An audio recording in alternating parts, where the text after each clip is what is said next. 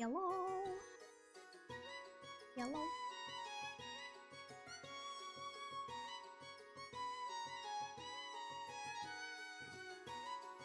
How is everybody?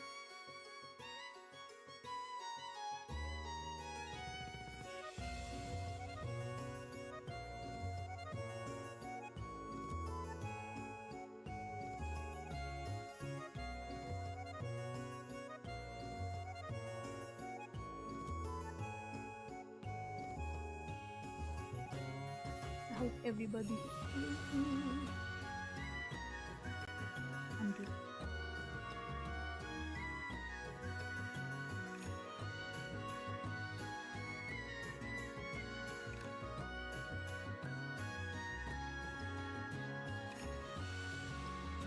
Wanna make sure everything is good.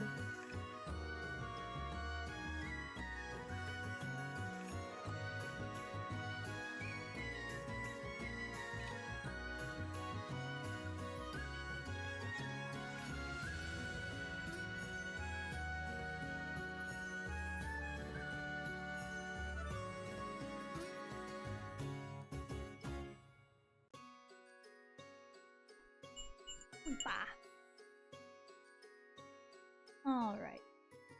Think everything is okay? I believe. Mayhaps.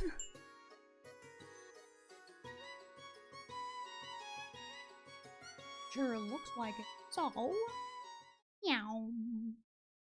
And then we can get into the game. Let me make sure the good. Oh, it's good. Awesome. Let's go. Okay. It'd be this one, I think. I think it's the top one. So, oh, my voice. Hold on.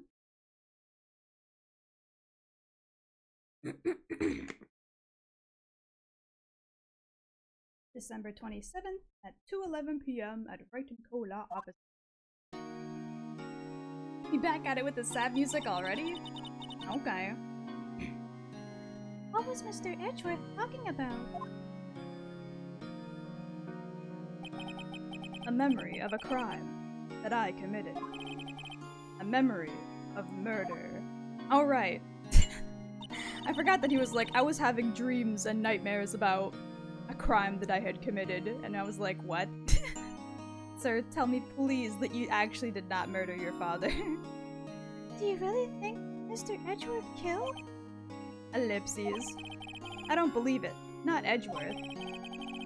Some painful memory has been troubling him recently. But he'd never take someone's life. Never. Nick. Oh my- oh no. Oh no. Larry. Sir. I'm gonna have to ask you real quick to not fuck up. Don't fuck around in this case. Don't make Edgeworth, you know, any more guilty than he already is. Please. Yo, how's everyone doing? What do you think of my performance today? I had him swooning in the aisles. Yeah, huh, Maya? Swooning? Me? Oh, yes. I do remember that feeling faint. Oh my lord. Right on. Tell me the truth. It was like love at first sight, right? Right, Nick? Huh? Me? Well, maybe my heart skipped a beat or two. He's like, brah, what the hell? I think you can do better than that. Come on, I saved Edgeworth in there, dude. Edgy. You guys should be bowing before me. Yeah, bow your head. Wow, wow, wow, wow. Bow before your hero. Sir, are you okay? Larry, you really helped out in the trial today. You did. If you weren't there, Larry, I'm sure Mr. Edgeworth would have been found guilty. But seriously, Nick. What? This motherfucker sat there and went ha ha ha ha ha. But seriously. Kiwi, did you know that denying your attractiveness has a 100% mortality rate? I would... No, I'm a doctor who specializes in Qology and the study of the perfect hottie. Why does that sound like something that Larry would tell me? Why does that sound like something that Mr. Larry Butts here would say?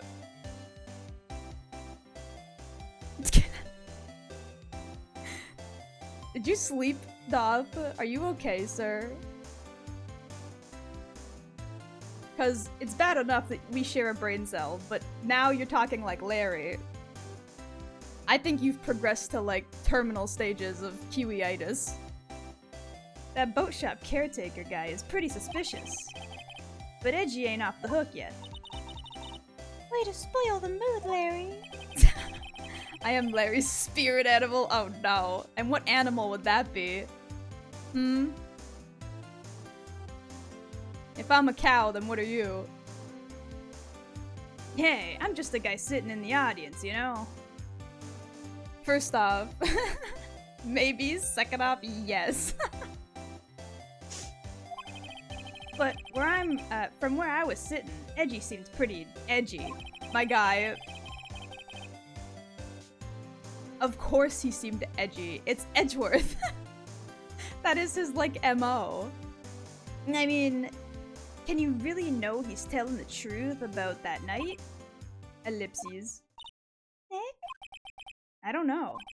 But what I do know is, I'm going to believe in you two until the end.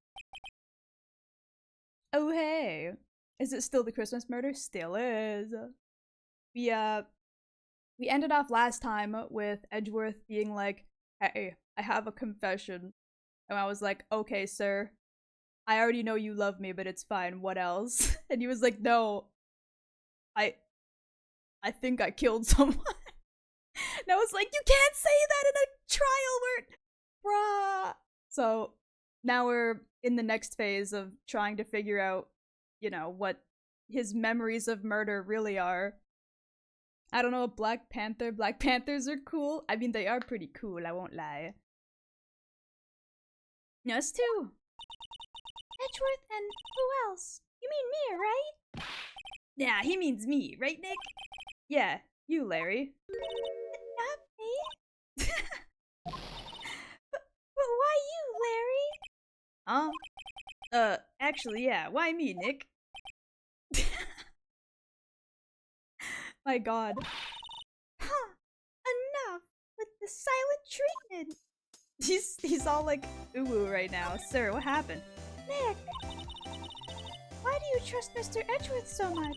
I mean, he's changed recently, true, but when we first met him, he was kind of a jerk, don't you think? Ellipses. You didn't know him back then. Back when he wanted to become a defense attorney. Wait, was that when you two were classmates? Yes, in grade school. Ah yes. Edgeworth at like the ripe old age of like 8 years old was like, I want to become a defense attorney, let's go! Ooh, treat? Treats? Treats? Who gets treats? Alright, I need a shower. Don't edge Edgeworth with a guilty verdict. I'll do my best. Is this still the lake case? Sure is. They saved me. Miles. And Larry. They saved me and I'll never forget it.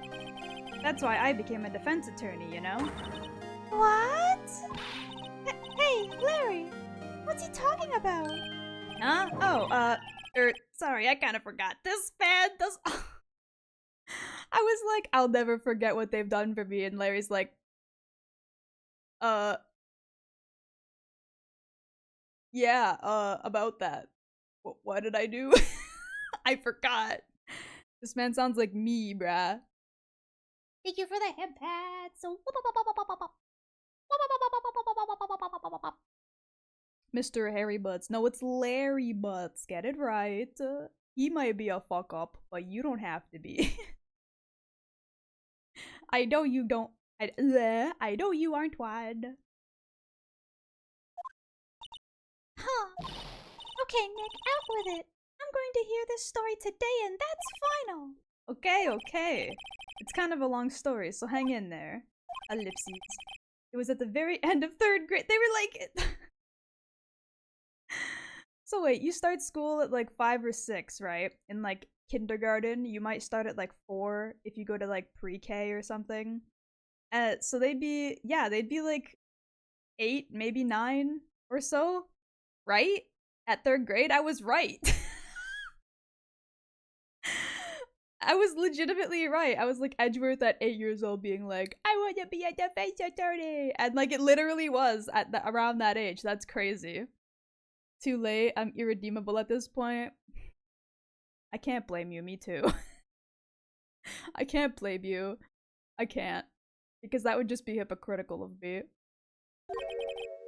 I was on trial. A class trial. Class trial? Why is he looking at me like that? Larry, are you okay? You remember, Larry? Spring? End of 3rd grade? A kid in our class got his lunch money stolen. Lunch money? Our school is really small. Every month, kids would bring an envelope in with money for lunch from home. Oh, I see. Anyway, this kid's envelope disappeared, with $38 still inside. Oh, yeah. Now that you mention it, I do remember that. Why does he look so deadpan still, sir? Are you okay? Did he do it?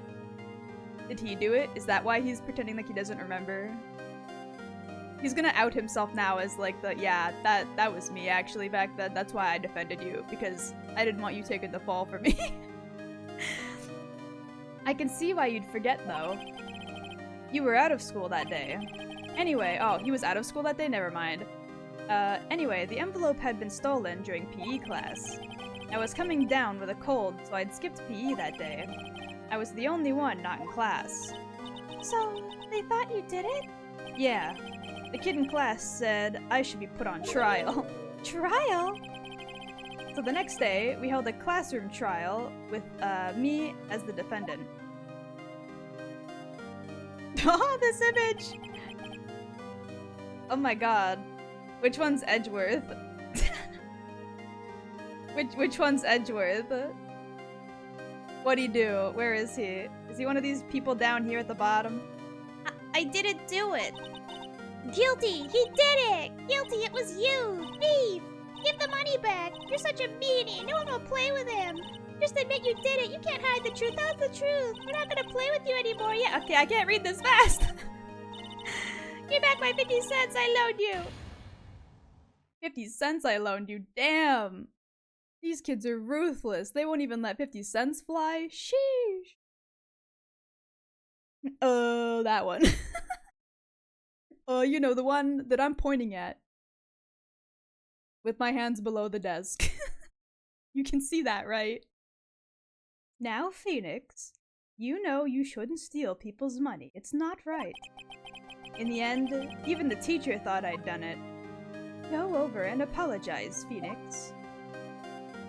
He's so small. Yeah, that one. Over there. You know, you see him. The one that looks like that over there. I didn't know what it... I didn't know what was happening. I was so sad I couldn't stop crying. Everyone was staring at me like I had done it. I tried apologizing. I went to where the boy whose money had been stolen was sitting. That was when it happened. He shouldn't have to apologize. The only thing that's been belongs in this trial is evidence. Anything else has no place. You should all be ashamed. Amateurs. Miles? He's so small! My god, he's so little. His big ass mouth, his finger is so fucking chonky. Jesus Christ. The perspective on this is so goofy ass. Oh my lord. Also, I forgot about these assets I found on itch. They are customizable and free. I'll link them in your Discord so you can check them out. Ooh, thank you! I will definitely have a look at those after stream. It wasn't you who stole my money, was it? Wait, it was Edgeworth? Edgeworth was the one who had his money stolen. Oh my lord. No. Then you shouldn't apologize. Everyone's been shouting you did it, but no one has any proof. That is why, Your Honor, this boy is innocent. But Miles, it was your money that was stolen. Yeah, he did it. We don't need proof. Make him say he's sorry. Why don't you all just wake up or shut up? I can read. It's Larry. Oh my lord. For a second, I thought he wasn't wearing anything on the lower half, but he's wearing really short shorts. I was so concerned. I'm like, where's your pants? Hold on. But I can see him. He's wearing like really small shorts. Can I even like remove? No, I can't. I cannot remove the the text bar. He's wearing such small shorts. My god. They have a setup for using controller, a keyboard, and a tablet. Oh, hell yeah. Let's go. Just think how he feels. He said he didn't do it, so he didn't do it. I mean, that's not how that works, but... Okay. The teacher looks like the kind of lady who would ask to speak to the manager and like throw the coffee at the employee because it was like 1 degree off of what they asked for, you know? And then yell at the manager for the next like half an hour about how the employees here are incompetent and how they should all be fired. Like, that's what she looks like to me. She looks like a Karen or a Susan, you know? Very well. I will replace the money myself. This class trial is over.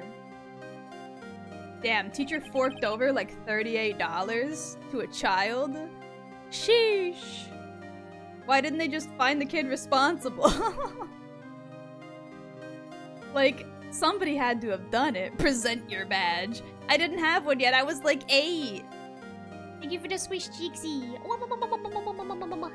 But yeah, we're talking about a time when Phoenix was yelled at school because they thought he stole Edgeworth's money. That's how it happened.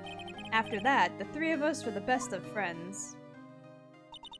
Wow, I had no idea. Yeah, I had no idea either. I mean, I forgot.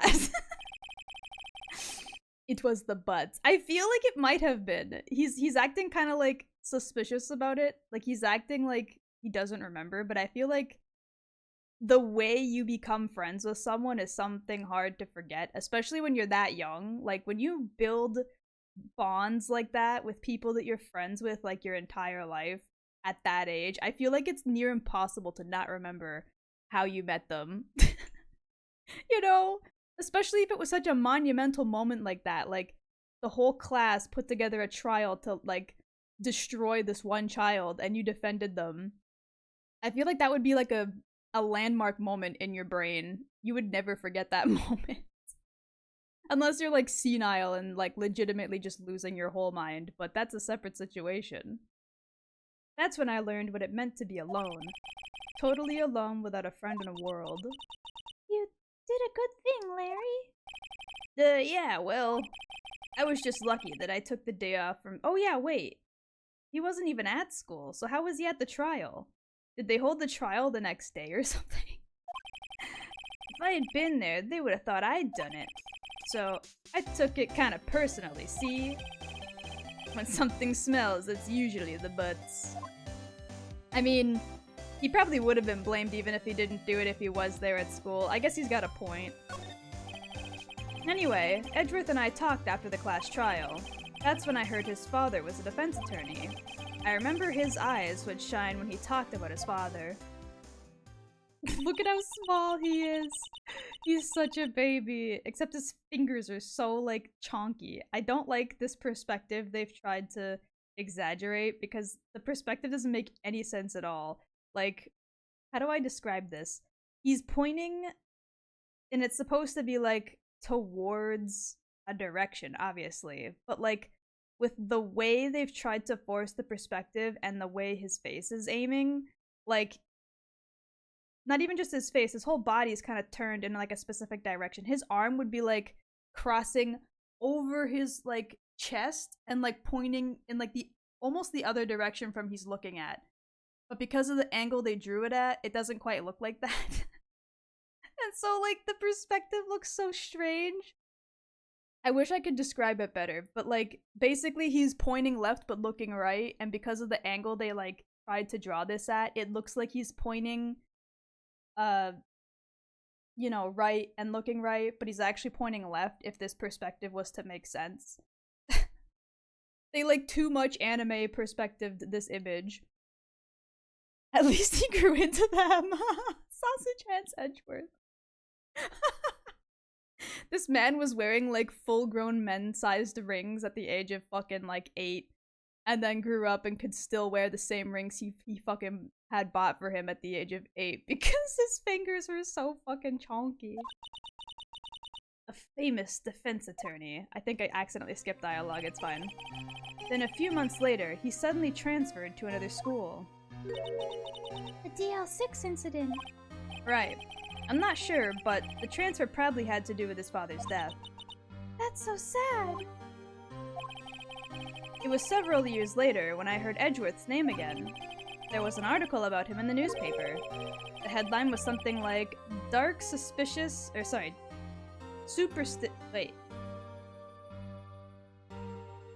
Dark Suspicions, yeah, Dark Suspicions of a Demon Attorney. I read it right the first time. Why did my brain say that I read it wrong? It's fine.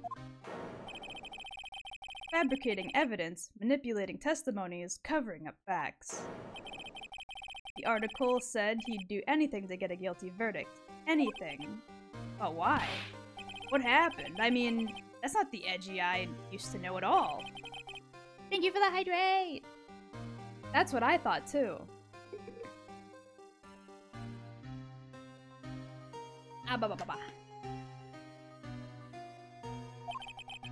I tried to get in touch with him. I didn't know how many times. But he never replied. I guess he didn't want to see his old friends. I couldn't just drop it though. I wanted to meet him, to learn why he had become who he had become. That's when I decided. Uh-huh, ma'am. Wait, you don't mean... That's why? That's why you became a defense attorney to meet Edgeworth? If I was a defense attorney, I knew I'd have to meet him, whether he wanted to or not. In court. My guy. This man went to fucking law school, passed the bar exam, just to meet his old friend again. There's other ways to do this. There's other ways to do this. You don't have to- oh my god. How much money and time did you spend just trying to meet up with Edgeworth? These two should just get married already, holy shit. Like, they're clearly obsessed with each other. Edgeworth believed in me, and I believed in him. He's a pain, and no one's on his side. I'm the only one who knows the real Edgeworth. I'm the only one who can help him. Whoa, Nick. So, is that why you helped me for free? Yes. Yeah, okay, now kiss. To be fair, this was one reason. There is another reason he did this also, but you won't learn that for a while. Okay.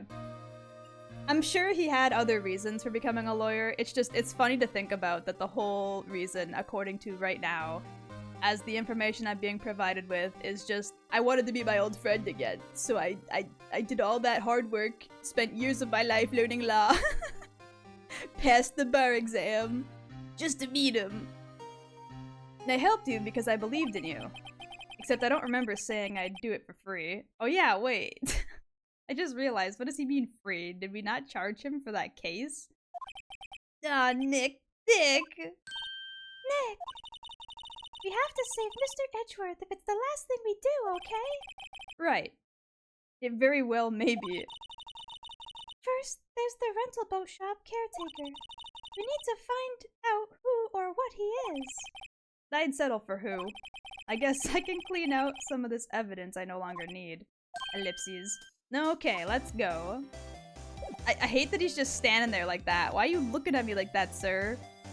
You're looking at me like you have something awful to tell me. Like you fucking stepped in a dog turd on your way here and you're gonna try and sue me for it. Like, what is this face? I guess we can move on out. Down, down, down, down. Okay, we're gonna go back over to the boat rental place.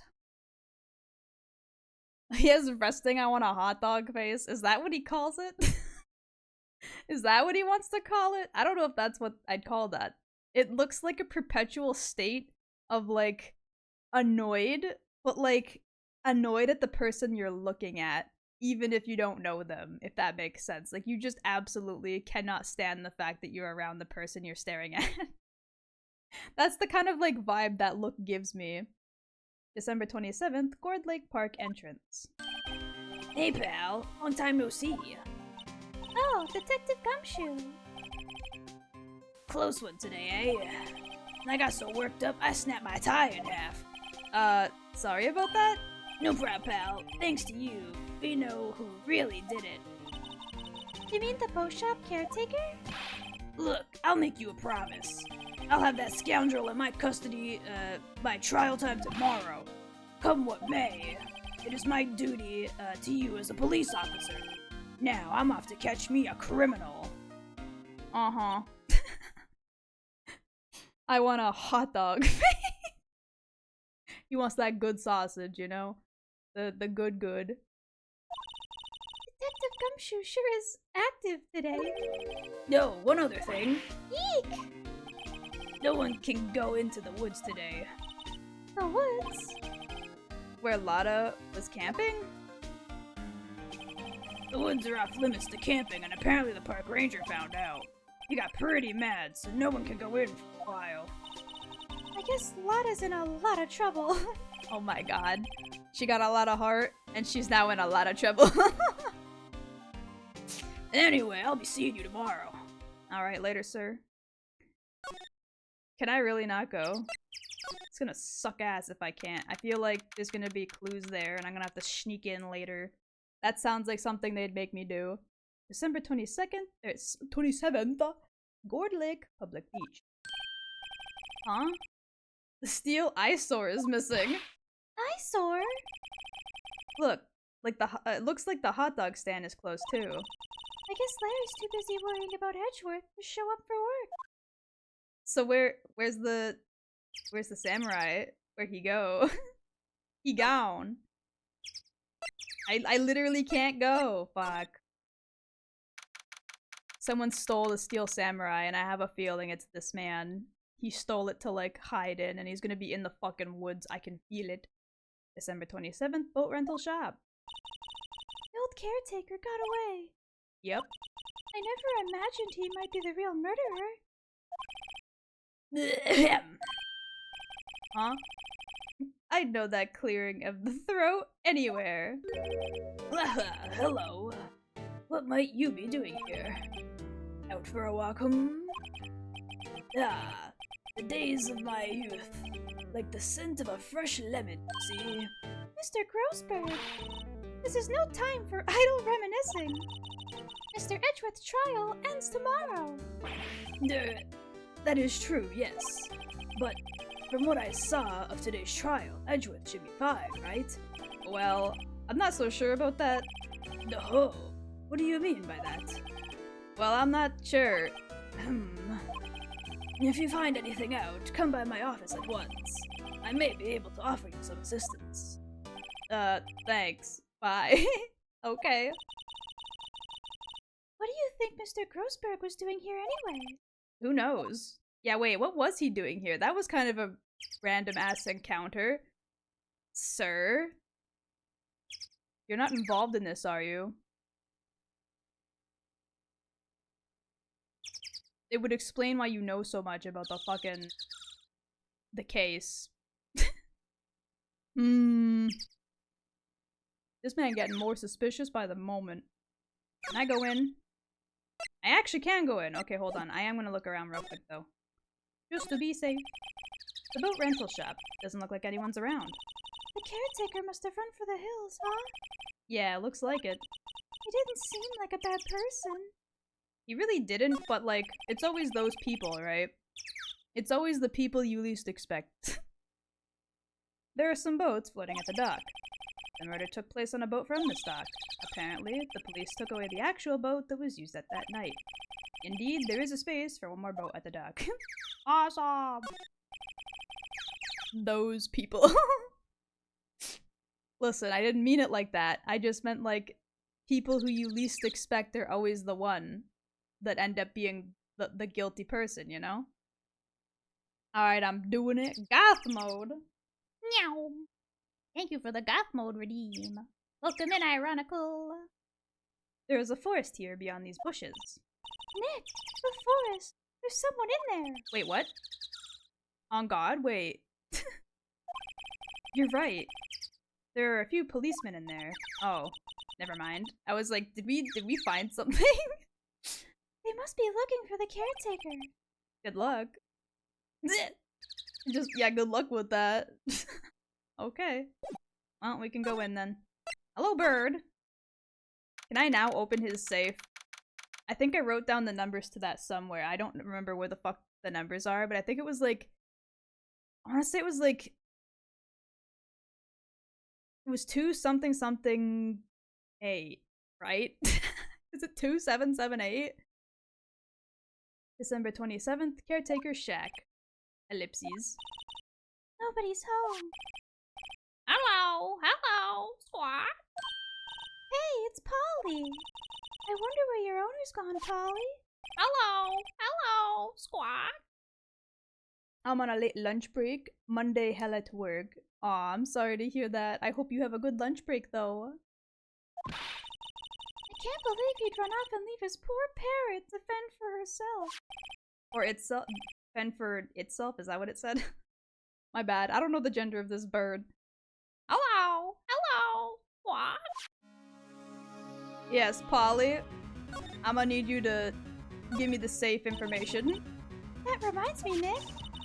Polly here knows the number to the safe, right? Yeah, that's right. Polly, what's the numbers to the safe? Ah, it was 1228. God damn it. I got 2 and 8 correct though. Just not at all the right combination. 1228, squad. Let's open it, Nick. Come on. I'm sure there isn't any money in there. Aw. But hey. He keeps it locked, right? So there must be something of value in there. Are we gonna really just steal from the old man? Like, murderer or not, we can't just go into his house and steal shit from his safe, money or otherwise. The parrot knows all. I'm not so sure. Okay, Nick, let's see what's in there. I guess there might be a clue or two. The only thing that's in here is a letter. A letter? Aw, boring. Boring? Ma'am, if a letter was locked in a safe, that means it's even more important than you think. There's no name or signature on this thing. It's handwritten in very precise, clear lettering. Get your revenge on Miles Edgeworth. Edgeworth? Nick! Why would Mr. Edgeworth's name be on here? How should I know? I'm going to read the whole thing. Get your revenge on Miles Edgeworth. It also says, this is your last chance. Now is the time to get revenge on the 2 men who ruined your life. The rest of the letter goes on to describe the murder plot in detail. How to kill Robert Hammond and frame Edgeworth. Calling Edgeworth out to the lake, getting on the boat, firing twice. This is exactly what I figured out in court. It's all here, in perfect detail. You really shouldn't be touching that letter without gloves or anything, because now your fingerprints are on evidence. And it's gonna be harder for them to find the real fingerprints on said evidence. Bruh. Hello, Sam! Oh hey, it's Goth Kiwi. Awooga. Hubba hubba. Welcome in, everyone. What do you think it means, Nick? What do you mean, what do I think it means? It means somebody told the old man to fucking frame and kill people. Like, what? And whoever sent this letter is the person responsible for this whole situation, obviously. Bruh. Huh? Ma'am. I don't know. but it looks like these are instructions for the caretaker. When he killed Robert Hammond and called out Edgeworth, he was following instructions. But who could have written that letter? And what does it mean to get revenge on Miles Edgeworth? Look, I don't know, okay? But one thing's for certain. This letter is an amazing clue. Letter from the safe was added to the court records. Gumfuck ain't gonna know. No, Kiwi, you don't understand. Killer fingerprints always overlay on top of any other. And they can't be obstructed or, you know, screwed up ever, right? Fingerprints are permanent forever and ever. Especially on something as malleable and easily damageable as paper. Also, guess who stabbed themselves underneath their thumb fingernail today at work? Ow! Ow! I've been there before. That shit fucking hurt. Also, guess whose Nendoroid came in today? Let's go! You had something really shitty happen, and then something really good happened to make up for it. Unless you aren't referring to yourself in that instance, but, you know. Anything else in there? There's nothing left in the safe. I wonder why the caretaker didn't take the letter with him. He left in a hurry, right? I don't think he even came back after the trial. I mean, he also has memory issues, so perhaps he forgot it was even in there. Oh, yeah? Ah! What's wrong? Huh? Oh, never mind. What? Tell me. Just when I saw the TV, I remembered. They're showing a Pink Princess special this week. Ma'am, not the time. It is not the time. Ellipses. Oh. See, that's why I didn't want to tell you. Well, maybe focus on priorities right now, ma'am. We've got, like, more important stuff to be dealing with. In the Nintendo eShop, one of the screenshots is of a character saying, "Wow, this is a perfect fingerprint," which never happens IRL, LMAO. One when the police, take them. Jesus Christ. Memory issue? Then how did he follow the plan? Well, he probably had the list with him. Like, when he was doing it, he was probably, like, had just read the fucking note. And then when he came back after all of that, he put it away. Back in the safe, and then forgot about it.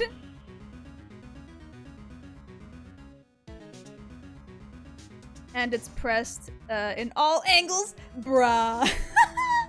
Ain't no way. They got perfect fingerprints pressed in all angles. That's so... that's so unrealistic. That is so completely unbelievable. That's so crazy. Alzheimer has ups and downs. Exactly. And it wasn't even Alzheimer's. He had permanent brain damage due to lack of oxygen. Or at least, you know, the game hasn't specifically said he's the guy who was in the elevator at the time, but they're making it pretty clear that's the case now. Like, I don't think there's any question at this point. Everything's cold. It looks like he didn't turn the heater on. I guess he hasn't been back here since the trial. If it's that cold, I feel really bad for the bird, brah. Especially because it's a tropical bird. That sucks, brah. This bird's probably sick as hell. Hasn't eaten anything. Sheesh. That fishing pole looks expensive. Maybe we should bring it to the Detective Gumshoe. You don't think the caretaker would mind? Well, we can just leave him the metal detector in exchange. Maybe we better not. She was like, maybe we should replace Gumshoe's crappy old fucking fishing rod, Lamau. Me grabbing a knife to murder someone, but making sure I press my fingers firmly and don't smudge it while swinging. Exactly. But also, making sure that my, like, hands are, like, nice and clean so there's no, like, obstruction of the fingerprint. Like, there can't even be, like, a single grain of dust on my hands when I touch that knife. And I need to grip it with, like, my whole strength to imprint the fucking fingerprints in there so tightly that they will never come off. And then nobody else is allowed to touch the knife. Except for people, like, you know, handling it with care to prevent the fingerprints from coming off. I bet his body is stuffed in the fridge. Oh no! I'm not gonna bother clicking on the bird just yet. We're gonna look at everything else. It doesn't look like he used this kitchen much. You're right. I guess the whole pasta restaurant thing was a lie. What? You thought he was telling the truth? I mean, he probably was. But, like, clearly he's not sane of mind, so maybe he meant it, but it wasn't a fact, just because, like, he wasn't capable of doing it, but he thought it was real, so it's real to him. Say, Nick, don't people usually put pictures of fish up on the wall to boast about them? Yeah, I guess so. I mean, pictures of the fish they caught, right? Right, but don't all the fish on the wall look really puny to you? Well, you know what they say. You should have seen the one that got away. Except the one that got away from us was the caretaker, and we did see him. Why do I feel like we're having two different conversations here? Oh my lord. I can't interact with any of that, so now it's bird time. Maybe I should take care of Polly, Nick. You probably shouldn't just kidnap her. Oh, it is a her. Okay. Me placing the knife in a Ziploc bag carefully because I don't want to be impersonated by destroying evidence. Exactly. You don't want to get charged with a separate crime, right? You don't want to get charged with destruction of evidence and other such issues. You just want to be charged for murder. You just want the one specific crime to be on your record. I'd be surprised if Maya could handle having a consecutive conversation. Maya is lovable, ADHD airhead. Wow, that sounds like another person we might know here. Yes. I only want murder on my records, okay? I don't want destruction of property or evidence. I don't want, like, you know, any sort of other crime issues relating to me. Just the murder. I want to be known for murder and that's it. Thank you. The police know about her anyway. I'm sorry, I'm sure they'll do something. Well, okay. Sorry, Polly. He says I can't take you. Great, now the bird's going to hate me. Well, that's it? Okay, well. We can't even, like, properly speak with the bird. I thought we were gonna be able to get more information out of that damn bird. Well, okay. Back out we go. We're gonna go to Goldberg's probably, I would assume, since he said that we should. Wait, can I not? Why can't I go to Goldberg's? Okay, I guess we're going to criminal affairs. I may be a criminal, but I'm not a criminal. I may be a murderer, but I'm not a criminal of other offenses. Only murder. Who? Me? Yes. When people talk about me, I want them to think, oh, the murderer. Exactly, you get it. Thanks for the hydrated posture check and big Shrek.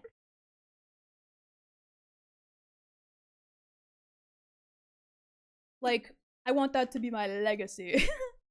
When I go down, I want everyone to go, oh, that person, the murderer? Ah. I don't want them to go, oh, that person, the one who was charged with murder and destruction of property and, you know, withholding evidence in court and, impersonation and, petty theft and, I just want it to be murder. Let it be murder.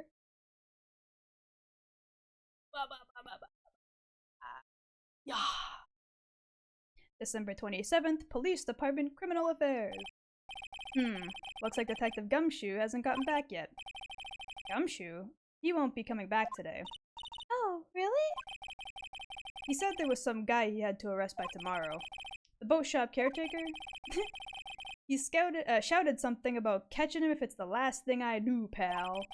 Good luck, Gumshoe. Alright, well then I guess we're leaving. Why can't I go to Goldberg's, brah? He said to visit him and I can't now. This is bullshit. 1 day left, Nick. Yeah, I know. Well, no time to waste. Let's get going.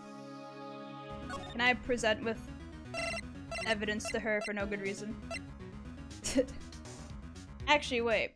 Can I go show this to Edgeworth? Oh, now I can go to... Now I can go to Grossberg's. Brah. 1 second. I'm gonna go to the detention center. Ayo, Edgeworth. I got this letter. It says, Go fuck yourself. It says, frame Edgeworth. On my tombstone to say, here lies Emdath, the murderer and lover of big booty bitches. So you do want another thing on the tombstone. Barah. Then what was the whole point of being so particular about the murder? December 27th, Detention Center, Visitors Room. You do not have the conviction to be only a murderer. Ellipses. You look as grim as always. Huh. Mr. Edgeworth? I heard the story about the class trial. Class trial? Shut up!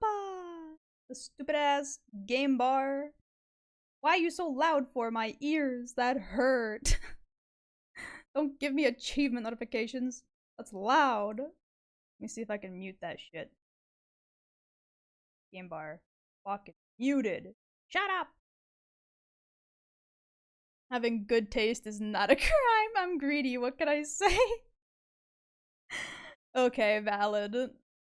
I would also want mine to say murderer, and then in parentheses, lover of rat men, so... Class trial? What do you mean? You don't remember? What? Why do all of... My friends are awful. They don't even remember how they fully met me, brah. Come on. Am I that forgettable?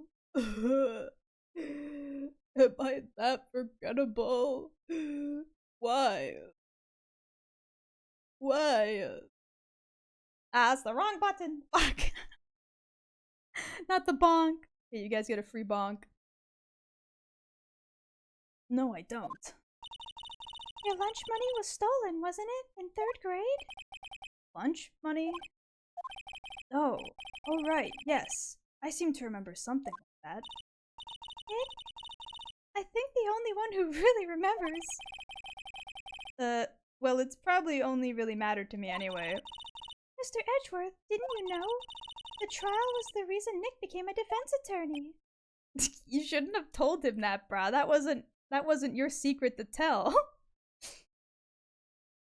That day was the most important day in Phoenix's life, but for Edgeworth, it was a Tuesday. Yeah, but like, I don't know. Like I said before, when you're that young and like that's how you meet friends, like usually those things kind of stick with you, don't they? Like when you make lasting bonds like that when you're so young, they become like core memories. I'm not saying it didn't mean as much to Edgeworth or Larry as it did Phoenix. I'm certain it didn't. But like overall, they would still remember that as like, that was the day I met so-and-so. You know? I don't know. Maybe I'm just overly sentimental and only have brain space for stupid shit that doesn't matter. Things that matter, like life facts and math, don't fucking work in my brain. But then other stupid ass shit that shouldn't matter to anyone is the only stuff I can ever have brain space for. Ridiculous. Gee, thanks. That said, doesn't sound like the kind of thing you do. Or it does sound like the kind of thing you do. I can read. Yeah, I still remember the day Kiwi said she'd be our mommy after all. Also, you said out. I compensated for it, but... You haven't changed a bit, have you, Wright? So, simple to a fault, even. I must leave. Take care. Have a good rest of your shift, Ironical. Thank you for stopping in when you could. Maybe. Yeah, but I think you changed too much, Edgeworth. Perhaps. Maha. Why prosecute? Hey, Edgeworth. Why did you become a prosecutor, anyway? You used to look up to your dad. You said you wanted to be a defense attorney, right? I couldn't let myself deny reality like you. What do you mean? My father was taken from me, and you want me to defend criminals? I'm sorry, Wright, but I'm not that good of a person. Damn. Damn, homie. Thanks for the assist, Toby. Take care. Bye-bye! One suspect was apprehended in your father's murder, right? Yes. The man trapped in the elevator with my father. His name is Yanni Yogi. He had to be the shooter, any way you look at it. Yet, he was found innocent. That defense attorney got him off the hook. That would be Robert Hammond. You don't gotta relay that, I remember. On that day, 15 years ago, 3 of us were trapped in the elevator for 5 hours. When we were rescued, we had all suffered oxygen deprivation. I had lost all memory of the murder. You lost your memory? Even now, I can't recall what happened in that elevator. That was the crux of Yogi's attorney's arguments in court. He claimed Yanni Yogi had been not of sound mind due to oxygen deprivation. Yogi was released due to lack of evidence, innocent. That's when I changed my mind. I started to hate defense attorneys. I mean, I can see it, but maybe just don't defend criminals. Maybe defend people who actually need defending, sir. Like, you can choose to turn down a case if you don't want it. Right? Like, unless the state, or I guess province or provincial area, whatever your current fucking, like, area calls jurisdiction-based areas, like, unless they, like, assign you to a case, you don't have to take any cases. Right? Like, if someone comes to your law office and is like, I want you to defend me in court, you can say no. If you don't think that the case is worth fighting. Like, people said no to your case, sir. Right? They didn't want to defend you. And you almost had, like, I guess, government-assigned fucking defense attorney. But that's why I stepped in. Because I wanted to defend you. Whatever, sir. What's your relationship with Von Karma? He's my teacher, and a man who deserves respect. I learned everything I know of courtroom techniques from him. You say that, but, like, he's such an asshole, brah. Like, he's the kind of guy who forces verdicts because he's just commanding, and people listen to that. That's not really respectful. He's not getting correct verdicts, he's just getting a verdict. He's just winning all the cases because he's loud and aggressive. So he's like my sister. Or he's like my sister was to you, Nick. He is a perfectionist in all things. In court, in his personal life. He is obsessed with doing everything perfectly. So he has a chronic case of, like, OCD. Good to know. Perfectly, huh? In all the cases he has taken on, none were left unsolved. And, not one suspect was declared innocent, ever. But that's... I know. It's possible some of the suspects were indeed innocent. However, it is impossible for us to accurately determine that in every case. All Von Karma does is his job, to find the suspect guilty perfectly. But that's not his job! You're misinterpreting the job. This man really said, it's my job to make sure they're guilty. Like, no! It's your job to find the right guilty person! If they're guilty, you make sure they're found guilty, but you have to make sure they're guilty first. What do you think the law is for? Oh my god. Why do you think the other guy got off scot-free when you think he murdered people? Probably because somebody who was doing their job to defend someone, even if, you know, they were guilty, did their job better than the other lawyer. Edgeworth is a crooked prosecutor, shake my head. Who would have guessed? You might say he's a little bit rough around the edges, edgy if you will. In any case, it's nigh well impossible to find a weakness in him. Should a weakness appear, he would do everything in his power to make it go away. Edgeworth, if what you're saying is true, you're headed for a guilty sentence tomorrow. He's right. Now's no time to praise the enemy, Mr. Edgeworth. Well, that and we already have, like, his weakness. Just call upon people he's not prepared to question and have them go against him. Because then he doesn't know what to do. That was, like, the whole thing. He had to have everything all planned out previously. That's the word. Stop it! I muted you! I muted you, game bar! How are you on again? Hold on. I'm gonna lose my mind. Where's the fucking... Where's the settings for this motherfucker?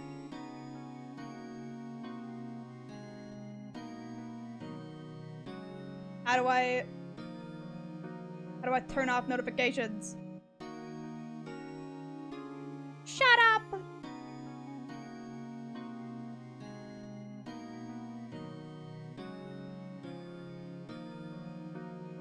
I literally can't find a way to turn it off.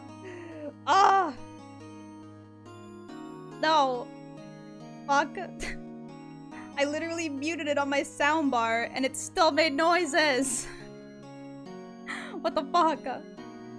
But I hereby find Kiwi cute beyond a reasonable doubt and sentence her to 69 consecutive life sentences in Headpat's prison. No! Headpat's prison! My brain's gonna be so smooth! You're gonna rub a bald spot on my head! I thought that was mine. I just popped it open, LMAO. Mute it in the mixer. Uh-oh, that's what I did! I already muted it in the mixer and it's still making sounds! Why? Why does this happen to me? And why am I getting, like, miscellaneous achievements? Like, stop this. I didn't do anything and the game was like, "Doom, you've done it. Congratulations. Yatta! Pachi, pachi, pachi, pachi." Like, no, I didn't do anything. Stop it. Shut up. Humph. It's a strange situation in which I find myself, I'll admit. No kidding. Here, I have this letter. It's instructions to frame you, sir. Edgeworth, see this letter? This came out of the safe in the shack where that boat rental caretaker lives. I see. Ah, he noticed. He's seen it. Pachi, pachi, pachi, you're still alive. Pachi, pachi, pachi, you're playing a game. Congratulations. Revenge? On me? Who is that old guy anyway? I don't know. Could he be an innocent defendant you'd got declared guilty or something? Nice, right?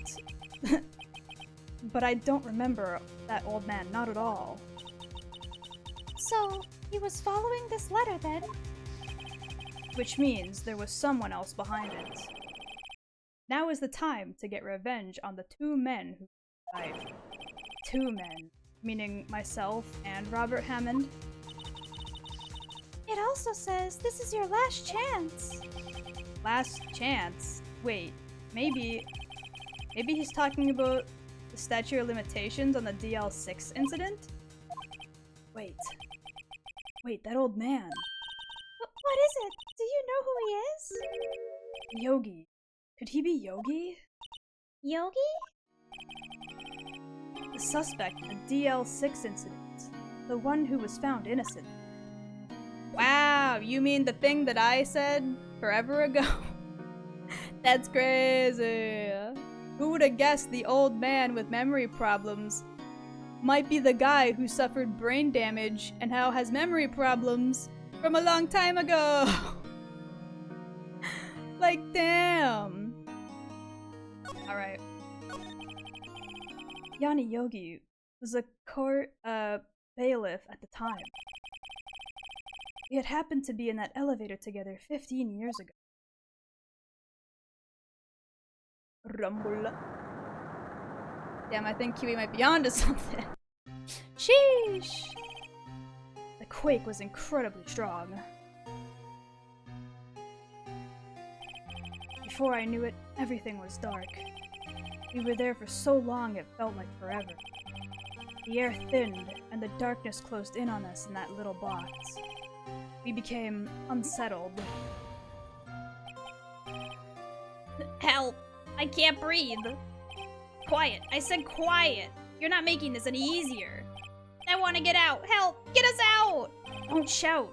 You'll just use up more oxygen.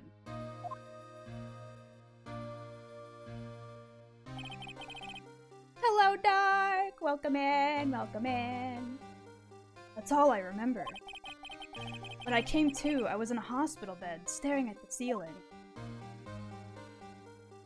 Little baby Edgeworth. In court, Yanni Yogi's mental condition was called into question. They claimed the oxygen deprivation and stress had caused temporary insanity. In the end, the claim passed the court, and Yogi was found innocent. How are you, Kiwi? I'm doing good today! We vibin'. I didn't realize that they had, hermetically sealed elevators. See, that's another thing that I've been thinking about in the back of my head, but I didn't want to say it because I didn't want to sound like an idiot. I was like, wait, don't elevators, like, have ways to, like, allow oxygen in and out without, like, opening the doors and, like, not having the elevator, like, fall or anything? Like, don't they have, like, a ceiling hatch that, like, people can open and stuff? And, like, how are they fully airtight? I don't think they're supposed to be fully fucking airtight either. So, like, what the hell's going on in these elevators, brah? That's crazy. Most structures aren't airtight because it's expensive to make things that tight. Well, that's what I was thinking, right? I was like, even in the case of, like, you know, a court elevator, I don't think it would be airtight. Because that could be potentially dangerous. Which, wow, look at that. It was in this instance. Crazy! Okay, 1 second.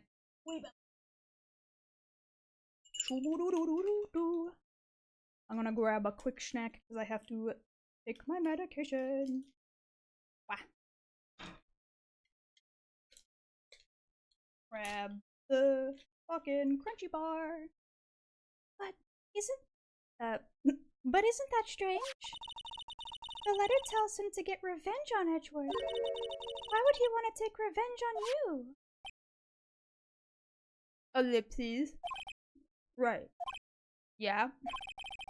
There's something that's been troubling me the last few days.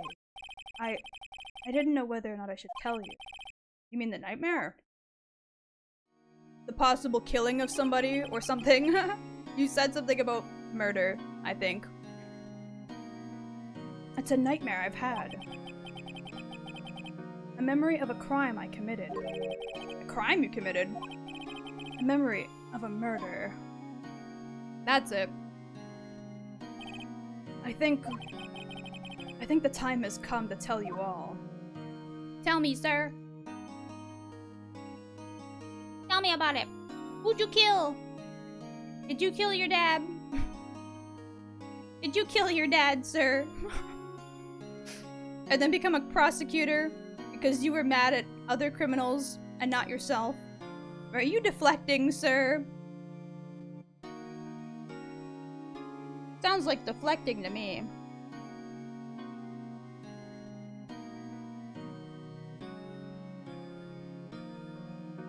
One moment.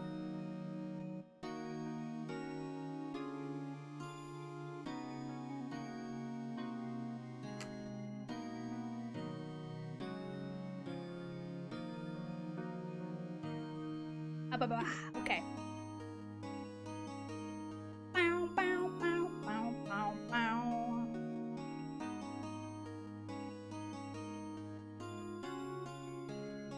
There we go. All good. For the last 15 years, I've had the same dream almost every night. I wake up in a fearful sweat every time. How have you lived this long with reoccurring nightmares that, like, wake you up every night? Like, you would be so fucking sleep deprived. That's crazy. What kind of dream? It's a dream about my father's killing in the dark. Wah. Help, I can't breathe. Quiet, I said quiet. You're not making this any easier. I want to get out. Help, get us out. Don't shout, you'll just use up more oxygen. I can't breathe. You're using up my air. What? Stop breathing my air. I'll stop you. What? What are you? Stop breathing my air. No, Father. He's attacking Father. Then I see the pistol lying by my feet. I didn't know if it was evidence from that day in court or the bailiffs. In a daze, I picked up the pistol. Get away! He fucking chucked it. He just threw it. He didn't even fire it. He fucking threw it. Get away from my father! Bang. Wah. He accidentally murdered his own dad. Oh my god. Dude. First off, wouldn't that gun have the fucking safety on? Second off, like, I could see the gun being, you know, accidentally fired off if the safety was off and it was thrown, but like, wouldn't it need to hit something specific to cause that? Like, wouldn't something have to have hit the trigger? Like, how does that happen? And with that scream, I wake. It's a bone-chilling scream. A scream that has rung in my ears for the past 50 years. Kiwi, stop spoiling it. I'm not trying to spoil it, the game's trying to give you the information, and I'm trying to put it together, homie. Like, what else am I supposed to do? Go, okay, cool, and then just forget everything they told me? Bitch. What? That's just a dream, right? Right? That thought is the only thing that has kept me sane for the last 50 years. But what if I'm wrong? What if it's real? They say that sometimes people shut out memories in self-defense. Maybe it was I who killed my father. What? If you think about it, that way, this letter makes sense. Get your revenge on Edgeworth. Think about it. Yogi was really innocent. That's why he wanted revenge against me. Wait, Edgeworth? You mean... I was the true criminal of the DL6. I shot my father. You didn't shoot, you threw the gun. There is a difference, okay? At that point, it'd be considered probably manslaughter in self-defense, right? Wouldn't it? Like, he was trying to save his dad and himself from who he thought was a crazed person, and threw a gun that happened to accidentally fire after he threw it, killing his dad. That would be like... It wouldn't even be like premeditated, it would literally just be like accidental manslaughter, right? It's still a criminal case, but it's not murder. Kiwi read ahead by using her reading comprehension. Shake my head. You think I have reading comprehension, homie? I can barely read, let alone comprehend. This is bad. What are we gonna do, Nick? What can we do? I don't know. I don't think there's anything we can do, like it or not. If there's someone else who knows a lot about the DL6 incident, maybe. Oh my god, Grossberg! I'm waiting for it. There is, Nick! There is someone else who knows about DL6. Who, ma'am? She didn't say. I'm assuming it's Grossberg, though. So we're gonna go there. December 27th, Grossberg Law Offices. Mr. Grossberg. Oh, hello there. What's wrong? You look troubled. No kidding! I can't believe you're not. My. Just calm down and tell me what's happened, hmm? It's Mr. Edgeworth. He... Sob. I see. So Edgeworth dreamt that he shot his own father. No, he dreamt that he threw the gun. Why do they not want to make these distinctions, bruh? These, like, minor distinctions make a difference. They change things. When you word it like he shot his father, it looks like it was intentional. You know? Like, come on. Pick your words more wisely. It's only a dream! Only a dream! Ellipses. I wonder. What? If that's the case, then why do you two look so troubled, hmm? Well, So consider this. Yogi quite certainly holds a deep grudge against Miles Edgeworth. So deep he'd want to frame him for murder. This leads me to surmise that Mr. Edgeworth's dream was not a dream, it was real, as you imagined. See, look, he literally threw the gun! Hand was nowhere near the trigger, homie. He didn't shoot. He did not shoot. Miles Edgeworth threw the pistol to save his father. The pistol fired, and the deed was done. Yeah, so make that distinction. Change your wording. Because that wording can be the difference in court. no! I don't believe it! Yogi was suspected of murder, and his career as a bailiff was irrevocably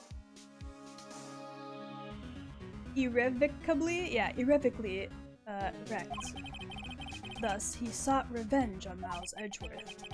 This was the last chance, of course, within the statute of limitations. Gregory Edgeworth.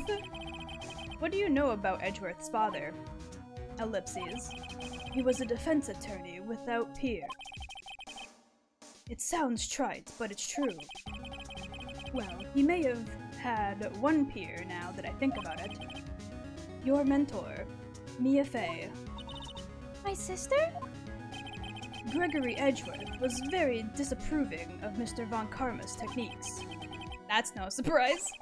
Von Karma is an extreme man. Forged testimonies and evidence are nothing to him. The result, he has a perfect win record in court.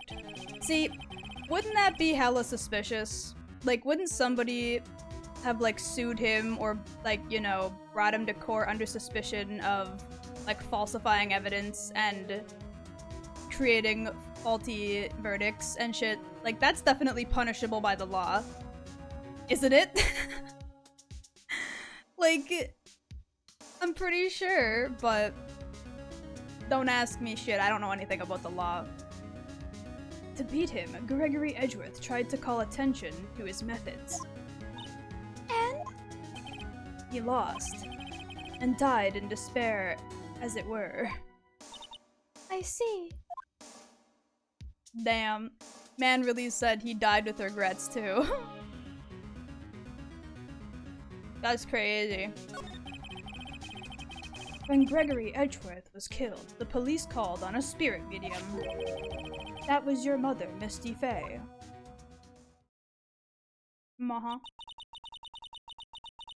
I am Gregory Edgeworth. I have been killed.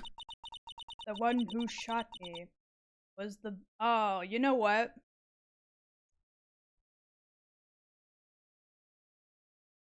You know what? I think this is gonna be a situation in which the spirit of Gregory lied about who did it so that his son, 1, wouldn't get arrested for murder, and 2, didn't have to live with the guilt of accidentally killing his father. You know? Like, I don't think Yanni, sorry, actually did it. He would have, probably, if Edgeworth didn't step in, but because he did, it was accidentally Edgeworth. And dead papa loves his son so much, he was like, I don't want him to suffer through that. I'll just lie. Gregory lied, but Mr. Fazbear said he would tell the truth. Yandere Dev Yogi was always kind of sus.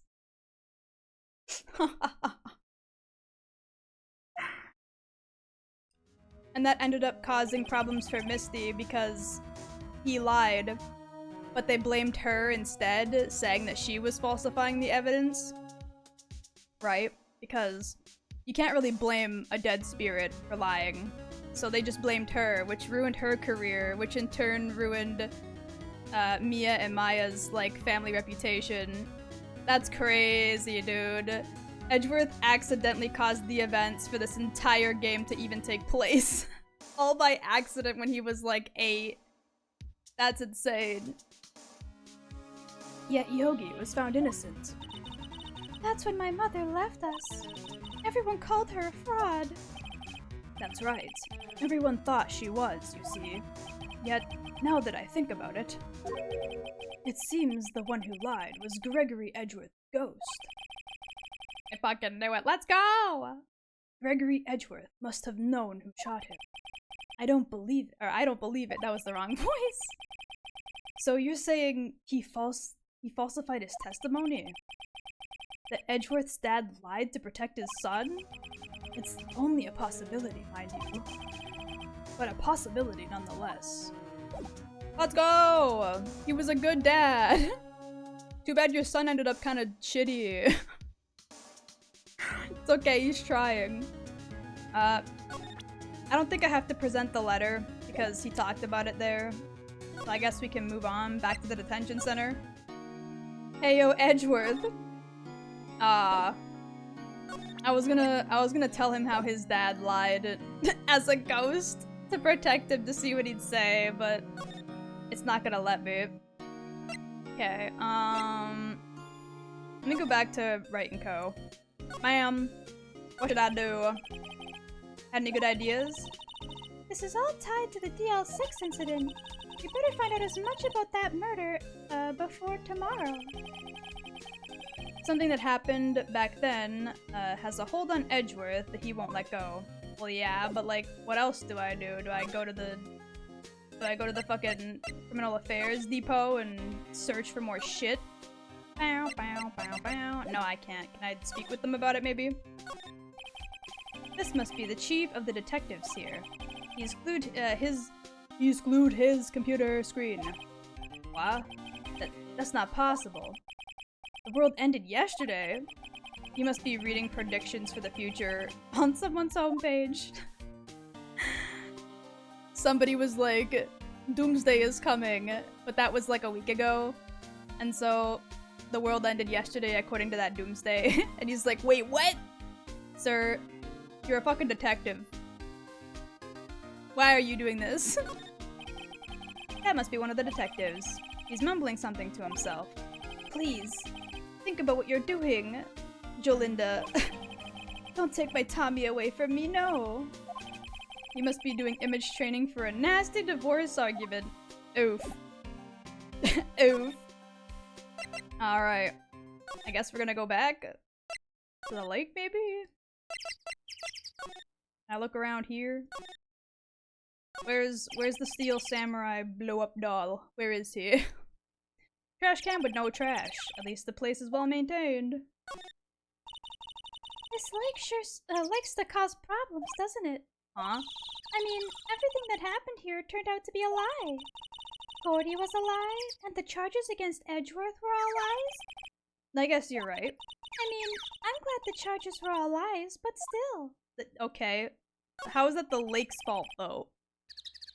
How does that have anything to do with the lake itself?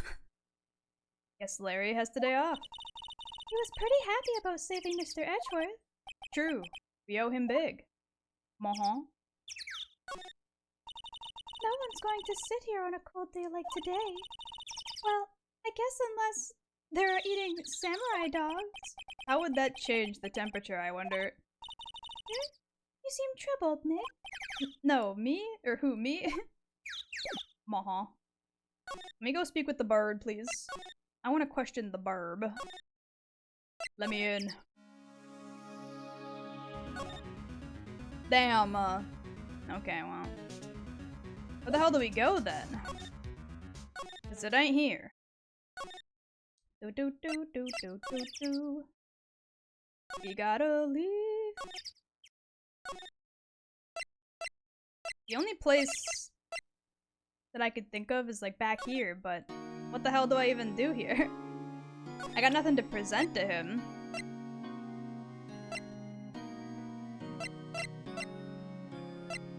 Can I show him the file? Ellipses. It was that case that changed my life, and tomorrow, on December 28th, its statute of limitations runs out. Tomorrow. Could that be a coincidence? Why are we talking like we don't already know? Huh? It's obviously not just a coincidence. That's why this happened now.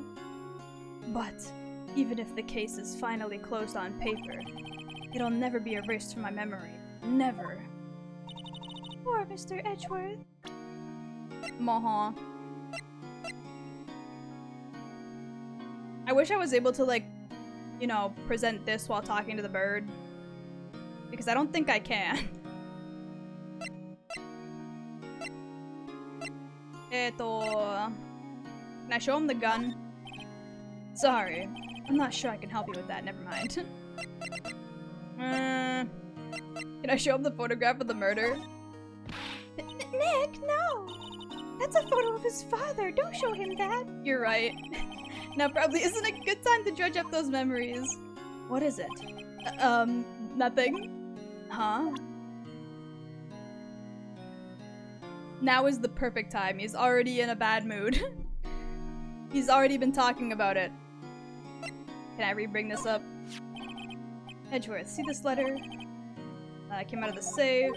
Yeah, okay, we've already spoken about this. Retreading the info. Skipping! Okay. I don't think we still have the... Yeah, we don't have the file that, like, specifically talks about Yogi aside from this one.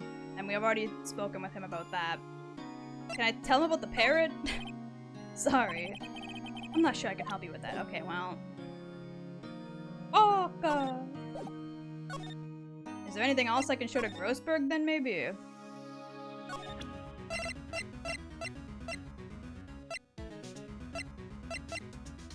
Like, we've already spoken about this, but I'm gonna show him anyway.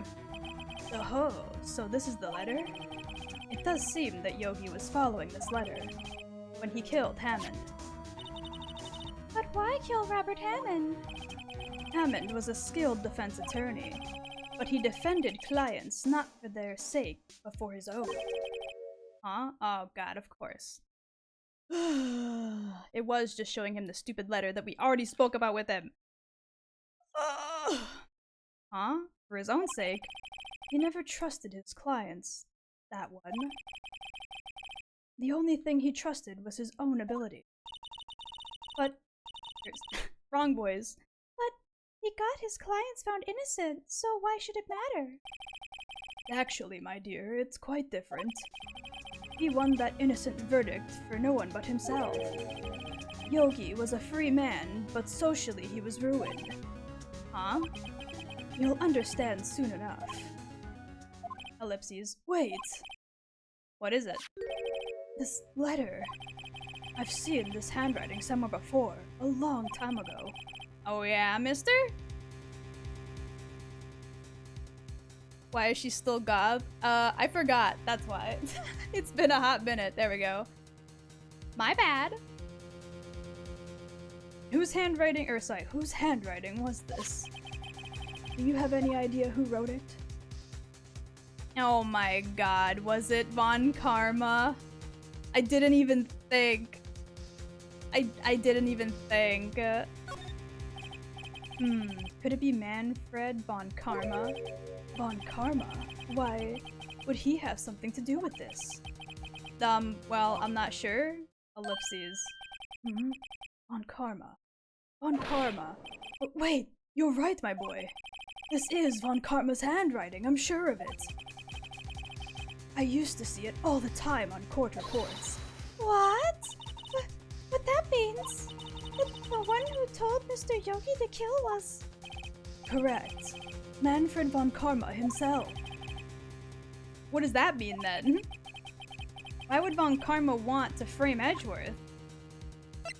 That's a good question. Was he just trying to get rid of his pupil? Can I speak with you about that? Yes. If it truly was von Karma who wrote this letter, then he would know the truth. He would know that Miles Edgeworth had accidentally killed his own father. Ugh. He'll say as much tomorrow in court, I should think. He'll press the point until the court finds Miles Edgeworth guilty. Oh no.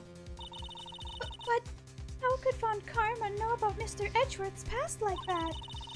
Even Mr. Edgeworth thought it was just a nightmare. That I do not know. Yet I do know that von Karma is both persistent and a perfectionist. He may be seeking to satisfy a grudge against Gregory Edgeworth by hurting his son. What do you mean? It was 15 years ago. Von Karma met Gregory Edgeworth in court, and von Karma did win. But he didn't make it out through the trial unscarred. Oh yeah? Kiwi could make herself goth, and if no one said anything, she'd be goth until she went to turn off VTube Studio. I would literally look over at OBS or VTube like as I'm ending stream, like, oh shit, wait! I was goth that whole time. Oopsie! Absolutely it would happen. What happened in the trial between Edgeworth's dad and von Karma? Why are we referring to it as Edgeworth's dad and not Gregory? Like, why do we still call him Edgeworth's dad? Just call him Gregory. Or Mr. Edgeworth, or like anything. Edgeworth Sr.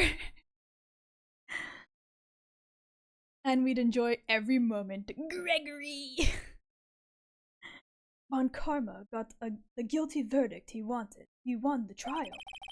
But Gregory Edgeworth accused von Karma of faulty evidence. And though he lost the trial, Mr. Edgeworth's accusation stood. Faulty evidence?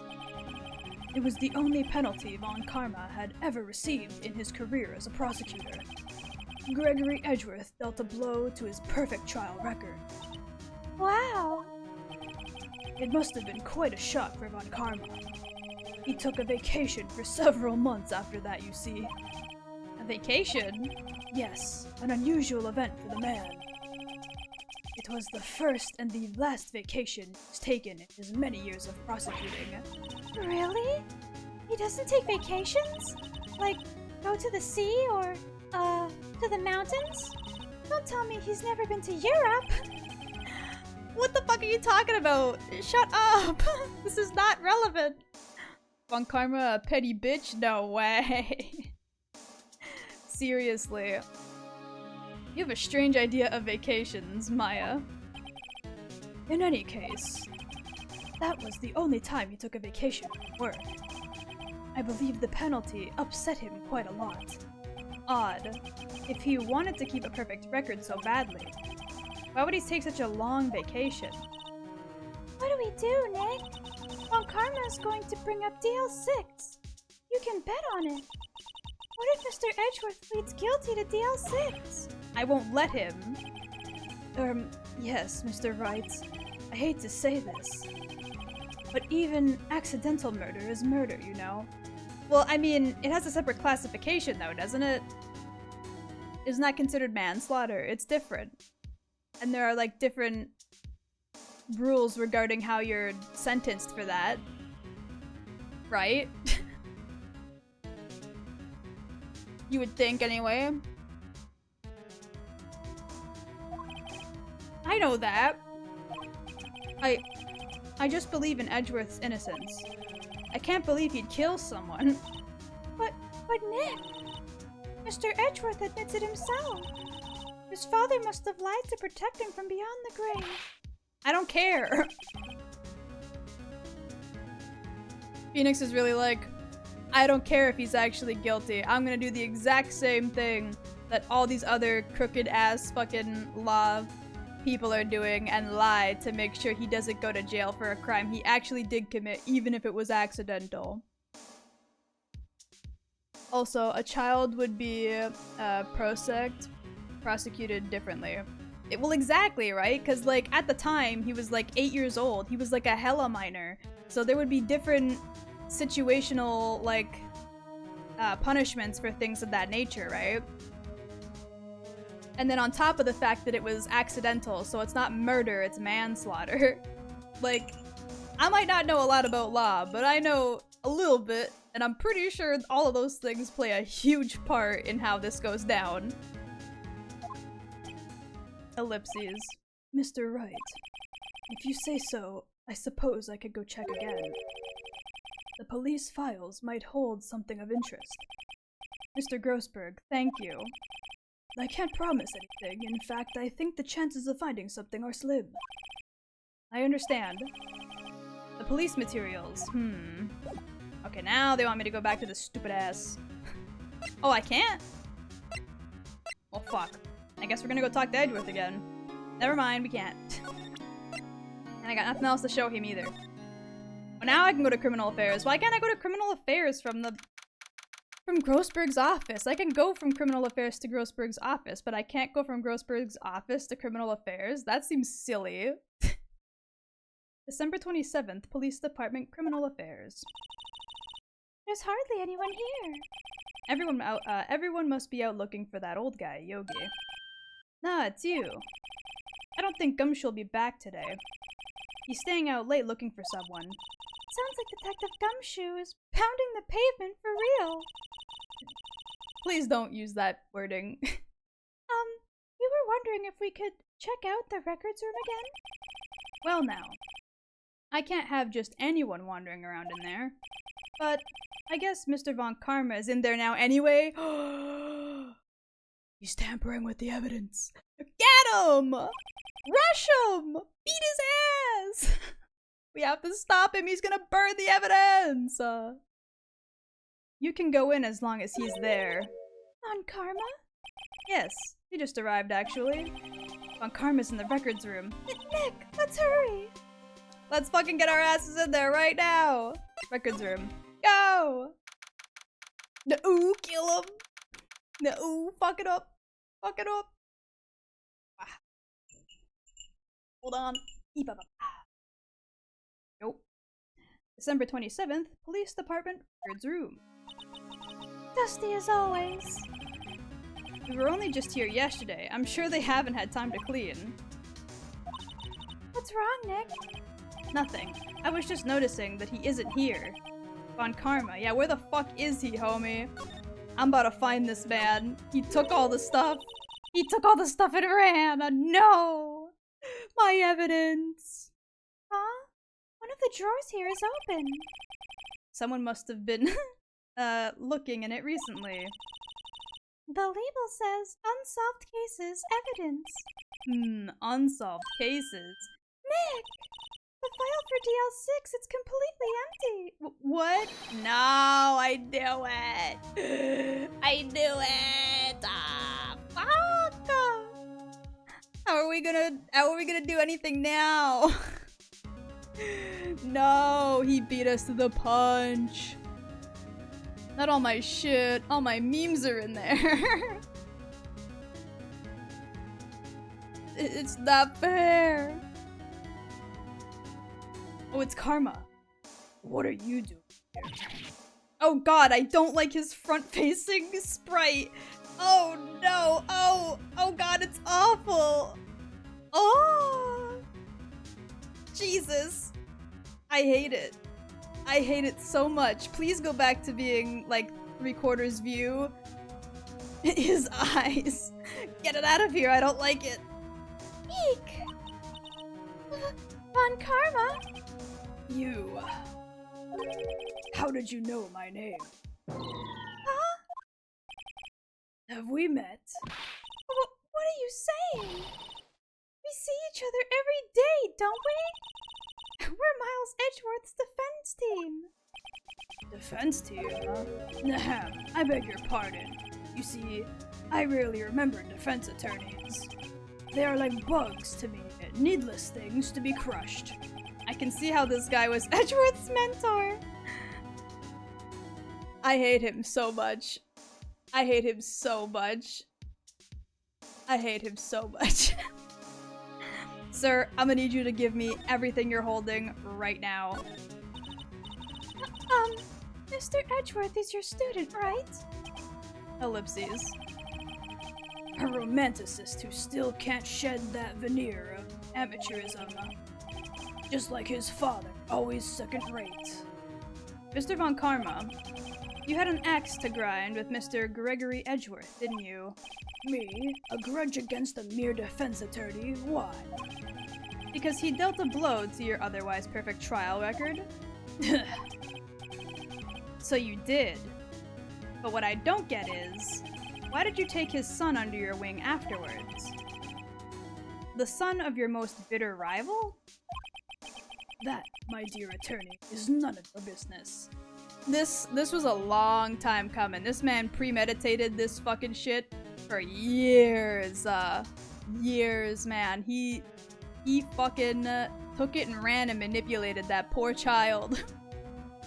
Dear God, the face, the smile is so much creepier with the upscale.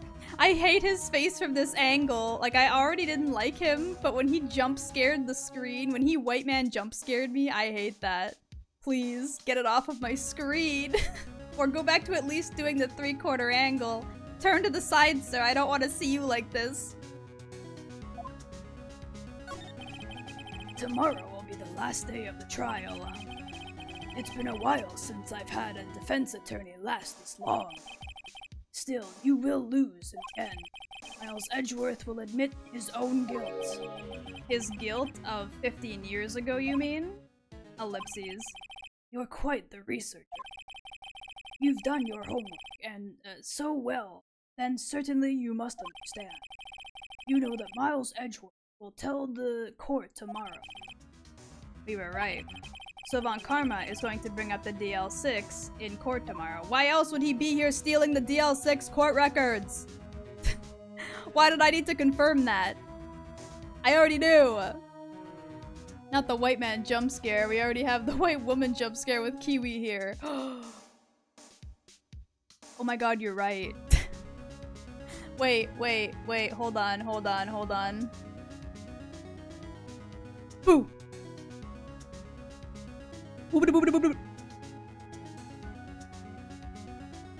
What? Boo. Okay, I'm done. That's enough jump scaring. Can I examine anything else? Stop it! Listen, I'm not funny, you don't gotta pretend. There are shelves stuffed with case files in the back of the room, too. Forgotten cases, rotting away for eternity. Nick, let's get what we need and get out of here. All this dust is getting to me. Yeah, unfortunately he has those things we need. Here are the files, here are files of collected case reports. There are quite a large volume of reports here. Wow, these are all case reports? Yep. It's like a graveyard of police cases. I guess my sister's case report is in here too. Quietly gathering dust. You're absolutely right. This cabinet is where they keep evidence from the current cases. Some things are obviously murder cases, or some of the things are obviously murder weapons, other are question marks. Most of it just looks like random junk. Nick, what do you think of this? What do you think this clothespin is for? Don't touch that. It's evidence. She's putting her fingerprints on fucking on like crime case evidence, brah. This is why you get accused for murder. She laughs at her own jokes regardless. Well, yeah. Someone has to. If I'm not funny, then at least I can laugh at myself. This large drawer is half open. The label on the drawer reads, Unsolved Case Evidence. All the stuff in here looks like random junk. The only evidence for the DL6 incident is missing. I can take a guess as to who took it. Von Karma. Okay. You see this defense attorney badge, sir? Suck my ass. Fool. You think I, a prosecutor, would give you a defense attorney information? Bah. Creep. It was worth a shot. Okay. What if I point this gun at you, sir? What if I just point this gun at you? I even have a bullet to put in it. You know what? Fair enough. Even if everyone is looking at you odd, at least you're having a good time. I'm cringe and I'm free.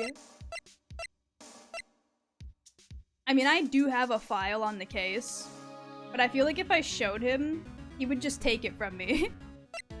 So, I'm gonna bring up the letter.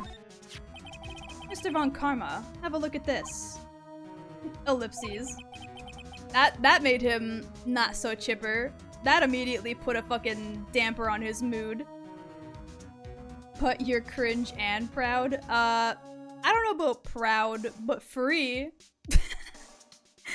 You know, at least bare minimum of accepting of it to a degree. It was you, wasn't it? You instructed Yanni Yogi to commit murder. Ellipses. Yanni Yogi. How many years has it been since I've heard him called by that name? He's a fool. I told him to burn it after he read it. He's admitting it? Outright admitting it? Are we not recording this conversation? Does nobody have their phone on record right now? Dude. Having him, like his voice saying that, that'd be more than enough. More than enough proof. Huh? Yeah, she's just as shocked as I am. So you admit it? You wrote Mr. Yogi this letter? Yes, my dear defense attorney. Thank you for taking the trouble to bring it to me. You've saved me a lot of needless hassle. What? Nick! What is that thing? Oh my god!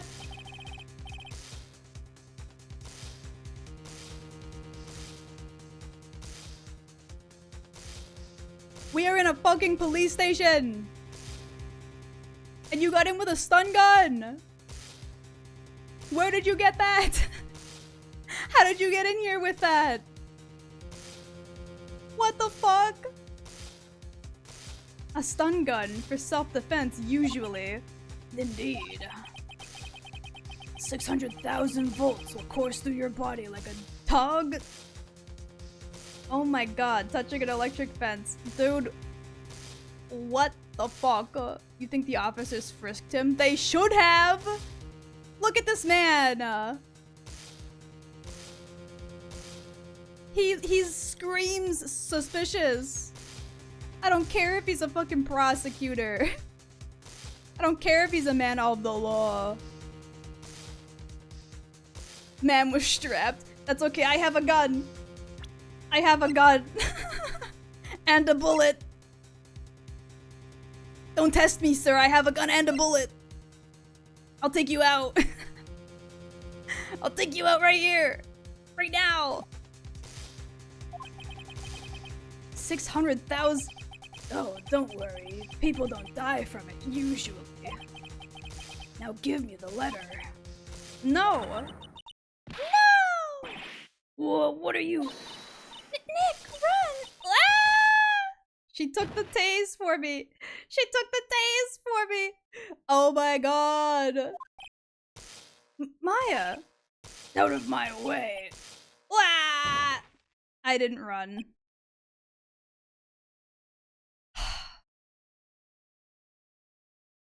Why didn't I run? I had it. The opportunity to leave. Also, didn't the police officers outside hear both of us scream? Like, was nobody around the evidence room? Did nobody hear us screaming? Maya's a real one, for real, for real. She's a ride or die. Dude, this is fucked. Ugh, he got us. The letter's gone, of course. And he took the DL6 evidence, all of it. Back to having no clues. Wait, Maya jumped first. Maya, is she even okay? Maya! Ellipses. To be fair, it's Von Karma. He might have paid them off. You know what? That's a good point. Because they did specifically say the only reason I was allowed in the evidence room was if he was still in the room. Like, I could only go in there if Von Karma was in there, and if he left, I was supposed to leave. That does seem a little weird, doesn't it? I didn't really think about it too much.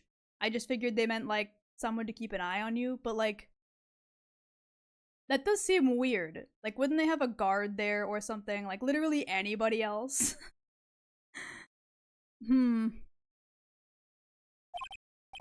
Maya, open your eyes! Ellipses. Maya! Ellipses. The letter. Did he take it? Huh? Oh, yeah. Are you okay? I couldn't stop him. I mean, I was supposed to run and I didn't.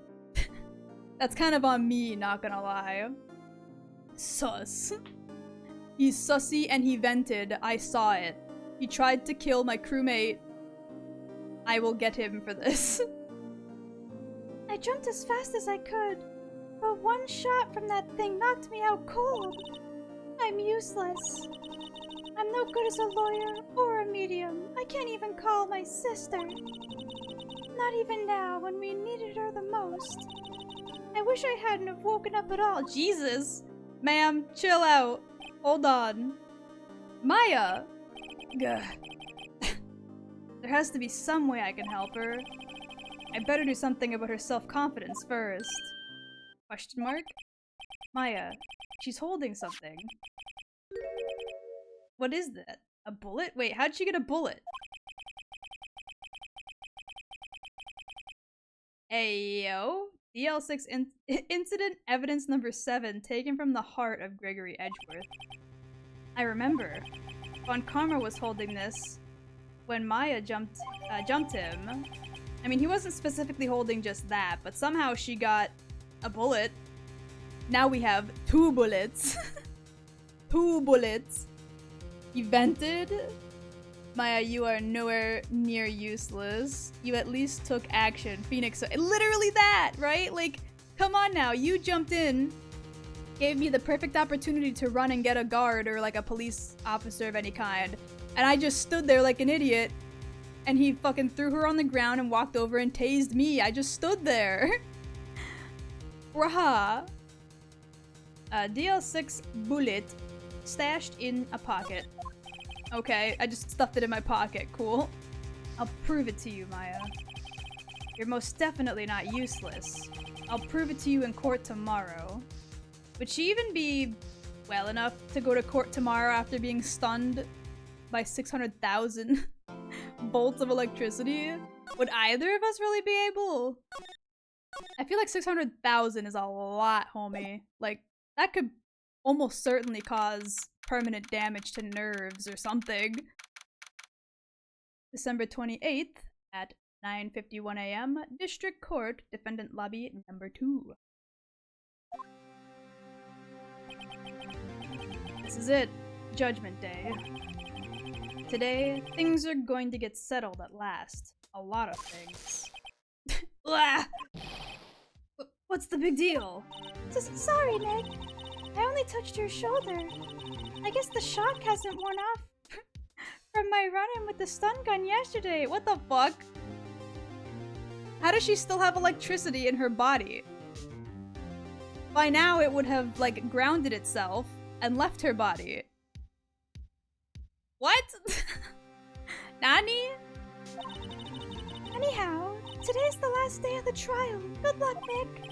Yeah, thanks, Maya. Edgeworth is like... he's like, God. Oh, Lord. Save me. I'm gonna do my best, sir. Maya was very proper. She'll walk it off. Edgeworth is looking glum as always. I hope Von Karma doesn't push him too hard. Whoa! What are you doing? Sorry, I'm sorry. I just thought I'd cheer you up with a pat on the back. Maya, maybe you should go outside and decharge? Right, good idea. Try not to electrocute anyone on your way out. How does she still have electricity? Oh my god. In her system, brah. Kiwi, shock in quotations. Her muscles and nerves are probably just kind of fucked. Oh yeah, pal. I'm assuming that's Gumshoes. Yeah. Who's gotten into that girl? Detective Gumshoe. Morning, Mr. Edgeworth. Good morning. How did it go, Detective? Have no fear. As promised, I've captured our runaway caretaker. I just brought him in. Took all night, pal. Thanks, Detective Gumshoe. You must be tired. Actually, after that shock I got on the way in, I feel pretty good. Yogi says he's forgotten his own name. But that has to be a lie. Why would he want revenge on Edgeworth if he couldn't remember his past? He does remember, and I'm going to prove it. I mean, subconsciously he probably does. Every once in a while his brain probably reminds him, but I feel like overall his memory issues are from that incident, and I don't think he does remember fully. You know? Like, it's situational, if that makes sense. Just like how, you know, elderlies with memory issues like Alzheimer's or brain damage very frequently go into, like, long fits of not remembering things, but then suddenly going, oh, I remember! And then go back right to not having any sort of good memory whatsoever. December 28th at 10 a.m., District Court, courtroom number 3. He's faking it, Daughters. I don't think he's faking it per se, but I do think if he does remember information, he is hiding that.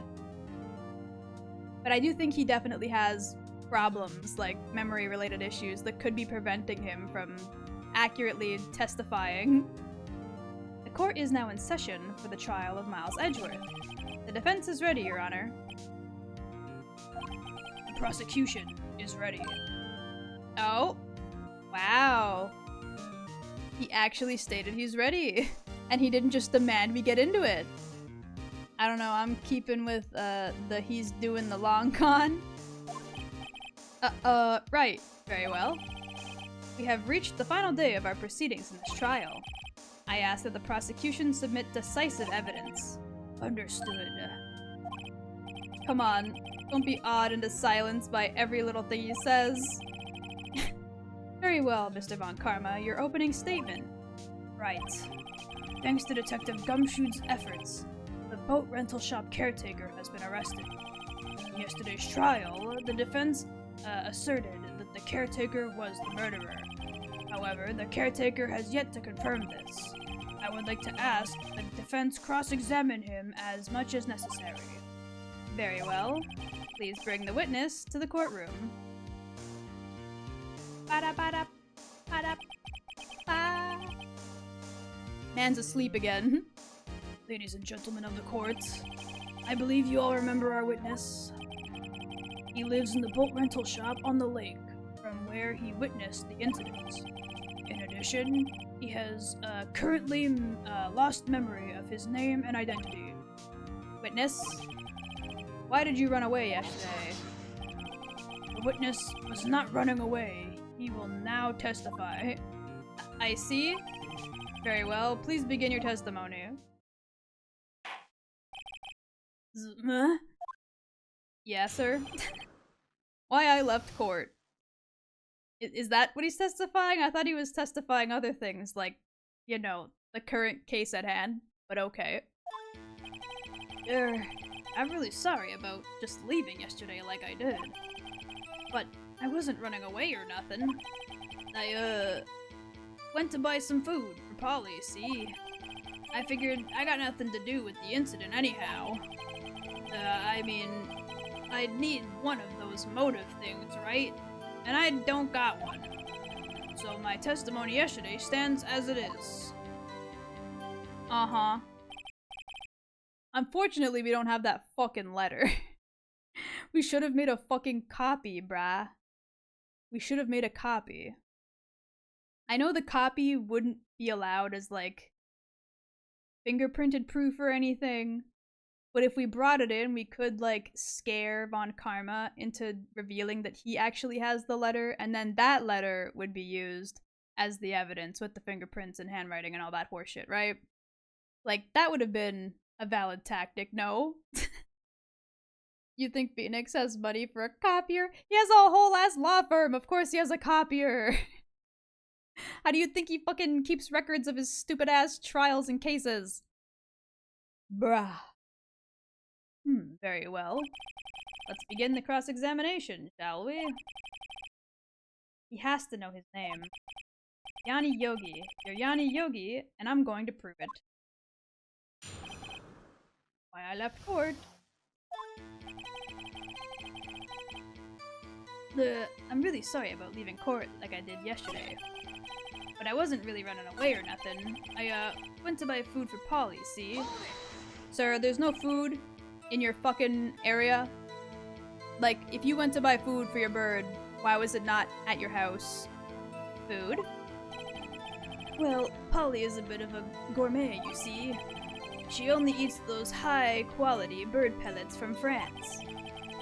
They only have them in the big pet shop downtown. But you weren't arrested till this morning. Why didn't you go back to the caretaker's shack? Well, I kinda got lost, you see. Oh my god. The witness has trouble remembering things sometimes. When the police apprehended him, he was on his way back to the shack. Yeah, right. Nice try on karma. No one's gonna believe that. I see. So he was lost. Please, Your Honor, come on, come to your sentence. Sentence? Senses! I can read!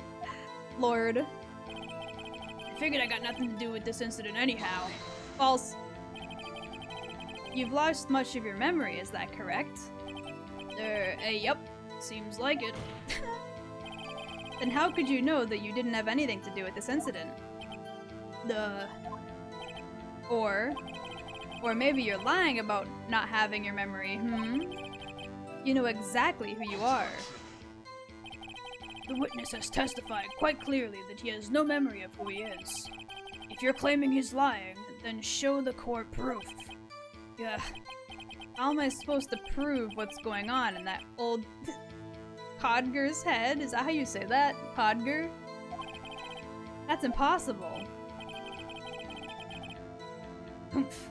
I'm glad you've come to your senses, Mr. Wright. Very well, witness, please continue.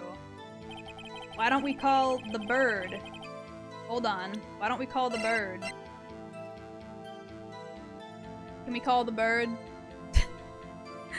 I don't think it'll be relevant right this second, but bring the bird in. The bird will have info. I'd need to have one of those motive things, right? And I don't got one. Yes, you do. How can you say that you've had no motive? I say you do. You had a grudge against Edgeworth and the victim, Robert Hammond. That's why you took revenge on them, right? Please don't make me repeat myself, Mr. Wright. This witness has no memory of anything beyond several years ago. He cannot hold grudges, it's impossible. I have to prove he's lying about his memory. Otherwise, I'm going to be this same thing over and over until the trial ends. Might I say something, Mr. Wright? Yes. Yes, Your Honor. You've been saying the same thing over and over. You've been calling the witness's memory of the past, or lack thereof, into question. But, does this really have anything to do with the current case? Abso-fucking-lutely it does, sir. Kinda stupid-ass question. Huh? Bring the bird to the stand, please. Bring in the bird, please. Of course, Your Honor. The witness has said he has nothing to do with the case and no motive. Both of these statements are lies. Order, order! Mr. Wright, there is a serious problem with your claim. Or, are you saying...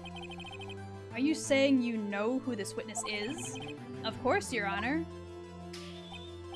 Oh, now this is interesting. I would like to know myself, so who is he? Don't play dumb, Von Karma. Mr. Wright, please tell us the witness's name.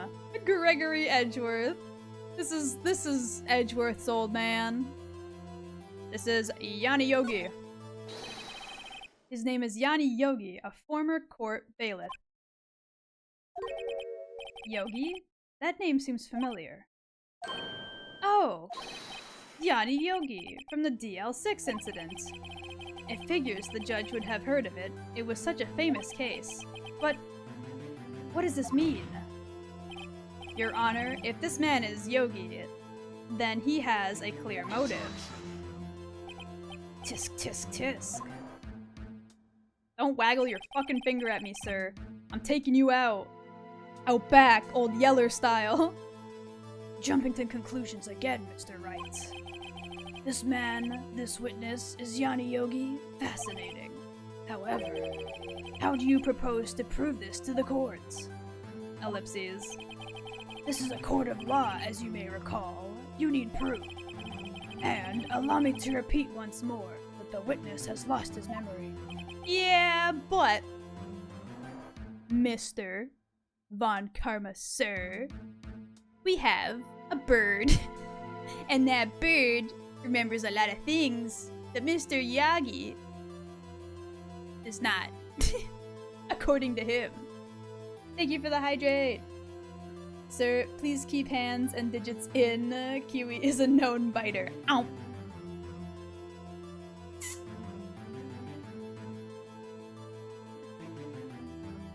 I will chomp.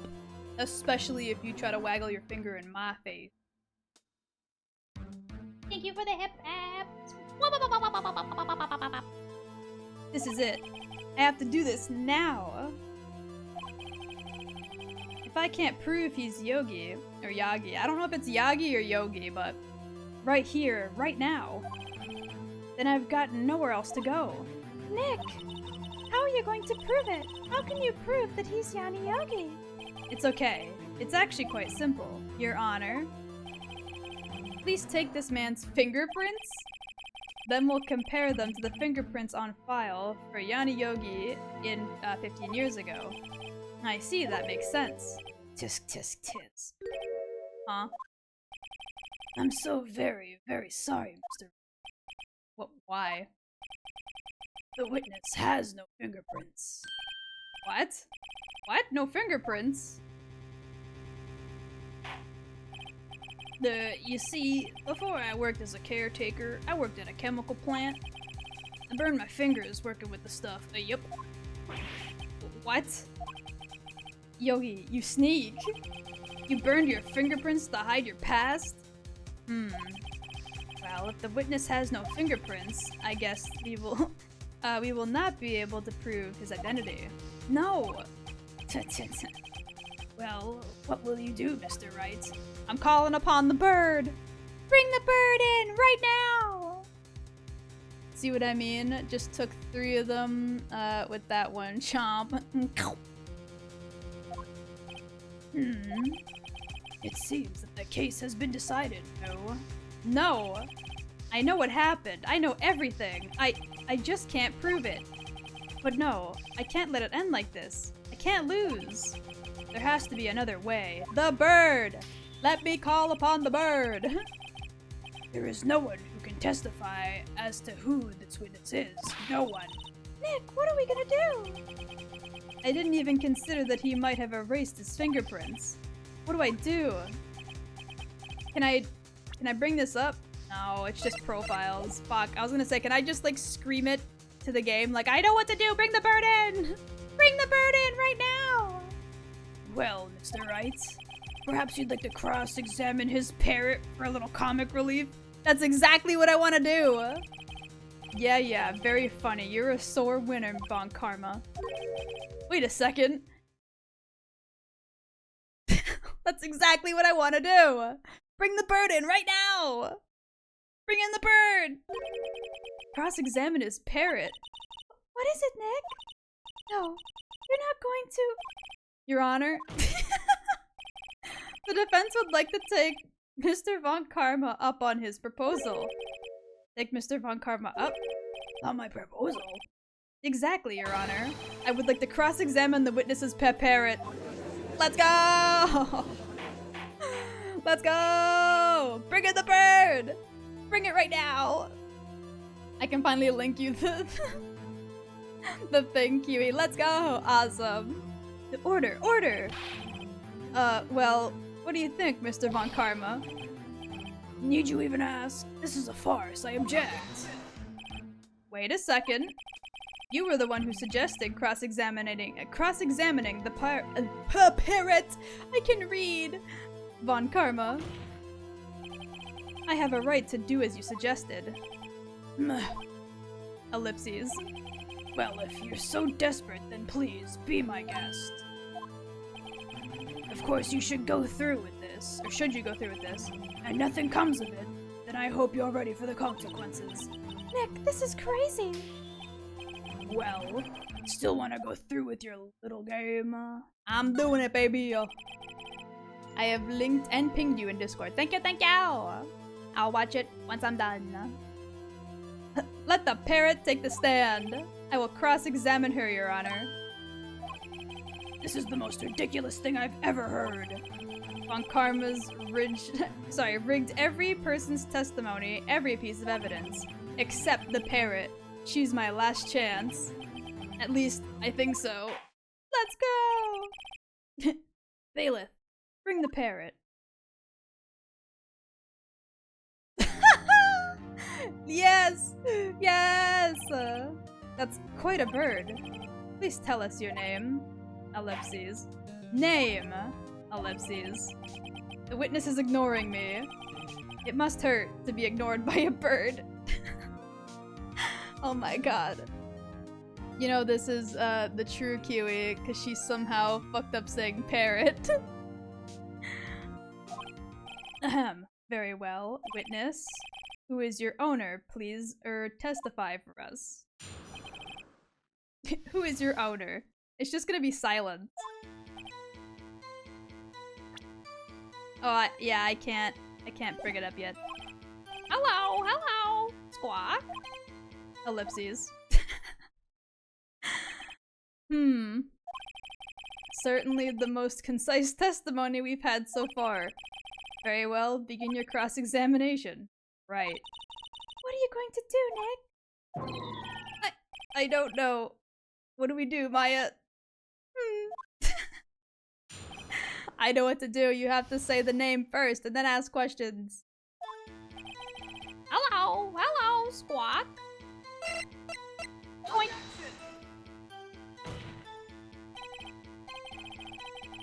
What? No, I wasn't trying to bring it up as a fucking contradiction, you dumbass. I was trying to bring it up as knowledge to then ask Polly, a question. Like, oh my god. Game, please. It does? I don't see anything contradictory.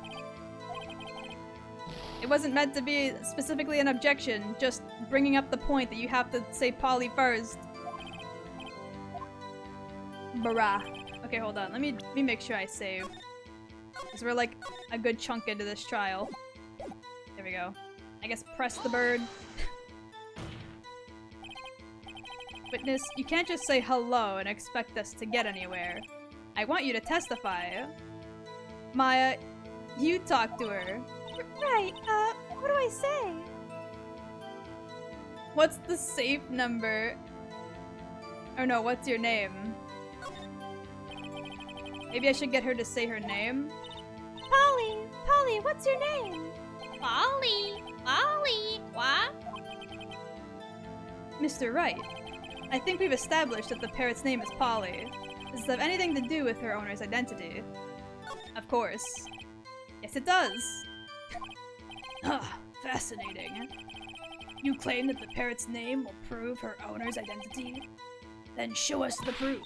Nick, don't you think you're taking the bluffing a little too far? Listen, we're not here to answer the question of who is the caretaker. We're here to prove that he is Yanni Yogi. All we have to do is tie the name Polly to Yogi, Your Honor. The proof that the parrot's name reveals the caretaker identity is, wait, what? The proof that the parrot's name reveals the caretaker's identity is...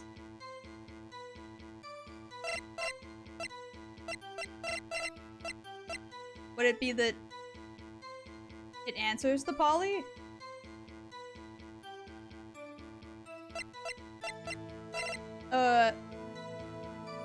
I'm gonna say that it answers to Polly. I guess. I don't know. The parrot's the killer. Man, I wish he was bluffing. Yeah, that's not it. Mr. Wright, I had hoped you had learned this by now. Making random guesses here is a waste of time in court. Uh-oh, wrong again. That is all. Witness, continue your testimony. Can I not, like, ask questions?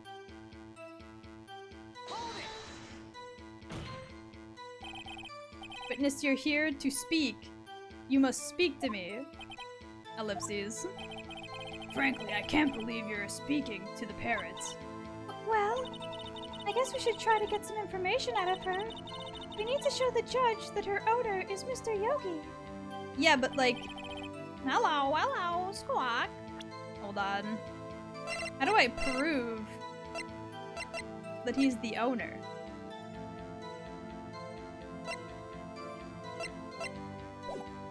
I'm confused. Okay, we skip through this.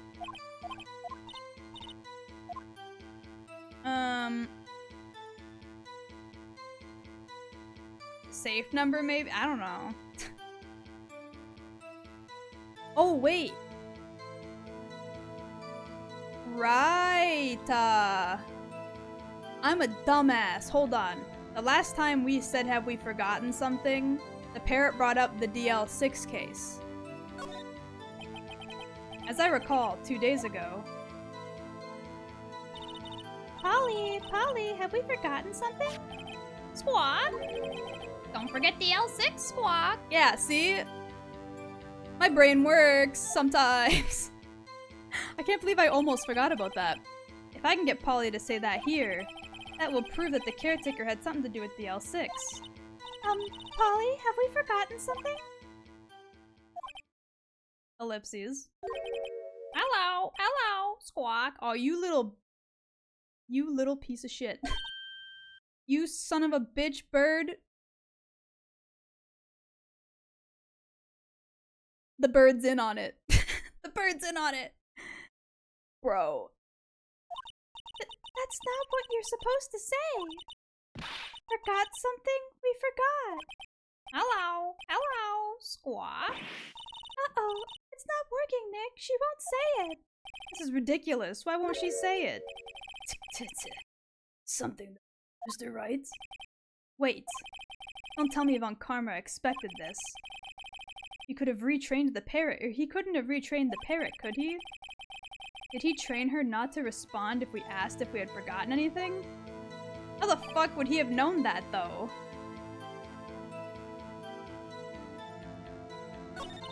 Well, I guess we should try to get information out of her. Yeah, so do I have to ask for the fucking safe number then? Because this is so silly.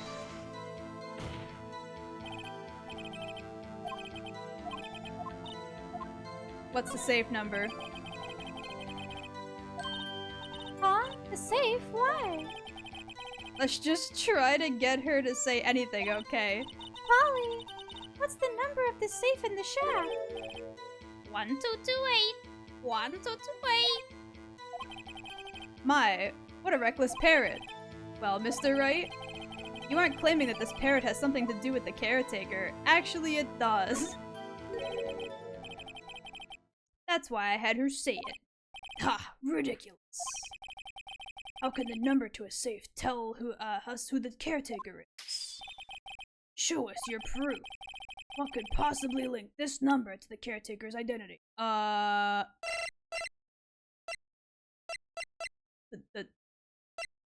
the, we don't have the letter. What little files we do have on the DL6 incident, question mark?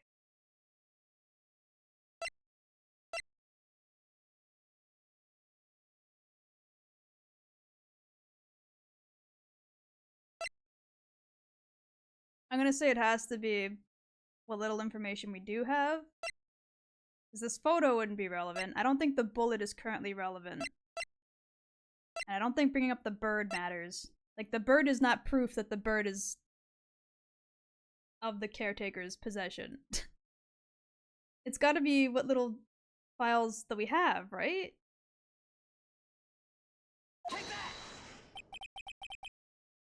The DL6 case file?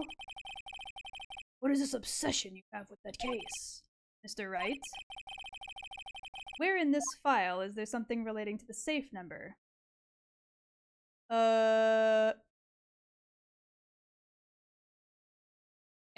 I don't think it is. I don't think it is.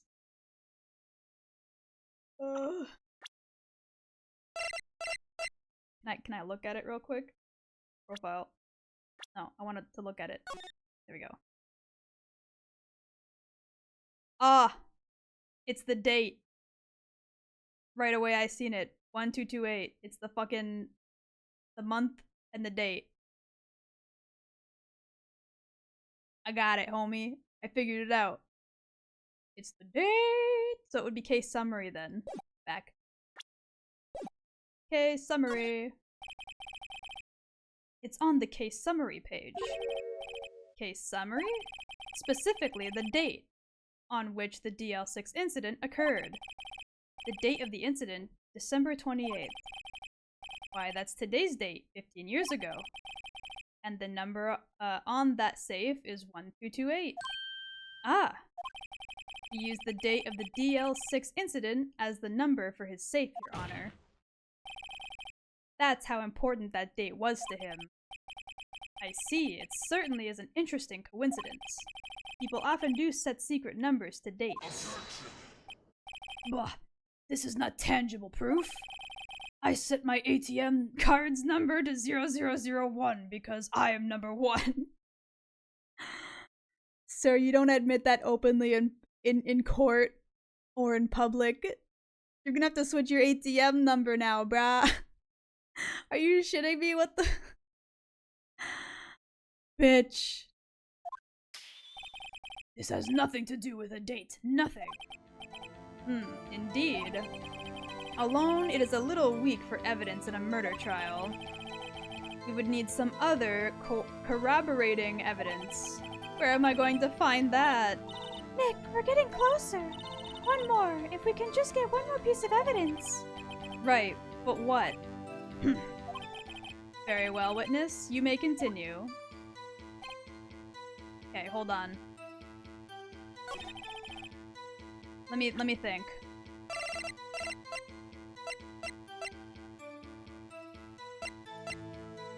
I don't think bringing up the bullet now would do anything.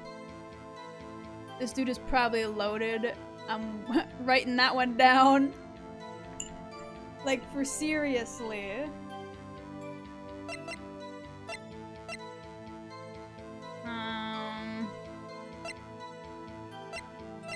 Bum bum bum bum bum bum bum bum bum bum bum bum bum.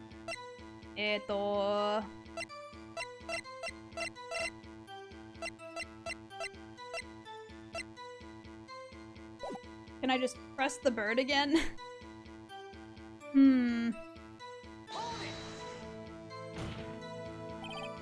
Witness, you can't just say hello and expect us to get anywhere. I want you to testify. We don't have anything new.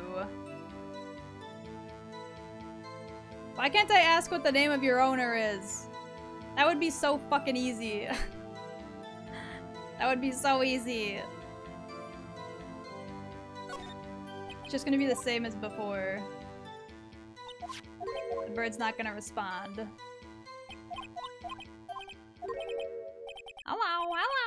Quack. That's not what you're supposed to say.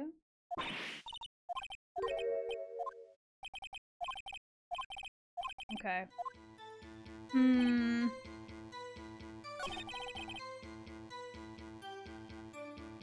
What to do? Cheek squish. Oh, what's this? An adorable cow is on my screen. Hey! Hey, who gave you the right to say things like that? Huh? Who told you you could? Can I bring up the DL6 incident case while it's talking to see if it'll say anything?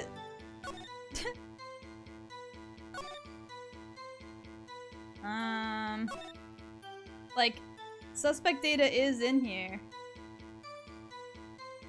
If we just ask Polly about it, maybe, but I don't know if that's gonna work.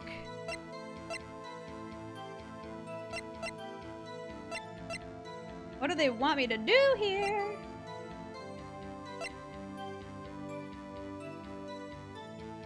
Your mother, that's who. You mean, Mia and Maya's mother? We got that picture.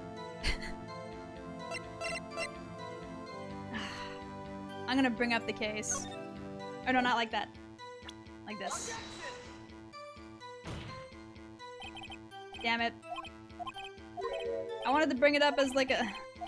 It's not supposed to be a direct objection, it's just supposed to be something that... Ow, ow, ow, ow, ow. Okay, hold on. Saving again.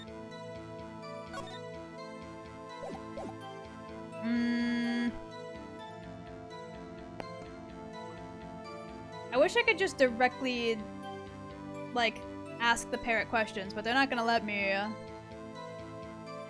Really have to give a calm to the local farm before this cute cow gets stolen? A call, gotcha. What do I have? Like, I don't think the bullet means anything. And the only things that we have that would, like, refer to... Does this photograph show... No, it doesn't.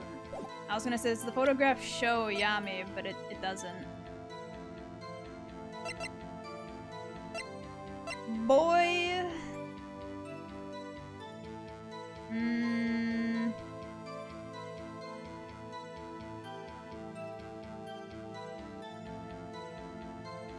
I don't know what to pick!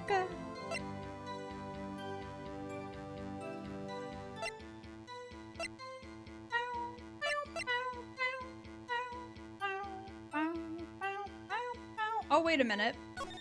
Oh yeah, but you can't really see who that is. I was gonna say, what if we show the parrot the picture? But I don't think that's gonna work. I don't think that's gonna work. It's also not a direct, like, objection, so... Hold it. Ask about the safe.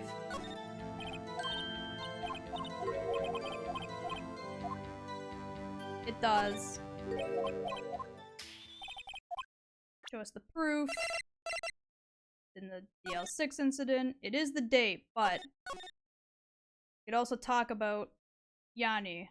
And if we say Yanni out loud, then maybe the bird will say something. I don't know. Mayhaps.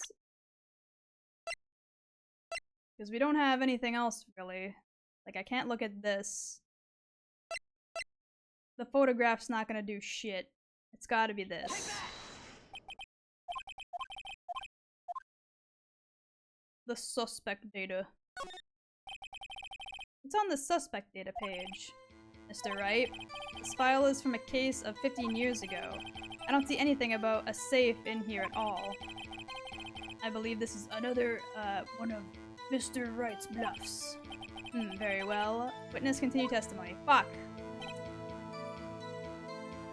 I was hoping saying the name out loud would make the birds talk, but it's not doing it. What do I do here?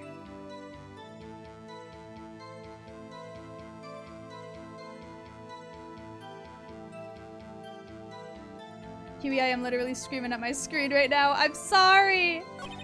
I'm sorry, what am I doing wrong? I've already figured out the date part, but they were like, the date is too, like, inconsequential. Right? So, that one didn't work. So what am I supposed to bring up then? The date apparently doesn't prove it's him. Read the whole case. Okay.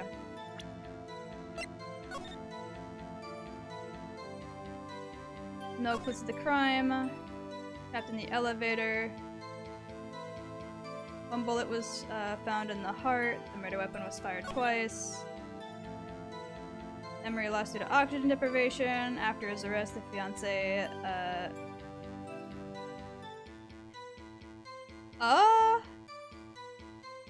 Polly Jenkins committed suicide. That is relevant. The suspect data is relevant, just not to the numbers. So then how do I bring that up? How do I bring that up? So when they ask me for the proof, do I point out that the bird is only only responds to Polly? Would that still bring up the option to select suspect data? I can't remember this case, so I'm just vibing. Okay, hold on. I think I know what I gotta do. Hold on. Press it. Testify. Safe numbers.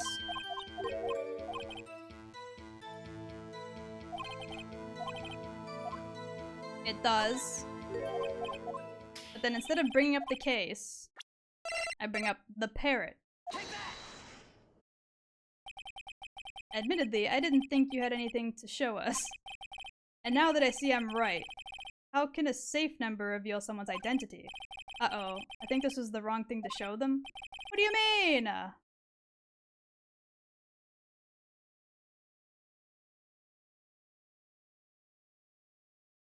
What do you mean? I hope you're happy now, Mr. Wright. What was the third thing you could ask Polly? I've tried all three. Hold on. It was, are we forgetting anything? Safe numbers, and, what's your name? Can I bring up Polly after that? Because they get mad at me for going, we've already established the bird's name is Polly. I don't think I'm allowed to bring up more evidence after that fact.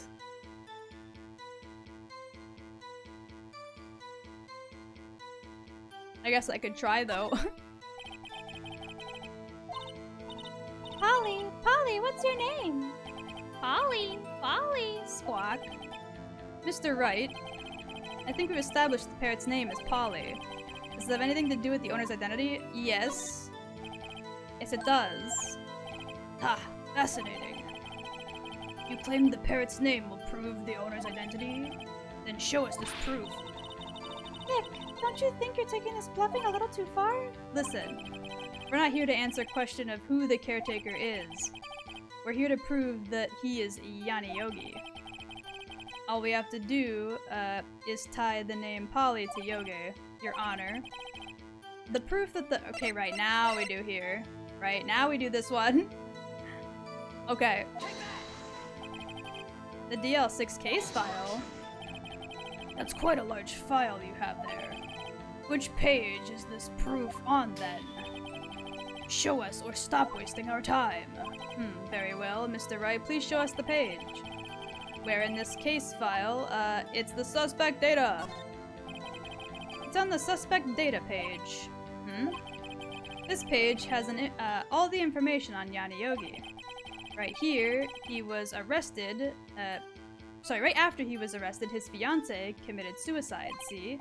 Indeed, it does say that, yes. What was his fiancée's name? Polly Jenkins. Polly. Exactly, Your Honor. He wanted to remember the name of his fiancée who had committed suicide. That's why he named his parrot after her. I see. I guess that is possible. Bah, a mere coincidence, that's all. My granddaughter has a dog that she calls Phoenix. Well, Mr. Phoenix Wright, does this mean, Does this make you my granddaughter's fiance? She's only 7 years old. That's enough. I think we've reached a conclusion here. This is a mere coincidence, that's all. True, that is a possibility. However, two coincidences at the same time seem more like a pattern to me. What are you saying? He's saying, go fuck yourself! Summon the caretaker of the boat shop. Immediately. He's gone again. No, okay, he's still here, thank God. So, also Von Karma is lying there, knowing his family.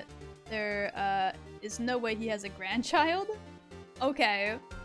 I mean, I figured that was a false statement just for, like, an example case, but interesting to know that he can't possibly have a grandchild. Witness. Tell us your name. Wait. This witness, he doesn't remember. No, it's okay. Oh! Uh-huh. This man stood up. He's no longer slouched over. He also looks really different. I've accomplished what I wanted to do. I'm done. Nick! He looks totally different. This is the real Yogi, I think. Finally. He's been acting feeble to hide his true identity. Acting for 15 years. But well. Let me ask you again. Please state your name to the court. My name is Yanni Yogi. 15 years ago, I served as a bailiff in this very court. Thank you for the hydrate and posture check! And the big stretch! I was actually just about to take a quick BRB in just a moment to go to the bathroom, so I will take all those in just a moment when I take my BRB. Order, order! Yanni Yogi. So it was you who killed Robert Hammond and tried to frame Miles Edgeworth for his death? Yes, it was me. I did it. They put me on the witness stand 15 years ago. Robert Hammond. He said I was mentally unsound. He told me it would make me innocent get off the hook. So I pretended to have brain damage. I was innocent, really, but he didn't believe me. We won the trial, but I lost everything. I lost my job, my fiancé, my social standing. Then, this year, 15 years later, a package arrived. It was a letter and a pistol. The plan was written out in careful detail. It was a plan for me to take my revenge on the people who ruined my life. I didn't care who had sent it. I thought it was my chance after 15 years. This was it. Finally, chance to have my revenge on Robert Hammond and Miles Edgeworth. I have no regrets. But wait a minute. Revenge against Miles Edgeworth? What do you mean? I'm not at liberty to speak on that matter. Why don't you ask Mr. Edgeworth yourself? Anyway, I admit it. I was the one who killed Robert Hammond. Let's go! Eat the judge. Thank you for the squish cheeks and head pats. On Karma. Where is Mr. Yogi? Under arrest, Your Honor. I saw no room for error in his confession. Then, the defendant Miles Edgeworth is innocent. In this case, at least. Very well. Will the defendant please take the stand?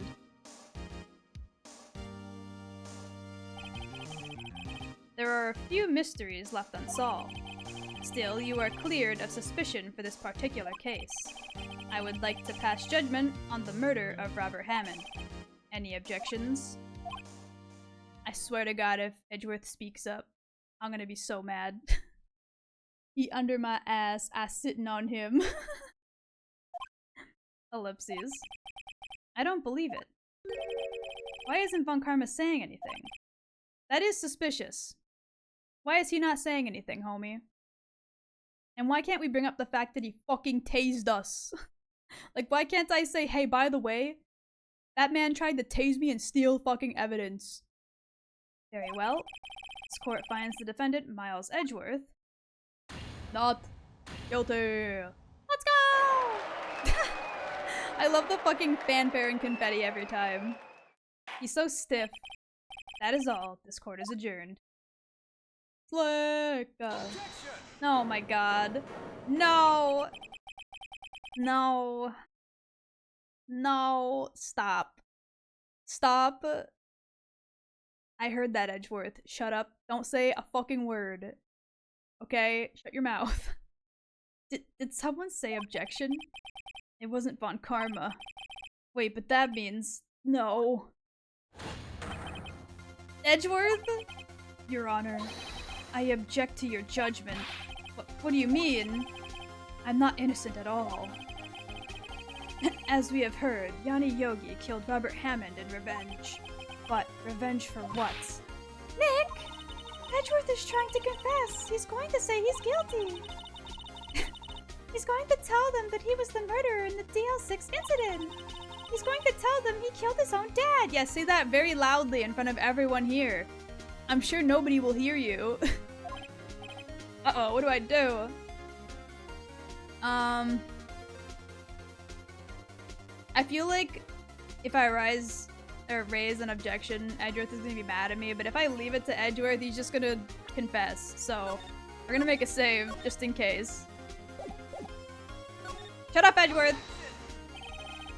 The judgment has already been passed. I object to Edgeworth's outbursts. Didn't something like this happen yesterday too? I believe a certain witness raised an objection after guilty verdict was passed. That would be Larry. We must hear this new statement. We must hear Miles Edgeworth. He's right. We have a duty to hear Miles Edgeworth out. God damn it. Sir, why do you gotta fuck around and find out? 15 years. I've had a reoccurring dream. A nightmare. It's only a nightmare. That's what I told myself. But now I know it wasn't a dream. Yanni Yogi wasn't the killer. You mean in the incident where your father died?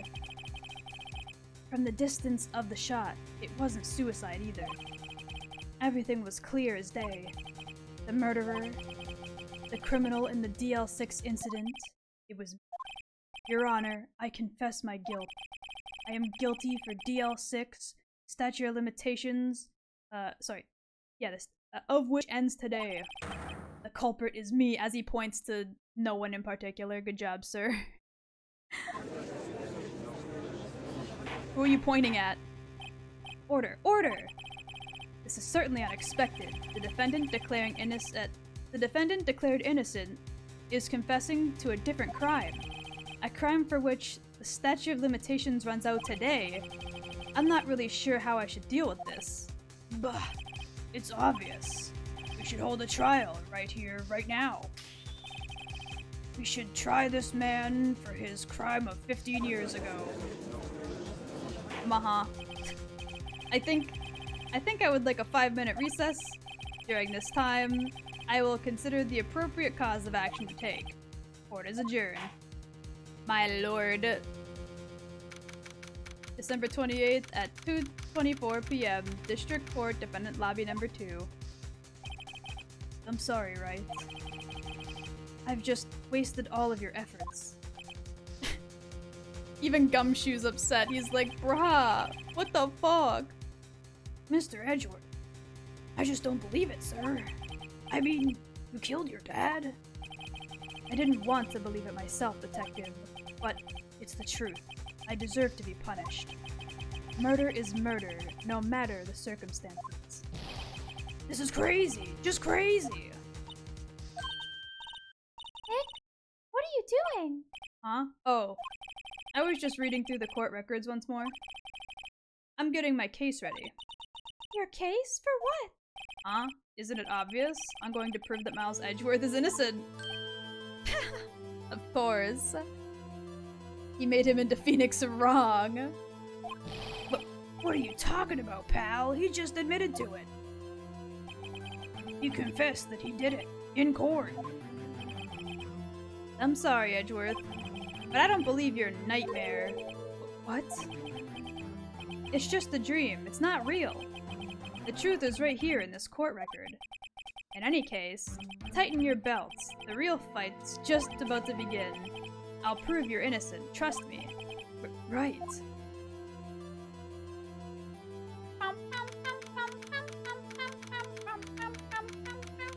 Okay, we're going back to the courtroom. Hold on.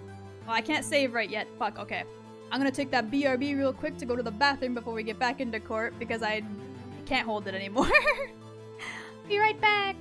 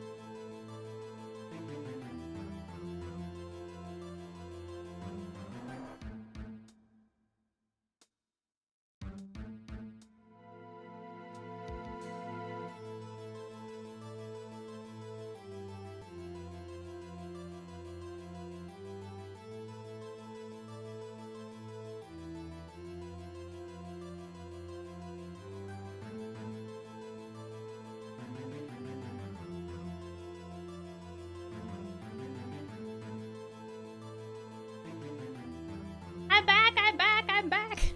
I heard the raid sound effect and I was like, oh god, I have to hurry! Welcome in, Ted! Hello, Raiders! How is everybody? How was stream? I had to go to the bathroom real quick and then I was like, oh shit, no! Of all times. Bah, bah, bah, bah, bah.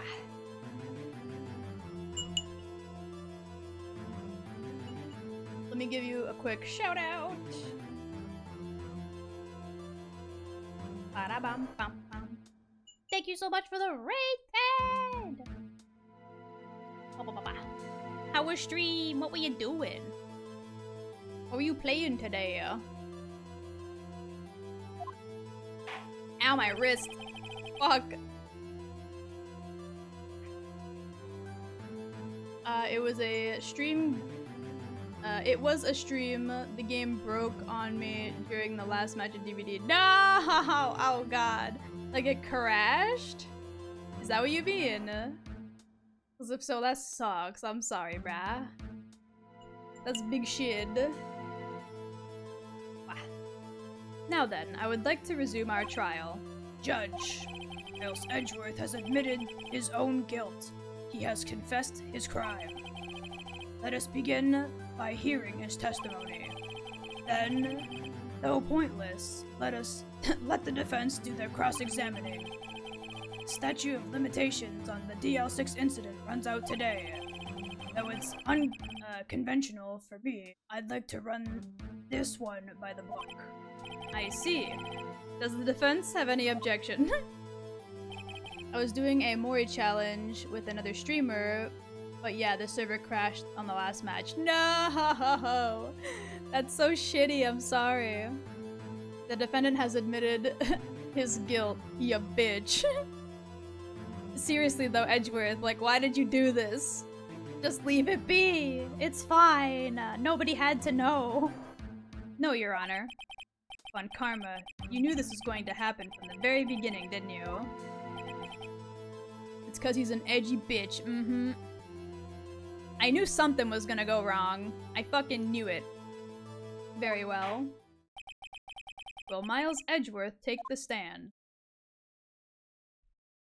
He's doing this because he feels intense guilt at the fact that he thinks he killed his father. I get that, but like, you just got off the hook for the other case, bruh. You could've just let it go. How do you feel about Edgeworth now? He still kind of bugs me to a degree, but I do kind of like him now. He's not like the most annoying. This man, however, Von Karma, I never want to see this man ever again. He is the most annoying fucking character I've ever had to deal with. Oh my god, I hate him. This man fucking tased me at the police station and got away with it. He's a bitch. Will the witness state his name and profession? Miles Edgeworth, I am a prosecuting attorney. Mr. Edgeworth, 15 years ago, mistakenly killed your father, Gregory Edgeworth. Is this correct? Ellipses. It is correct. Then testify about this matter to the courts. When Edgeworth was telling me about his dream yesterday, I noticed something. One detail didn't quite fit. That would be the key. But only if I can get it to work. What though? What though? Is it the fact that he didn't physically shoot his dad? That he just threw the gun? Because I don't think I can prove that him throwing the gun didn't cause it to fire at his dad. I don't know if I can prove that, to be honest. Like, I have the bullet that was found in his heart, but like, I don't know if that specifically proves anything. It still bears clear ballistic markings. Yeah. Right? But like, the thing about that is, the gun it was found in, or fired from, I should say, doesn't necessarily prove that Edgeworth didn't throw it? Question mark. Right? He did not kill his father. Glamrock Freddy protected Gregory. What? Are we talking about FNAF lore that what did I just say? FNAF lore I know nothing about? Let me read this real quick again. Defense attorney trapped in the elevator, returning from a lost trial with son. Miles Edgeworth, agent. Oh, he was 9, my bad, not 8. One bullet found in the heart. The murder weapon was fired twice. Wait a minute.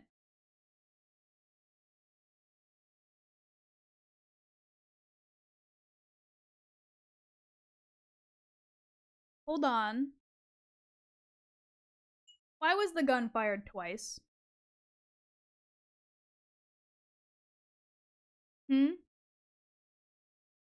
If Edgeworth threw the gun and it fired on accident, there's no way it fired twice on accident. Right?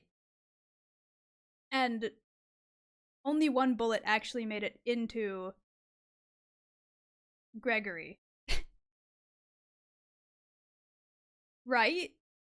So, when Edgeworth threw the gun, Yogi must have picked it up afterwards and shot Gregory? Right? Like, that has to be the case, right? Always double tap. There is one question between the court files and your 2 pieces of evidence that is strange. Sewer slide? Okay, hold on. Back up.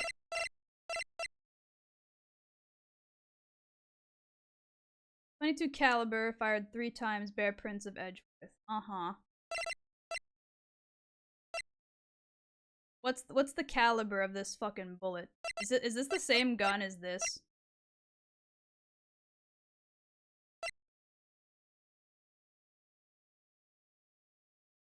Although we've already established that this was fired the correct amount of times in this current case, so maybe not.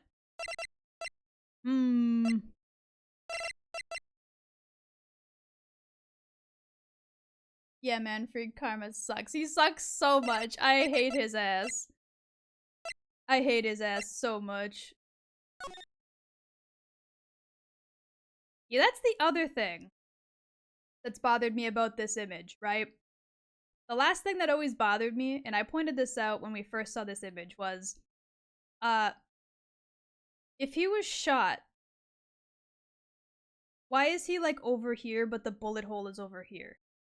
That doesn't make any sense, right? There's also no like blood anywhere over here, which means he was shot while already over here, right? Like you wouldn't shoot somebody and they'd fall this way if you shot them from a different angle. Now it makes sense if it's two different shots. That's what I'm trying to say. Like, that always kind of bugged me, and I forgot about it till just now. Right?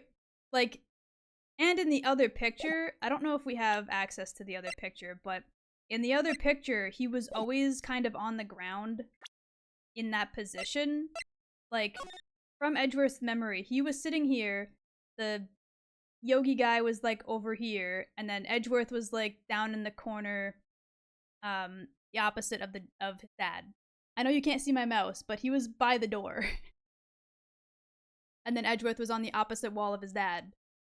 So, like, how does a bullet that's fired at him end up through the door? And then how does he fall in that direction if it wasn't a second shot, right?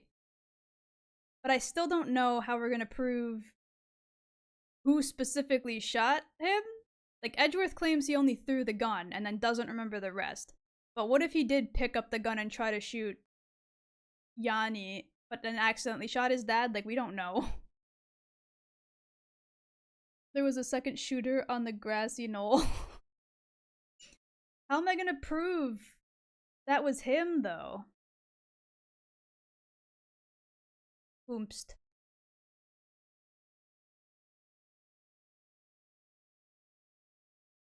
I don't know. Okay, well, anyway. Please, please. Right now, I'd say you're overthinking and you need to go through and look at the testimony and then press where you need to find the opening. Gotcha. Understandable. Okay. DL6 incident. That day, I had gone to the courtroom to observe one of my father's trials. As we went to leave, an earthquake struck, trapping us in the elevator. Yeah, see, look. So, Dad was always in the position where he was when he was found dead. Yogi was by the door, and Edgeworth was on, like, the opposite wall of his dad, right? Thank you for the hydrate and big stretch. I had already taken my big stretch and hydrate and, posture check when I went to the bathroom real quick, but I can take another one. Simply shoot the prosecution attorney. Which one? Edgeworth or fucking Von Karma? Yes! No, I don't want to shoot Edgeworth. He's a bit of a pain in my ass, but he's less of a pain in my ass than Von Karma. Like, I would rather deal with Edgeworth over Von Karma any day. Edgeworth gets dunked on enough. Just a little hole. Brat. My father and Mr. Yogi lost their composure and began to argue. Just then, something heavy fell at my feet. I picked it up and I threw it at Mr. Yogi. I wanted them to stop fighting. A moment later, there was a single gunshot, then a scream. It was a terrible scream. I remember it to this day. That's all. Well, there it is. Single shot, he said. But then in the case, it says it was fired twice. So I bring it up then. I press him at that point. He screamed. Everybody scream! And until now, you thought this memory was a dream? You were stuck in that elevator 5 hours. The oxygen in the elevator ran out and I had lost my memory of events. Ah, same claim Mr. Yogi has made. Very well. Mr. Wright, your cross-examination, please. Yes, Your Honor. There are 2 things there that are important. 2? Okay, I'm gonna press him on things that seem important then. That day, I had gone to the courtroom to observe one of my father's trials. As we went to leave, the earthquake struck, trapping us in the elevator. I'm gonna press him on that. I don't know if that's necessarily important, but I might as well. So there were 3 people, including yourself, trapped in that elevator. Yes. Myself, my father, and Yanni Yogi. We were fine at first. But then as time passed, and no one came to help. My father and Mr. Yogi had lost their composure and began to fight. If it would please the chat, Kiwi's corner is not actually 90 degrees. Huh? You mean like the angle? I'm not 90-degree angle? You want me to fix that real quick? Hold on. Hold on. Wrong way. Whee! This isn't a 90-degree angle either, but if I go any further, I'll start getting cut off.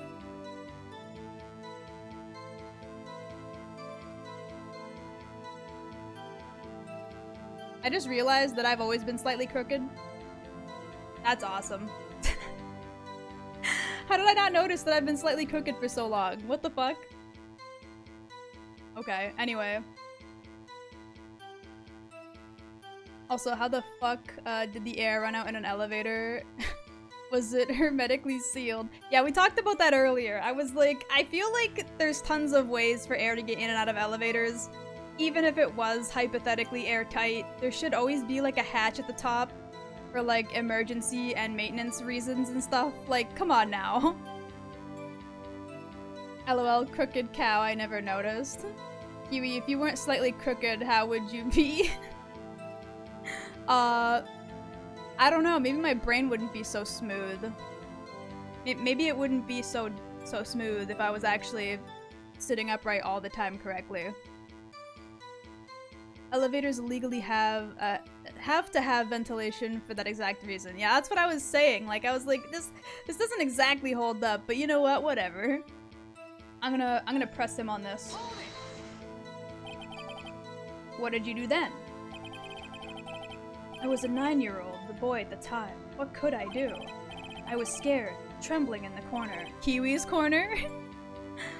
Posture check, thank you! Sitting upright, you say. I meant, like, straight, but yes. He pissed himself. He probably did, if I'm being honest. But then... just then, something heavy fell at my feet. Explain the gun. What was it? A pistol. I assume it was, the bailiff Yanni Yogi's. Safety must have come off when it fell from his holster. That's so... The level of coincidences in that situation is ridiculous. Oh yeah, the safety must have just happened to, you know, not be on when it fell out. Teehee. Whether it came off after it fell out, or during, or before, who knows? Smile. Don't mind me, Kiwi. I had 12-hour workday. Pneumonia, work in food fucking sucks. Sorry. Work in food, so fucking turkey day bull. Store owner making a last hour request to make 6 of every item, and best of all, nearly fell to the floor because of how overworked I was. I'm so sorry, Diva Werewolf. I hope you get some rest, please. Grab yourself some, like, you know, water and maybe a snack and relax. Don't forget your snack, don't worry. I've been kind of snacking on a snack for a while now. I've been munching on it again. Okay, but the gun safety, fail. They are not reliable. I mean, fine, sure, I can't refute that because I'm not good with guns, I wouldn't know. Or Yanni never had the safety. That's what I'm thinking, right? Teehee, I did a little shooty-wooty ooh-woo. I totally understand that feeling. I used to work in food, so I feel ya. Never trust gun safety. I ate 6 burritos and 3 tacos already. Hell yeah, you got your stomach nice and full up. Drink some water and get some rest. Safety must have come off when it fell out of his holster. And you picked it up? What happened next? And he threw it! Ah! The granola bar crumbled in a way I wasn't expecting and it dropped shit all over me. Ah!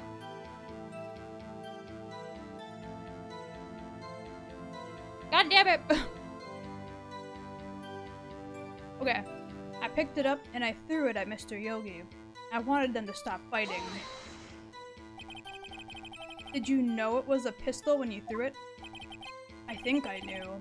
I knew it was dangerous. But the air was getting so thick I panicked.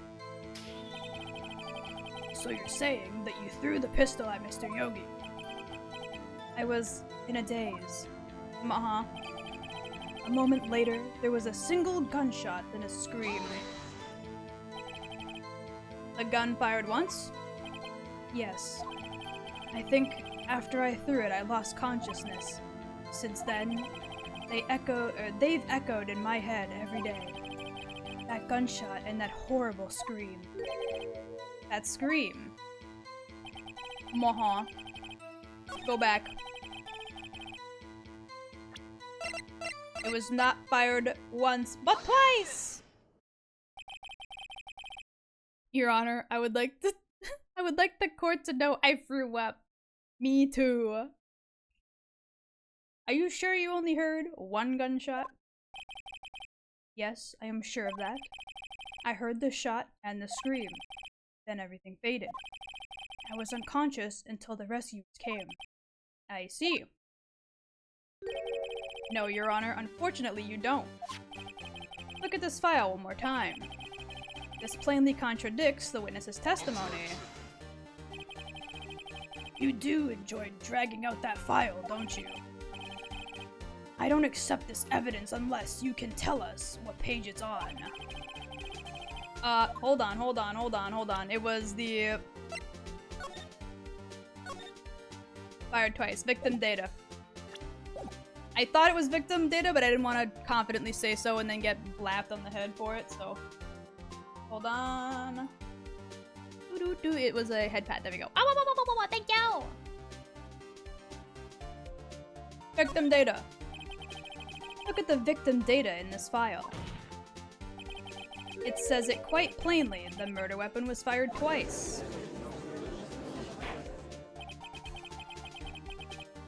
Miles Edgeworth only heard one gunshot. Yet the murder weapon was fired twice. The first shot was the accidental firing when the pistol was thrown. So who fired the remaining shot?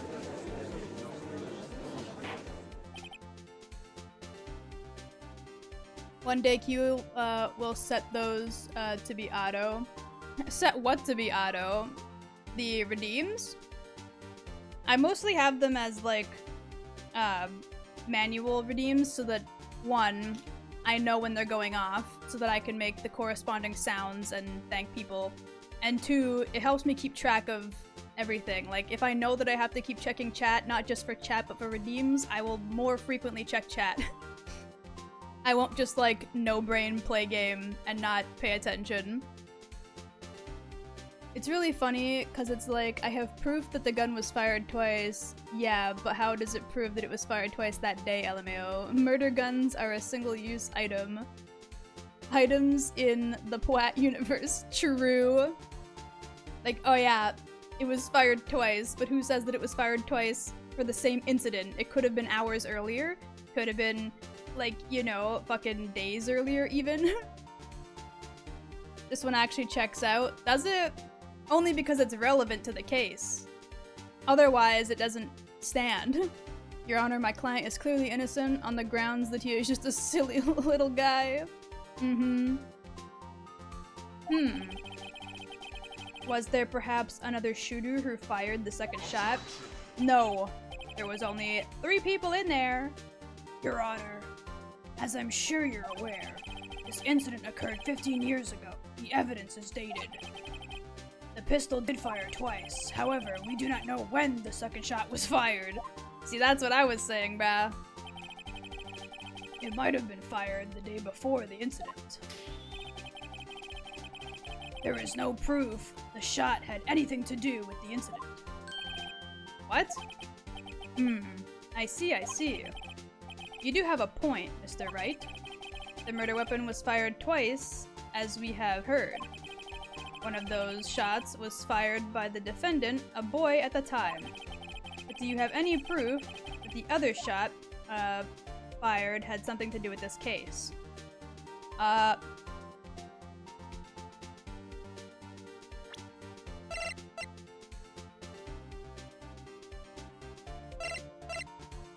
mean, we have the bullet that was found in his body, but we can't argue that this bullet wasn't the one that came from Edgeworth's accidental shooting. Remember the photo?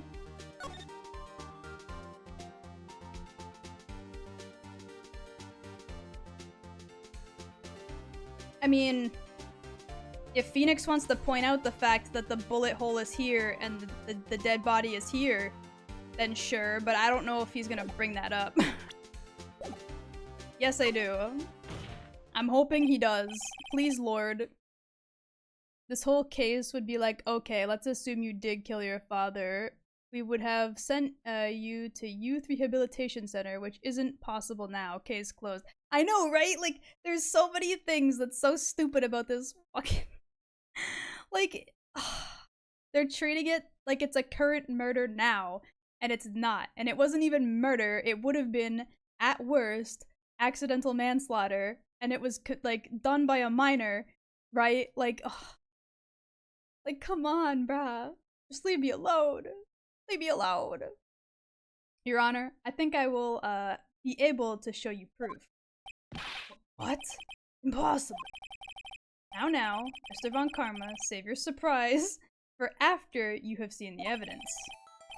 Very well, Mr. Wright, show us your proof. You have evidence that the second firing of the pistol is related to this incident. The positioning of the body relative to the fucking hole in the wall. Look at this photograph. Look at this photograph. Please bring it up. Please bring it up. Please don't say something stupid. Please. Please bring it up. Question, too late? Oh, what? What were you gonna ask? Assuming the statute of limitation was already up, which apparently it only has 1 day left. You will probably have to point it out yourself, Kiwi. Oh, okay. And don't worry, Kiwi. Okay, no problem. This is a photograph of the scene of the crime 50 years ago. I can see that the victim lying there is Gregory Edgeworth. This proves the murder weapon was fired twice at the time of the incident. This photo proves it. So, let me get this straight. This photo proves 2 shots were fired? Where? Your Honor, please. Please get a clue.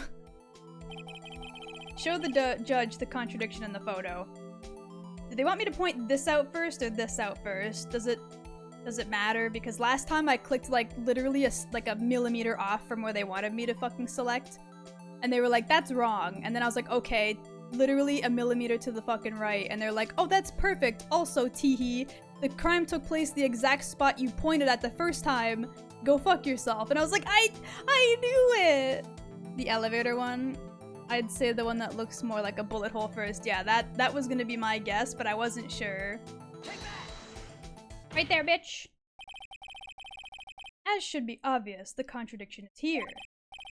I see a bullet hole in the door.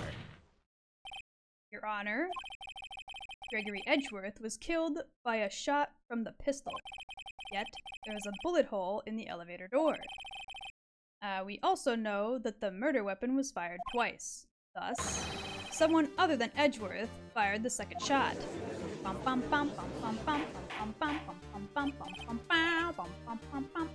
Order, order! Mr. Wright, what are you driving at? It's simple, Your Honor. At the time of the incident, 2 shots were fired. One went into Gregory Edgeworth's heart, and the other hit the elevator door. Oh yeah, wait! I'm such a dumb fucking idiot. If the bullet was extracted from his heart, there's no way it could have gone through the door.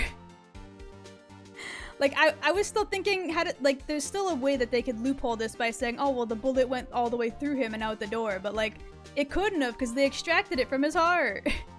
It would have stopped inside his body. Never mind. That's what I was going to ask about. Does the bullet, after the pictures say it was taken from the heart or stopped in the heart? Yeah, look, 1 second. Right here. Taken from Gregory Edgeworth's heart. Still bears clear ballistic markings. But, like, that part don't matter. It's the fact that it was taken from his heart directly. That means the bullet had to have stopped within his body. It did not reach outside of his body again. Which means it could not have gone through the door like it had.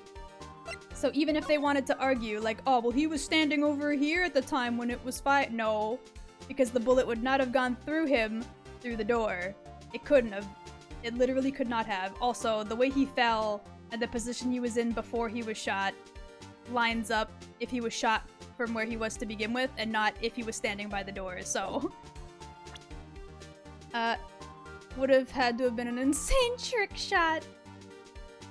No, it's okay. They're gonna say that somebody from outside the elevator, within, like, a midway point of the, you know, the elevator shaft where there was no openings at all, shot inwards.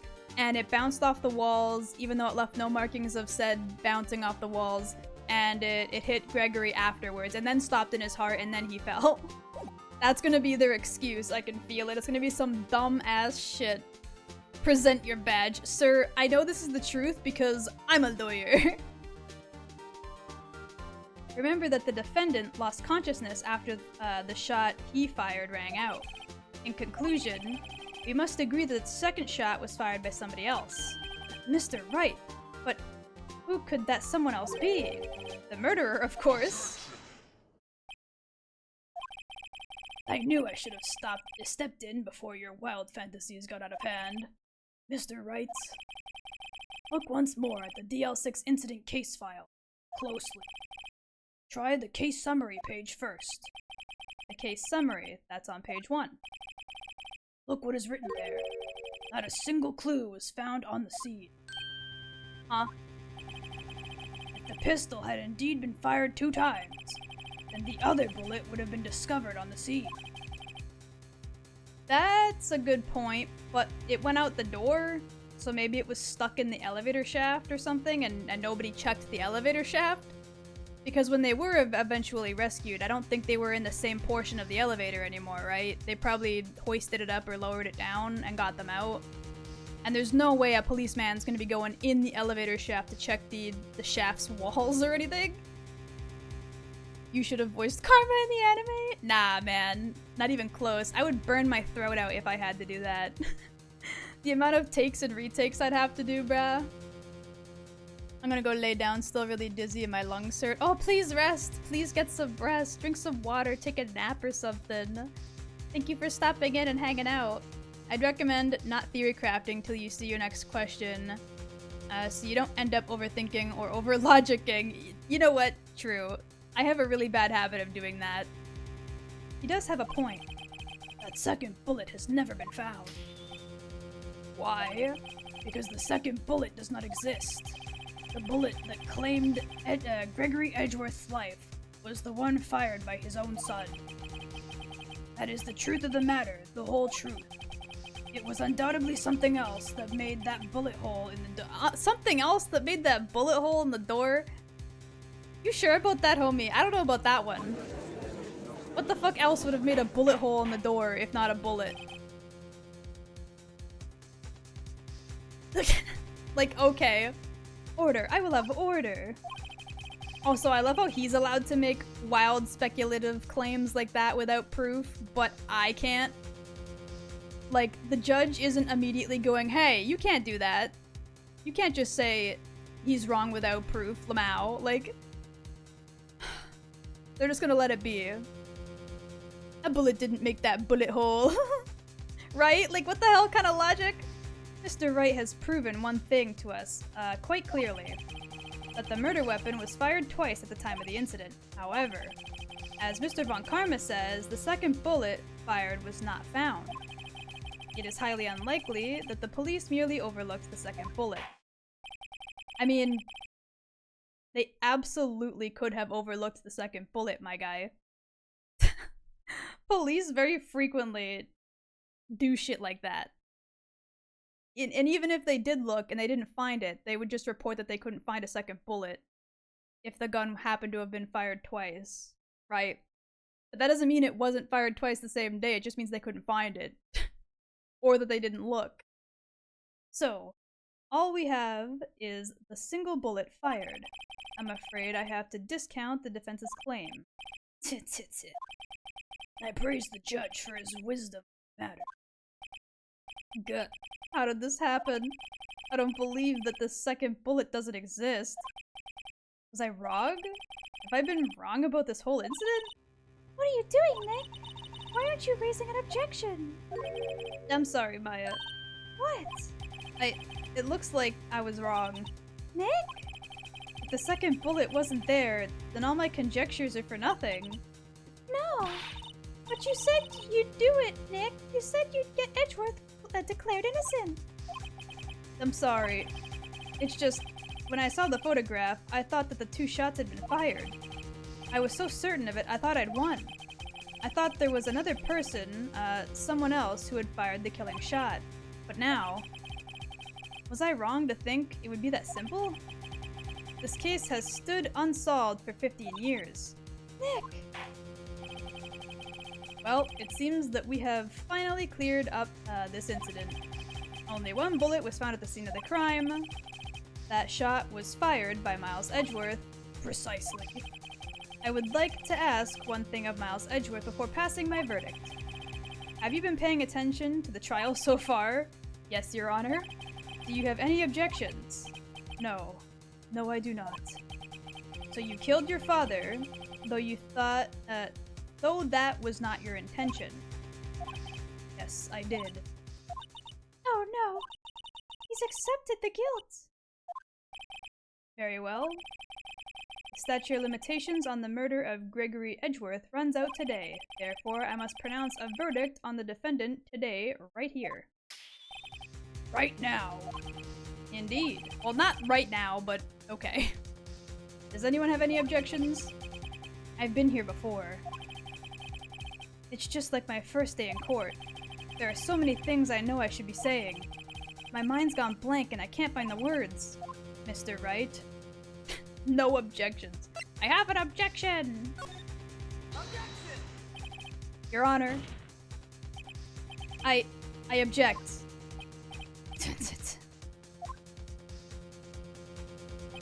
Mr. Wright, on what grounds do you object?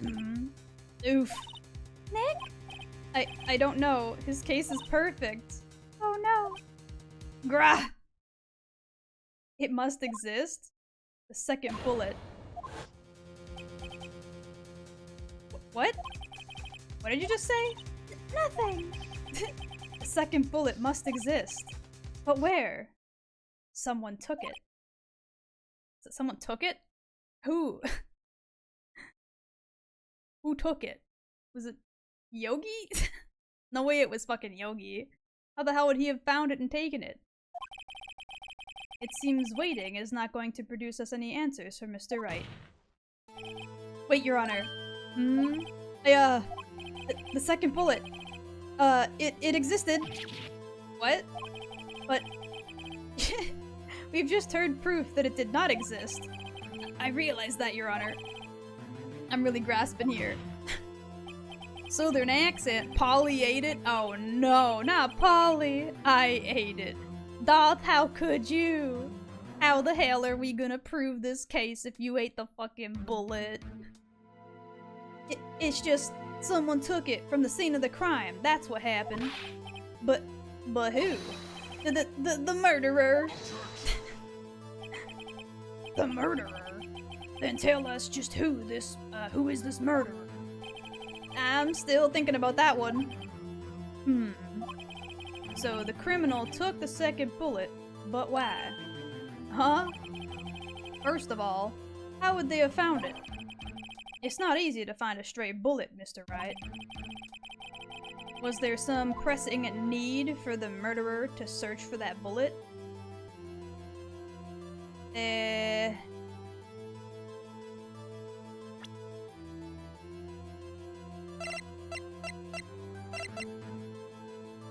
Hold on.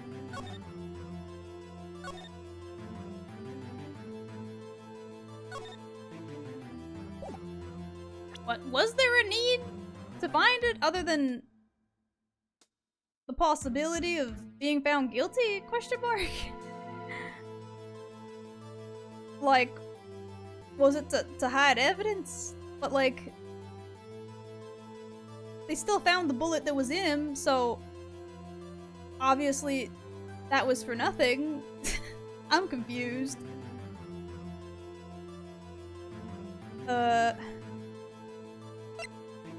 Maybe he reloaded the gun, but I don't think you can fire a bullet after it's been fired, right? Because bullets have, like, parts that are attached, that then detach, and, like, you know, are no longer a part of the bullet after firing. They have, like, a gunpowder section or something, right?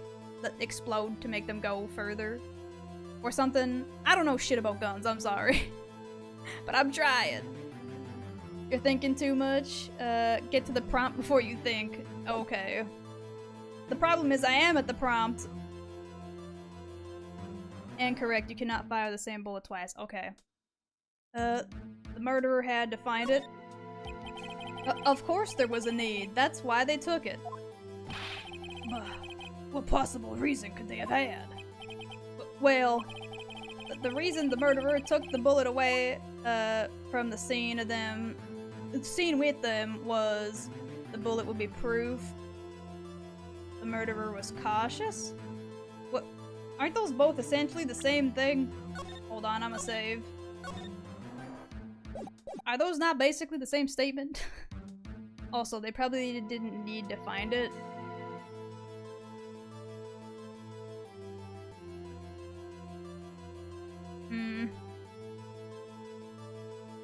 But then why would they have taken it if they didn't need to?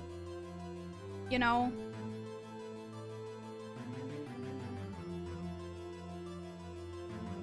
They were cautious. Well, the murderer was very cautious, sort, you see. That's why the murderer had to search for the bullet. Remember the scream? What does the scream have to do with finding the bullet, though? I'm confused. If that were the case, then they should have taken the bullet from inside Gregory as well. How the hell would he have been able to do that? That's not gonna happen. Are you shitting me? You don't know what caused the scream, but you know it couldn't have been Gregory. Well, yeah, I figured, but again, what does that have to do with him finding the bullet? That's the part I don't get. Huh? Why would they only take one of the two shots fired? Oh, right. Mr. Wright, have you really thought this through? I'm gonna have to penalize you. Fuck. Ugh, this is not going so well. Was there a need? I'm gonna say no, they didn't need it. Slap him with the huge... What? So think of why someone might scream after a gunshot. There are two possible reasons why someone screams at a gunshot. They are scared, they were shot.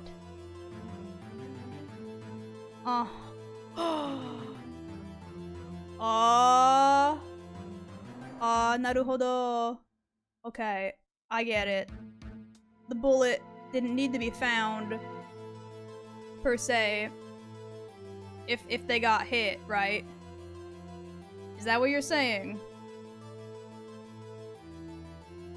Two people were shot that day. The only thing I can't make work in my head is why there would be a hole if he took the bullet in his body and left with it. Because if that was the case, that it wouldn't have come back out.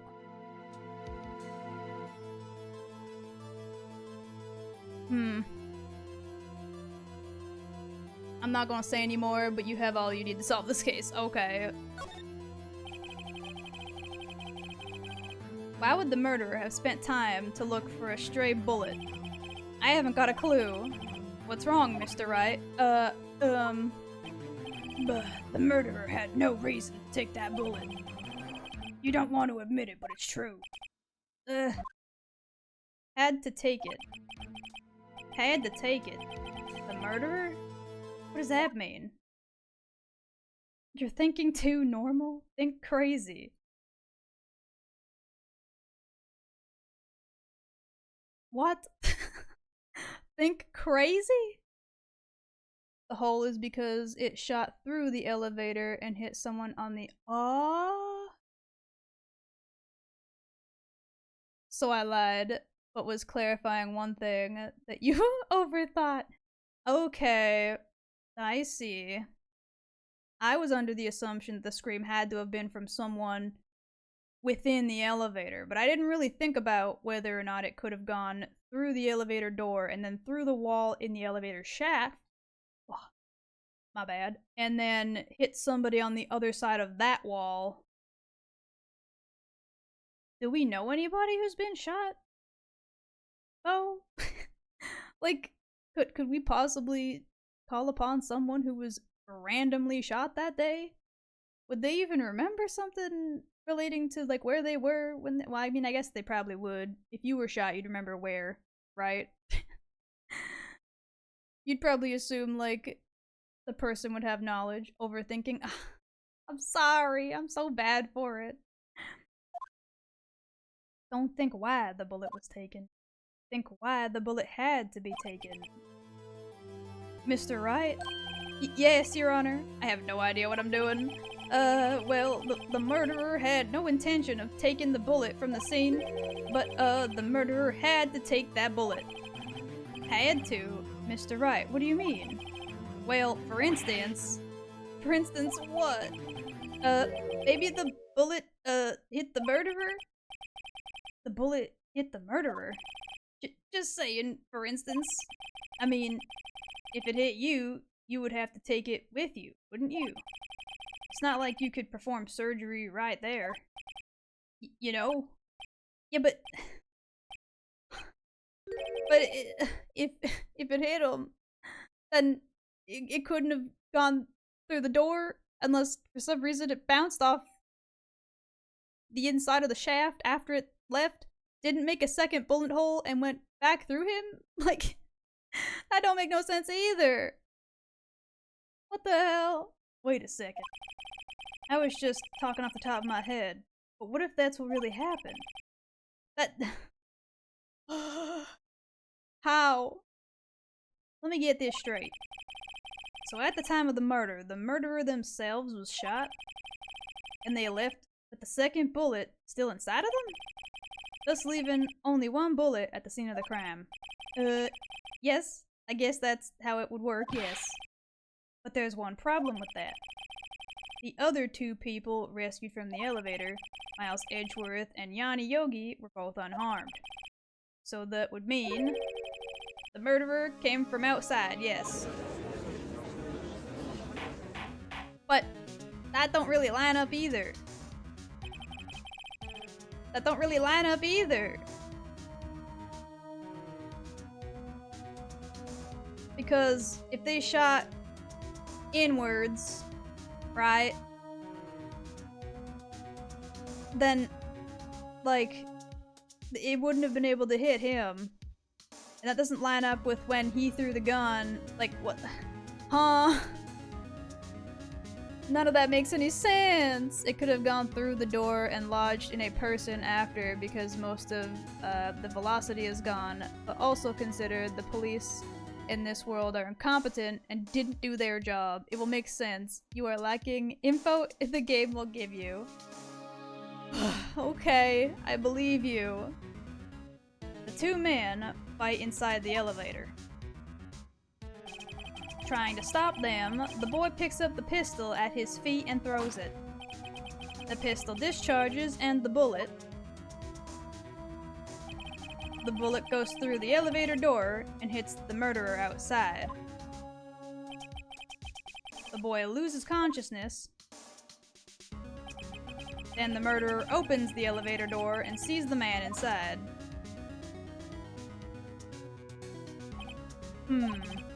Mr. Wright, are you truly the most unpredictable defense attorney I've ever known? I can tell you're grasping, yet I cannot deny the possibility of what you say. What are you saying? Deny it! Deny it! No one involved with that, with the incident was wounded.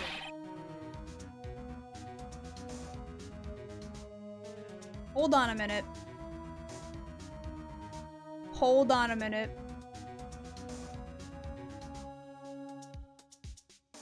Was I kind of right at the beginning of the game, but at the wrong instance? Well, sorry, beginning of this trial, I should say. I made the claim that Karma was gripping his arm because he was wounded. Right? And I was talking about the initial portion of this trial where we were thinking that he might have been the person who, like, shot on the boat, right? And I was like, it would make sense if he grips his arm all the time because his arm is damaged from getting shot, right? But then when they claimed, like, no, that couldn't have been the case, he wasn't even there at the time, blah, blah, blah, blah, blah, blah, blah, blah, blah, I was like, ah, well, fuck. I guess it's just coincidence that he grips his arm all the time. Maybe that's just, like, a tick of his or something. But this was during the... Like, this was just after the case in which Gregory had given him, like, a blemish on his perfect record.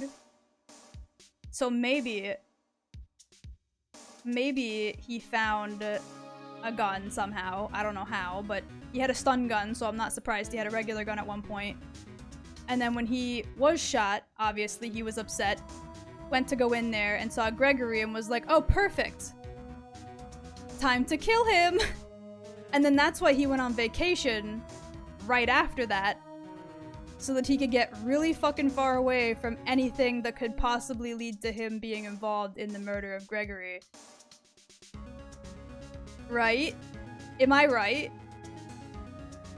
Don't answer it, but am I right? Was I so big-brained, like, hours and hours and hours ago, but just at the wrong time?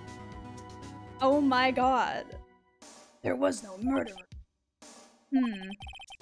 No one was wounded at the time of the incident. He's right. I can't think of anyone. Hey, Nick. Huh? I just thought of something really crazy. Crazy? Remember what Mr. Grossberg said yesterday? Gregory Edgeworth dealt a blow to his perfect trial record. Whoa. It must have been quite a shock for Mr. Von Karma. He took a vacation for several months after, see? Yes, an unusual event for the man. Oh yeah, and he also might have been on that vacation to heal his wound. Like, he might have gone to a hospital far away to not be suspicious, right? Because if he went to a hospital in the area for a gunshot wound, that'd be suspicious. But if he went somewhere else and then got it treated, or even treated in secret, then nobody would know. It's amazing hearing you go to being right, to being 100% wrong, back to being right, and then back to being 100% wrong. Are you fucking... Are you serious? Bruh. This sucks.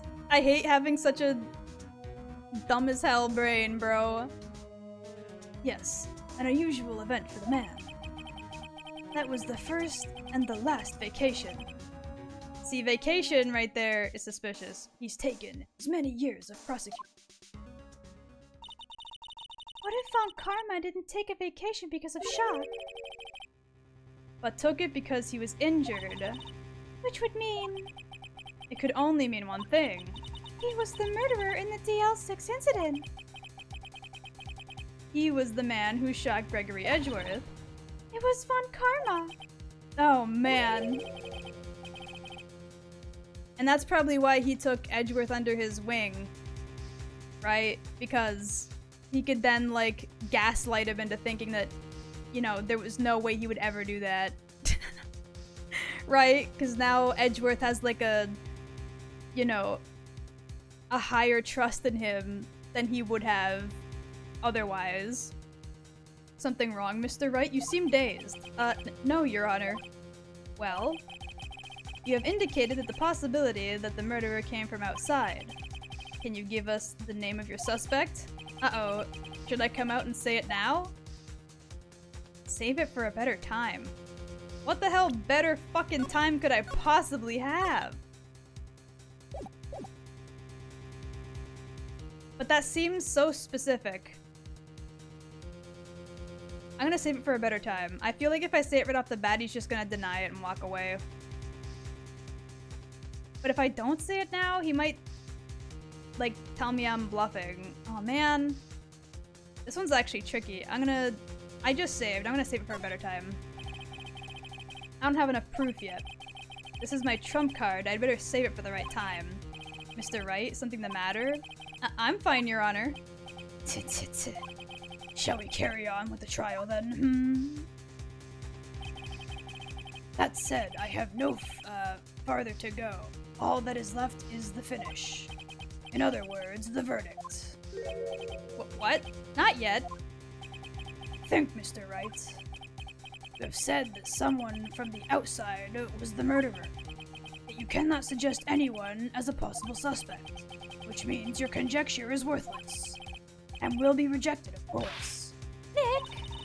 Now's not time to be holding on to that trump card. The trial's almost over.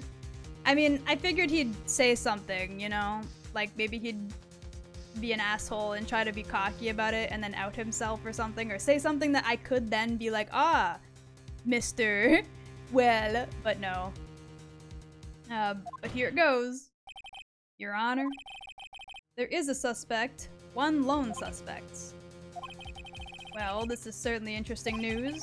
Very very well, Mr. Wright. Who is your suspect? My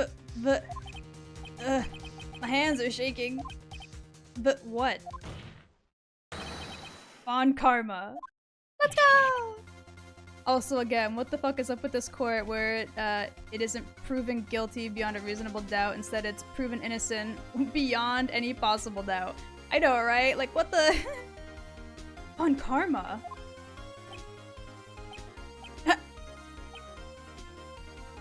Yeah. You mean the Von Karma? The prosecutor? The one standing right over there? Bah. You don't object? I see no need. Why honor this ridiculous outburst with my objection? Because you took a vacation for several months starting the day after the incident. Yet you pride yourself on a perfect record. Why would you take such a long vacation without any reason? So you're claiming that I took a vacation to heal my injury from the incident? Fascinating. Prove it. I would have needed surgery, no. Where did I go under the knife at, Mr. Wright? Bring the doctor that operated on me. Have him testify. Nick, let's find out who his doctor is. It's no use. Edgeworth. I know Von Karma, perhaps too well. He's perfect. He wouldn't leave clues. He probably didn't undergo surgery. That would leave a doctor as a witness. So then, if he didn't undergo surgery, let me fucking scan him with the metal detector. If that bullet's still in him, let me find it. And then if he tries to fucking say it's not a bullet, we send him for a CAT scan to see what's in there. Because if it's not a bullet, then what metal object is stuck in your body, sir? Right? Let me fucking scan him. Nobody's that perfect. So what, Nick? Did Von Karma pull the bullet out by himself? That's insane! No, he couldn't. I mean, he could have, I guess, but that would have left a gnarly scar, which would also be proof, and there's no way he would have wanted that. You can't just pull bullets out out of yourself. I mean, again, you probably could, but it would leave a nasty scar and it would hurt like fucking hell. Wait. What does that mean? That bullet has to be somewhere, but where? In his shoulder, homie. I got a metal detector. Let me run over there with it real quick. Beep! Found it, bitch! The other bullet. It's right there. In your shoulder. Well, Mr. Wright, can you produce evidence to prove that I was shot? Show evidence. Alright, Von Karma, I'll prove it. And I'll even use evidence. I know how you like it so much. What? The evidence that proves Von Karma was shot is this right here. The metal detector. Von Karma is perfect. He wouldn't risk surgery, leaving an evidence trail. So then I ask, where is the bullet now? I think it's unlikely that Von Karma performed surgery on himself. You don't mean... I do. There is the possibility that the bullet is still inside Von Karma. Let me go. Right now. Let me walk over there with the goddamn metal detector. Is that even possible? For all these years? Well, there's one way to find out. I have a metal detector on me. On my person. Right now! We could use this metal detector. Well, Von Karma, I'm going to run this over you and see what we find. Ah, he's fucked. He's fucked, he knows. Haha, got...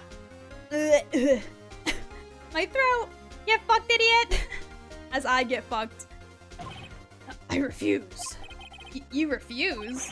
But refusing this means... You acknowledge that the bullet is still inside you? Aha, bitch. Order, order, order. Your Honor, the defense requests that we be allowed to use the metal detector. Judge, I call for a suspension of this trial. This is an invasion of privacy. Fuck your invasion of privacy, bitch. That is not relevant right now.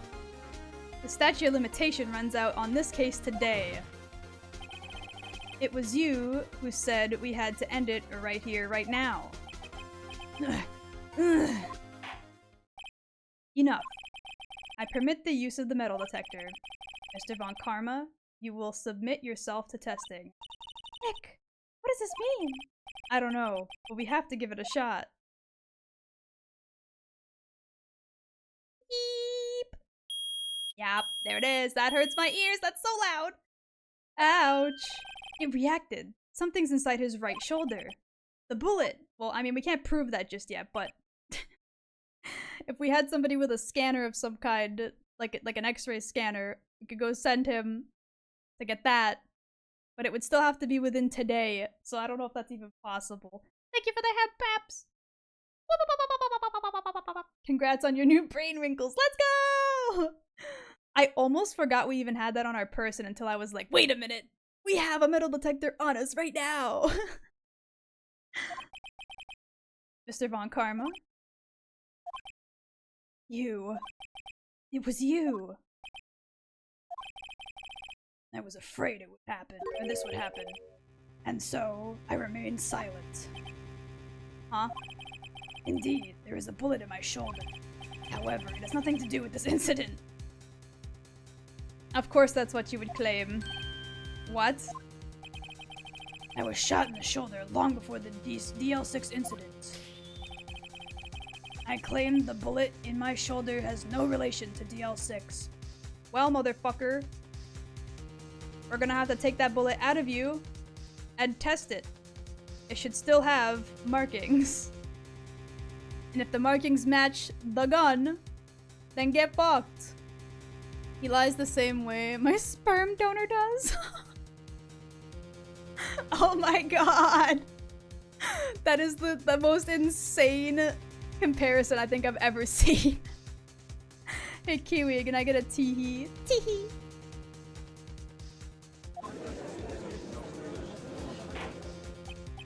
But Mr. Von Karma, can you prove that? Prove? I have no obligation to prove anything. Yes, you do! Oh my god. This man's really gonna put the burden of proof on me? Barat. It is Mr. Wright who must prove something here, not I. Mr. Wright? Well, can you prove it? Can you prove that the bullet in Von Karma's shoulder was from DL6? Of course he can't. You don't have any of the DL6 evidence. That's because you took it out of the records room yesterday. No proof, you cannot convict me of any crime. So sorry, Mr. Wright. No, I'm the one who's sorry, Mr. Von Karma. What? You were close. One day away from freedom.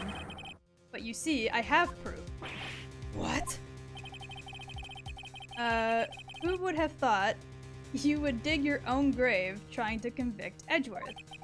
I can link that bullet to your shoulder, the bullet in your shoulder to the DL6 incident. And here is my proof. I'm assuming it's the bullet that we yoinked off of him.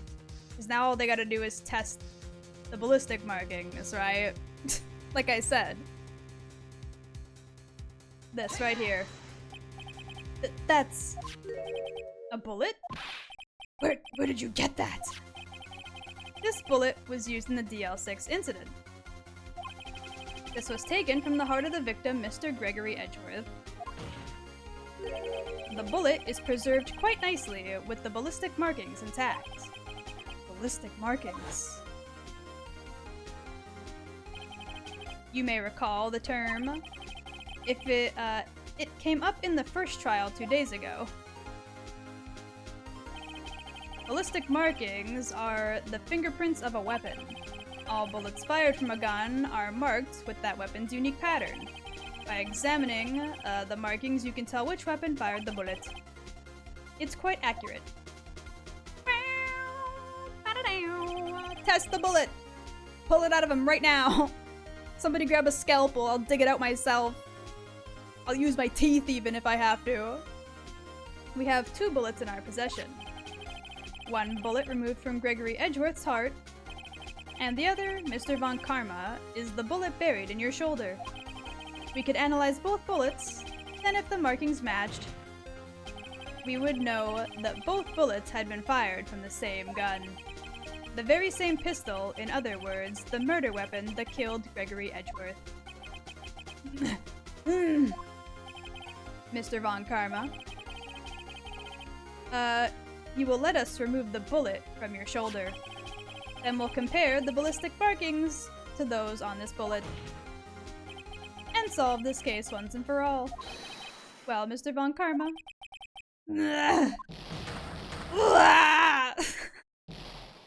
He's throwing a fit. Nuh-huh. Ah. He knows the scream. If that's not damning evidence, I don't know what is, bruh. That scream.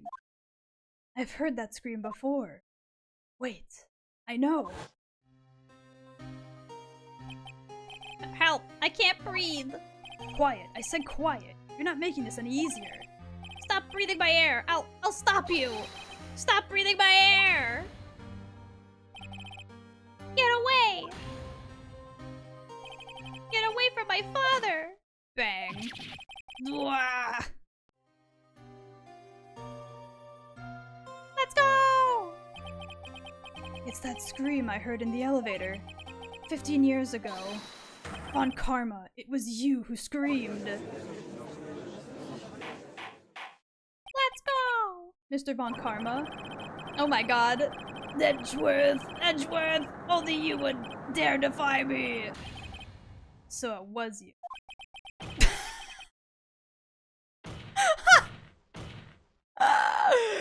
Oh my god. He keeps going if you don't skip the dialogue. Oh my god. He just slams his head into the wall.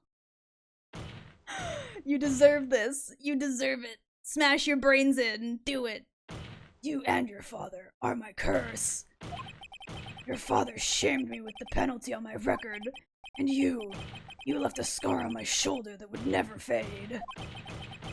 I'll bury you. I'll bury you with my bare hands. Dev. Jesus Christ. This man is insane. 15 years earlier. Chief Prosecutor, I'm sorry. On karma, it's not like you to make this kind of error. I would have never, I never would have thought that Edgeworth would be the one to catch you. I was careless. I'm sorry, but you will have to be penalized. I've covered for you in the past, but not this time. Edgeworth! Ah yes, Von Karma, the psychopath, comes out in full force. I mean, I feel like his psychopath came out in full force when he fucking tased me, but this is funnier, so I'll take it. It was a shock like none I had ever known. Me? Penalized? Oh, it's the wrong voice. It took hours for me to regain my composure. Suddenly, I found myself in darkness. I was in the court records room. I must have wandered in there without thinking where I was going. The room was pitch black. The lights must have gone out. I went into the hall and felt my way to the elevator. I pressed the button, but nothing happened. Then there was a noise. I was in pain, a horrible burning pain in my shoulder. Just then, the lights came back on and the elevator door opened before my eyes. The silhouette here is so goofy ass. Like, I don't even know how to describe the face. It's so goofy. I hate it. I saw 3 people inside, all lying unconscious from oxygen deprivation. Much to my surprise, a pistol lay at my feet. How was that a surprise to you? You were just shot from inside. It's a featureless mannequin face. It's not even that. It's the shape they gave it. Like, the shadow for the nose makes it look like his nose is really stumpy and, like, animal-esque. And, like, the shading from, like, the eyebrow towards the back of the head is, like, way too far back. It makes it look like he's got, like, a really long eyebrow or, like, a really dented portion of his head. It's strange. I knew then it was destiny. Blam. In his last moments, Gregory Edgeworth was still unconscious. He died never knowing who had shot him. Later, he spoke through a medium blaming Mr. Yogi. He was fooled. Was the perfect crime. So that's how he got away with it. It wasn't lying to protect his son. He was already unconscious when he was killed and assumed the only person who could have done it was the other man in the elevator. Okay. Man, it would have been so much better if he was lying to protect his son or something. But it's fine, I guess. Who would have thought another man would have come to open that elevator door? Judge? What? What are you doing? Do your job. Bring an end to this miserable charade. Now, end it. Very well. Von Karma, you're being arrested for a 15-year-old fucking case that you almost got away with.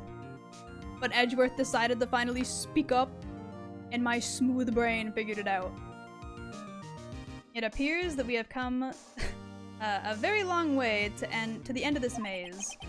15 years later, Mr. Miles Edgeworth, yes, Your Honor. You were innocent. You are innocent. Ellipses. As you said, it was all a nightmare. Yes, Your Honor. Thank you for the head taps.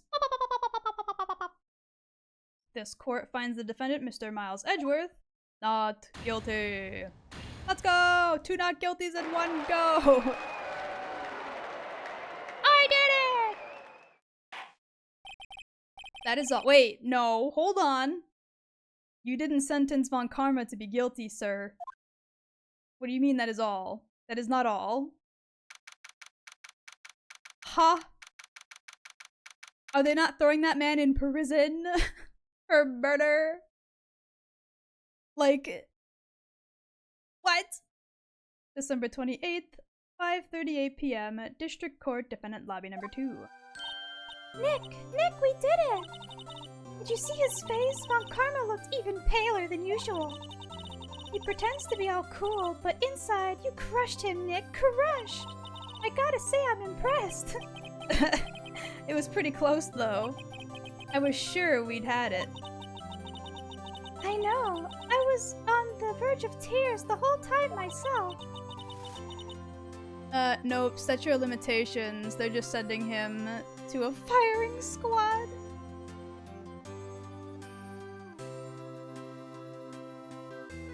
Bruh. Bruh. But now it's all just a good memory. Ellipses.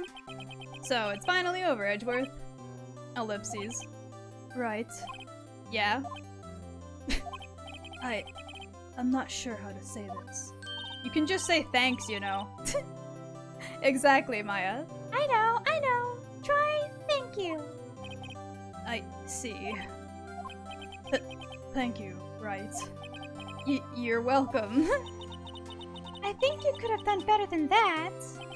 Nah, sorry. I'm not good at this sort of thing.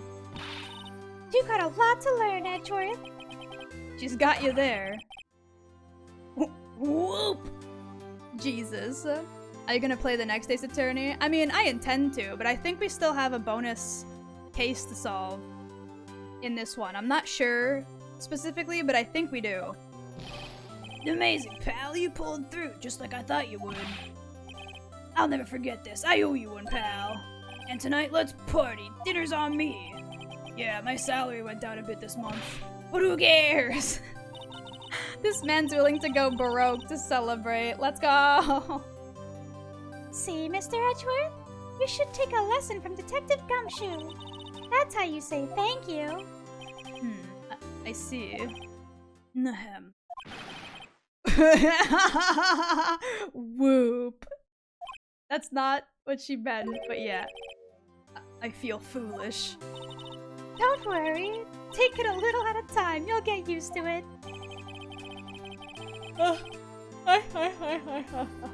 It's been 15 years since I've seen Edgeworth this unguarded.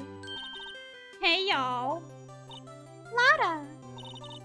Y'all were great in there. Thank you. Yo, Edgeworth, congrats. Thank you very much. I knew you were innocent from the start, of course. Just look at you. You wouldn't stick your hand in a cookie jar even if one was there. Or no one was there.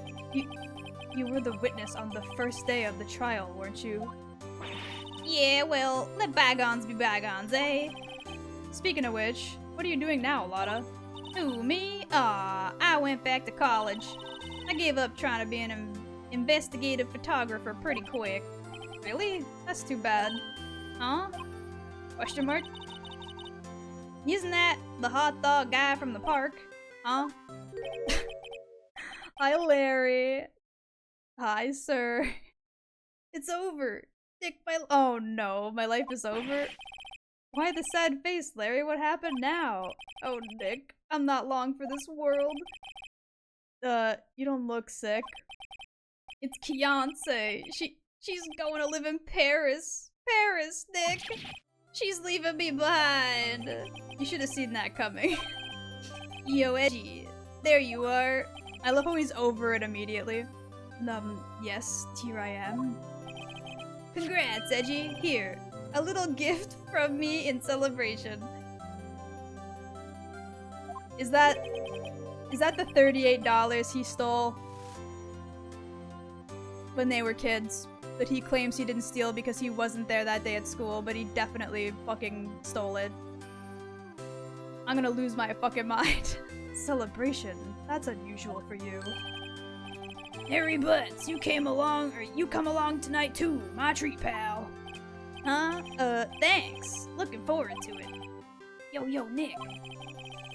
That's the suit that questioned me. When he says treat, that's not police talk for prison food, right? Right? I think you'll be fine, Larry.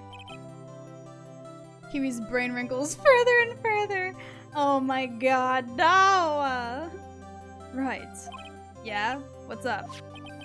That envelope that Larry gave me. It's got money in it. Well, yeah. That's not that strange. People give money away to celebrate sometimes. It's $38, right? Oh my god! Huh? What a weird amount. I mean, it's not a little, but it's not a lot either. Phoenix, let your brain wrinkle a little bit, sir. Think about it. That number is very particular. $38 exactly? Nick! Wasn't that exactly the amount of lunch money that was stolen from Edgeworth in school? 38! No. No, Larry! It was you!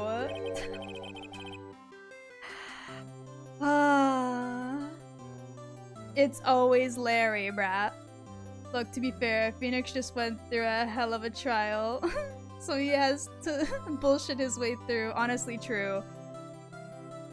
Why are you so surprised? Or what are you so surprised about, Wright? Huh? Larry was absent that day from school, right? But that doesn't automatically rule him out as a suspect. What? Think back to the day 15 years ago. Larry took that day off, but he was bored, so he came into school anyway. Then he saw the money lying there, and the rest is history.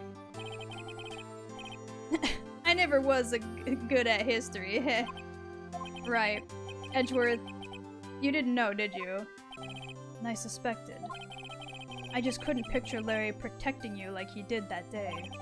Everyone else was saying you did it. The whole class was against you, remember? Yeah, too well. Right, you may not know this, but we used to have a saying back in school. When something smells, it's usually the butts. I know! Really, Wright, I'm surprised you didn't figure that out. Well, this sure is an unexpected turn of events, eh? Edgeworth... You should have told me! Now, Nick. It was 15 years ago. Don't you think the statute of limitations has run out, Mr. Edgeworth? I'd say so, yes. There's nothing to do with this! This is a personal vendetta. This isn't like a full-on crime situation where someone needs to be punished, but like, at least apologize, asshole! What the fuck? Okay, edgy boy, get that look off your face and go get a drink on Kiwi. No, it's on Gumshoe. I don't gotta pay for shit. In fact, Gumshoe's paying for my drinks too. Even Edgeworth knows. There you have it. Gah. Where does that leave me? I became a defense attorney because of what you two did. Well, you have always been something of an insufferable emotionalist. Yeah, and you get worked up too easily too. That's is not what an emotionalist is. Someone who gets worked up too easily. Death! The death sentence for the both of you! Man, if only I had known, I'd become a prosecutor. The same goes for me, only the other way around. For the longest time, I thought that I might have killed my own father. I thought I might be a criminal. I became a prosecutor in part to punish myself. If I had known the truth, I might have become a defense attorney after all. I mean, you could still become a defense attorney, homie. You don't have to stay a prosecutor, right? You would just have to go, like, either back to school or, I don't know, retake the bar exam. I don't know how this works, but I'm certain you could switch sides. You could become a defense attorney after becoming a prosecutor, right? It's not like there's laws against that. Edgeworth. Want to switch, right? Hey y'all, line up, I'll take a photo! Hey, photo time, let's go! And after that, dinner's on me. I don't know why I gave him the accent. It's slipping out. Detective Gumshoe took us out on the town that night. We celebrated Edgeworth's newfound victory, or victory freedom, hello. Look, he has... he's his job though- wait, what? He's at his job though? Is that what you mean? Even though Edgeworth himself was still in detention. And he eventually gets to act as a defense attorney in a later game. Oh, really? Awesome! Does he get to defend me? Is it one of those situations where because I defended him, he becomes a defense attorney specifically for a case I'm involved in? He's good at his job. Got it.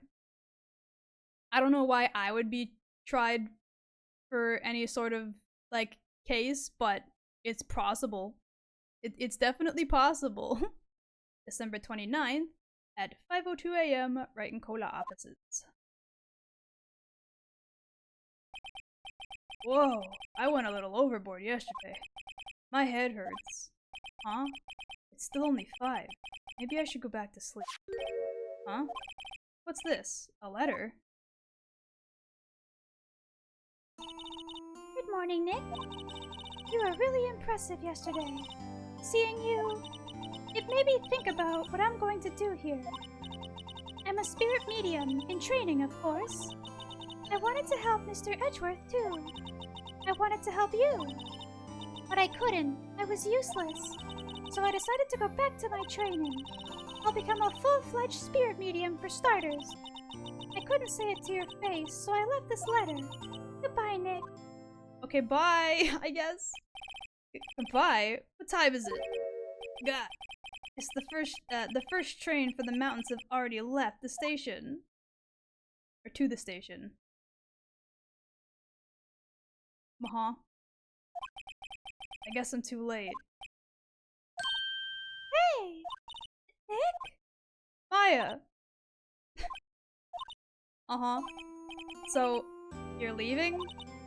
Yeah. It's hard being a spirit medium who can't talk to spirits. And I think you'll do fine without me, Nick. Be good, okay? Yeah, I was gonna say, we're not gonna let her leave, are we? Wait! What? I never could have saved Edgeworth without your help. Huh? On the last day of the trial, I heard her.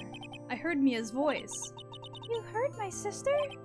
Yes, only her voice, but still. It was at the very end, when I thought we had lost everything. Well, that's my sister for you. Detective Gumshoe helped, and Mr. Grossberg, and even Larry. I'm the only one who couldn't help. I'm useless, Nick. But you were the one who stopped Von Karma, Maya. I didn't do anything. All I did was wander around in a daze. Sorry, but I have evidence that you helped. Evidence? The evidence to cheer her up? Evidence.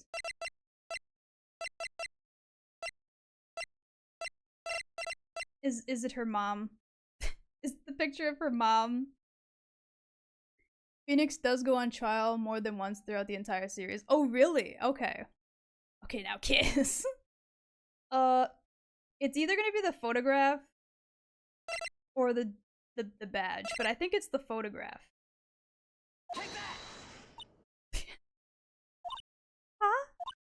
Sorry, Nick. I guess I don't understand. Ah, damn it.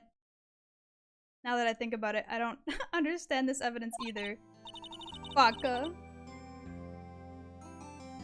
It was whatever she helped you get. Oh, right. I was supposed to bring up the bullet. Because she jumped Von Karma for me. Shit! Can I go back? No, I can't. Ah! Reload. It's gonna take us a good portion back, though. Like, the last time we saved was still during the fucking trial. When was your last save? Do the entire case over now. No! We're gonna go back. It's fine. Just say it now. It's Von Karma. He did it. And I have proof. It's the bullet in his shoulder.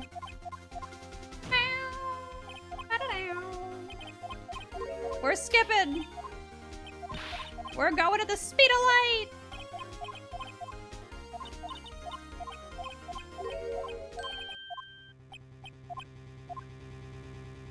Show evidence. prove it. And I'll even use evidence, because you like that so much. What?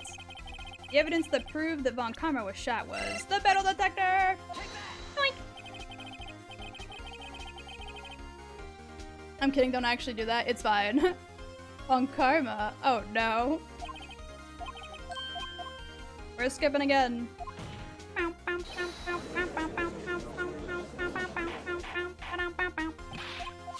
Let's go! Let me scan your shoulders, sir.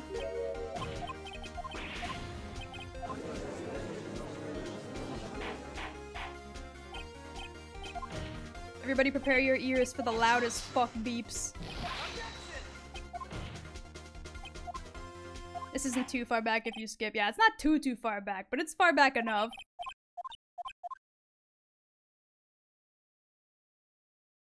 You prepare your ears. Ow! God, that's loud.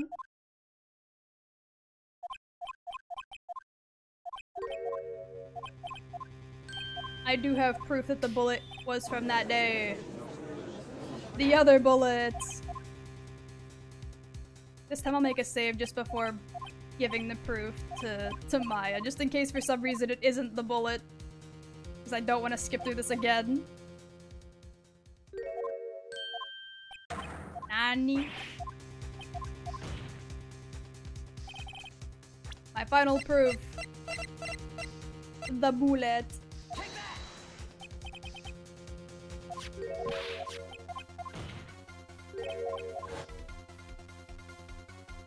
We get to watch him get fucked a second time.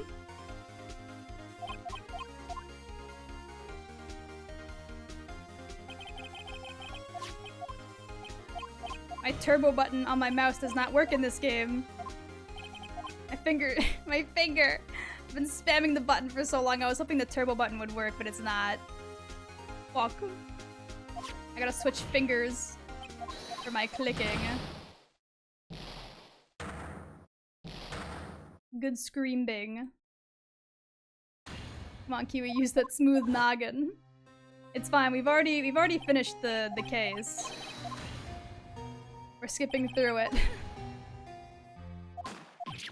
Bang. A rag. Now it's a test of my fingers' endurance to continue spamming through this.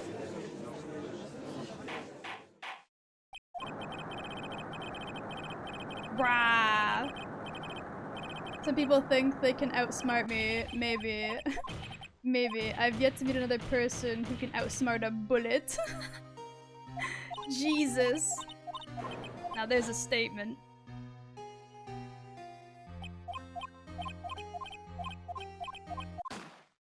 Bang. Ouchie! My shoulder!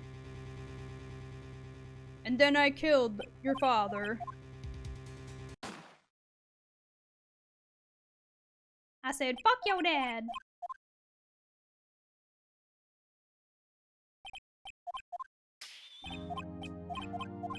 We're almost through. Ba-ba-da-ba-da-ba-dum. Bam-ba-dum, bam-ba-dum. Not guilty. Yatta! More confetti.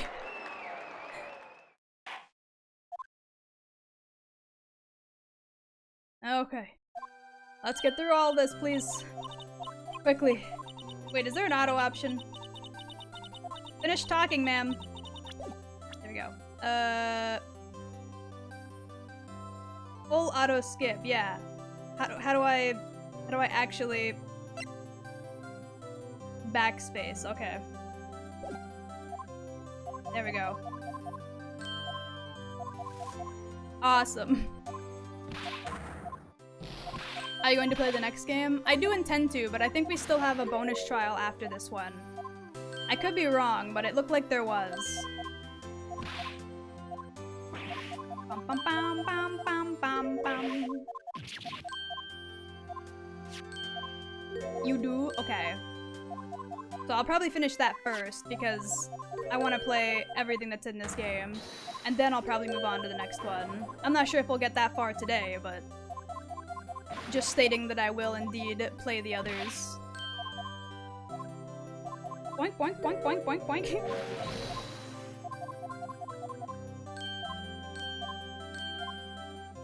I do know that in one of the games, there's a hot Blorbo that I want to meet.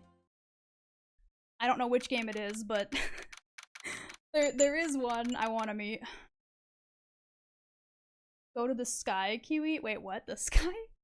Hold on, we'll make a save, like, right here. It's a little preemptive, but it's a lot sooner than the previous one. Here we go. Let me skip through this. Hot Blorbo. Yeah, there's a hot man I want to meet. I don't know which game he's from, but I know there's a hot man I want to meet.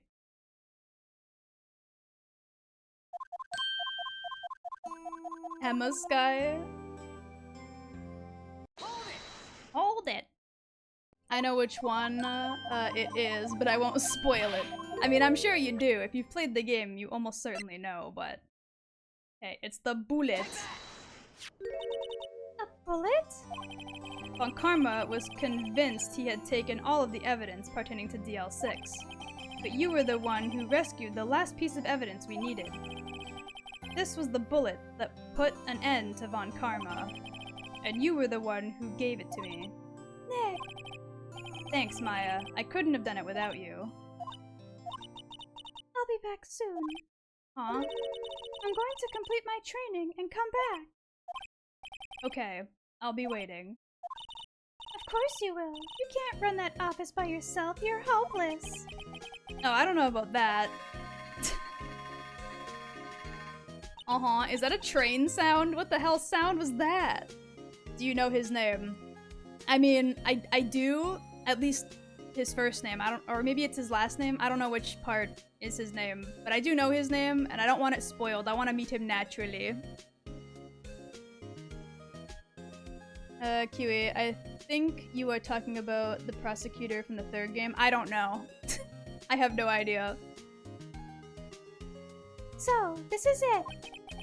See you soon. Oh, wrong voice. See you soon, Maya.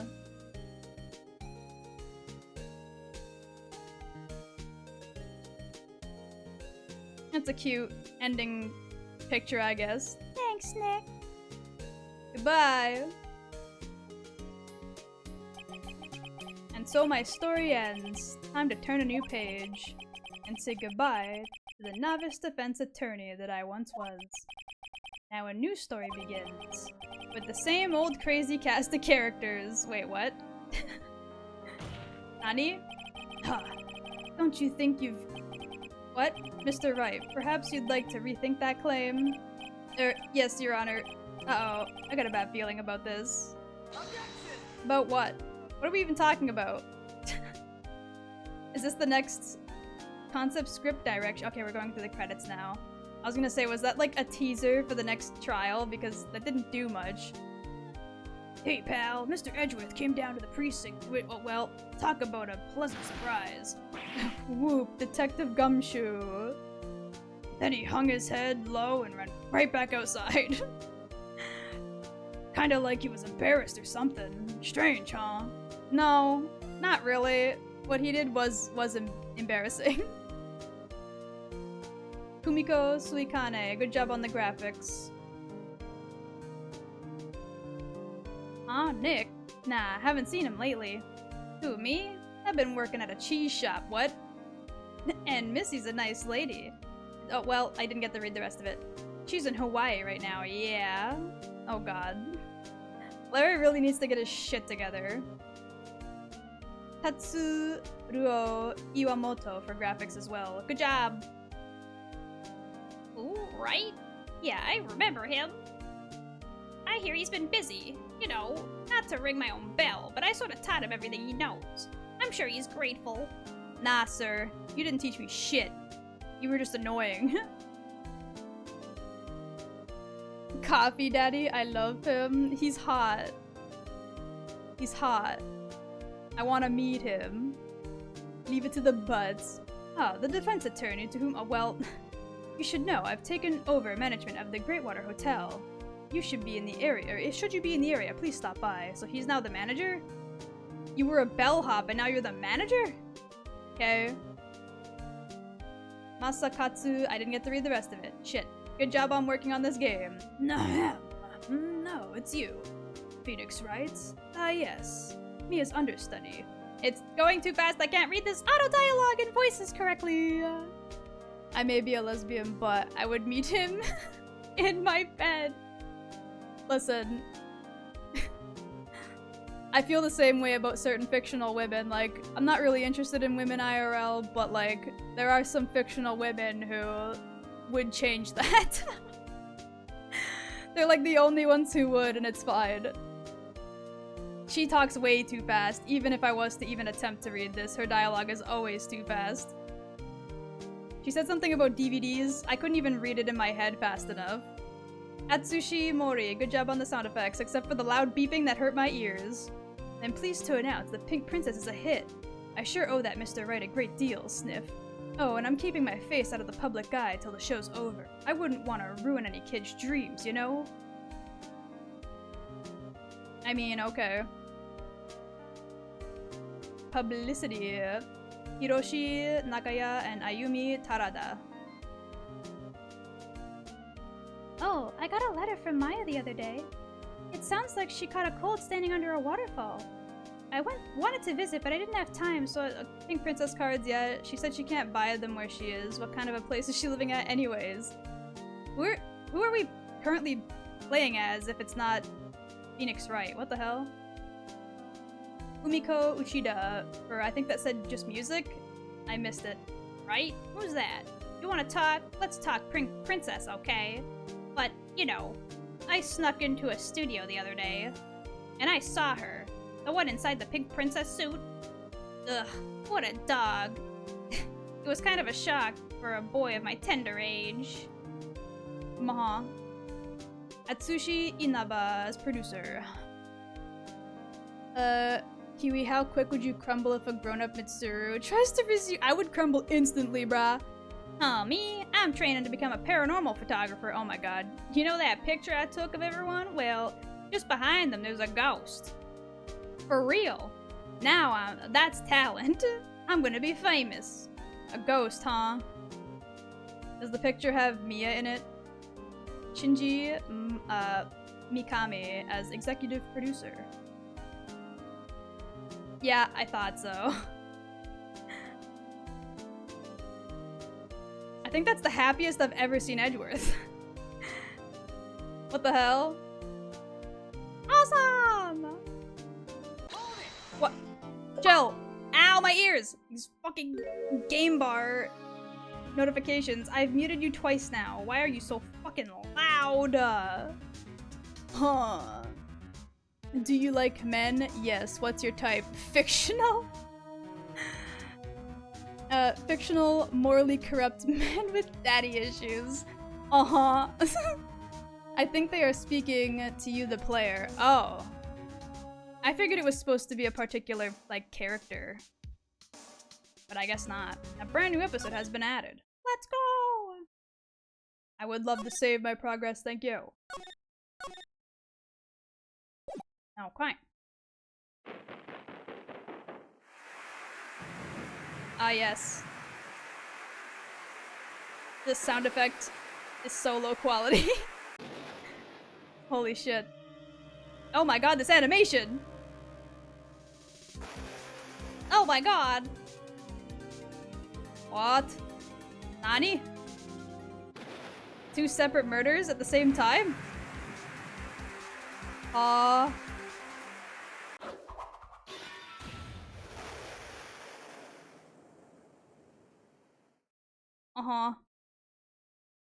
It's Xenos, I knew it. This is a long-ass case, is it? Oh shit. Okay, well, we'll start it, and then we'll see how far I get before I have to call out an evening. Edgeworth is happy to find out who killed his daddy. And he's happy that it's not him. Yes, it is, plus, it's better animated than the game one. Oh, okay. They added this to the DS version to take advantage of the touchscreen. Ooh, okay. It's been 2 months since Maya left the office. 2 months without a single trial. I've had offers, but none I took. That is, until the day a girl showed up. Maha. February 22nd, 10:02 a.m., Wright and Co. opposite. Why do I come here to the office every day? It's not like I want to work. There you are, finally. Where have you been? My sister's trial is tomorrow. Who are you? It doesn't matter who I am. It only matters who you are. The famous the defense attorney, Mia Fey. Idiot. That's not me. That's not me, bruh. You won't finish it unless you go beyond your normal stream time, but good luck. Like I said, I'm definitely not finishing it, but we'll get as far as I can. That last trial in general almost took me like 3 streams to beat, so... Oh yes, Emma. No, you're not Mia Fey, are you? I'm sorry, but Miss Mia Fey is no longer works here. So, you are the coffee boy? I'm Phoenix Wright, a defense attorney. Oh, her glasses are cute. Right. Wait, you're the Phoenix Wright? The Phoenix Wright from the Edgeworth murder case? Yes, that's correct. It wasn't Edgeworth who was murdered, though. That's a relief, then. You're better than nobody.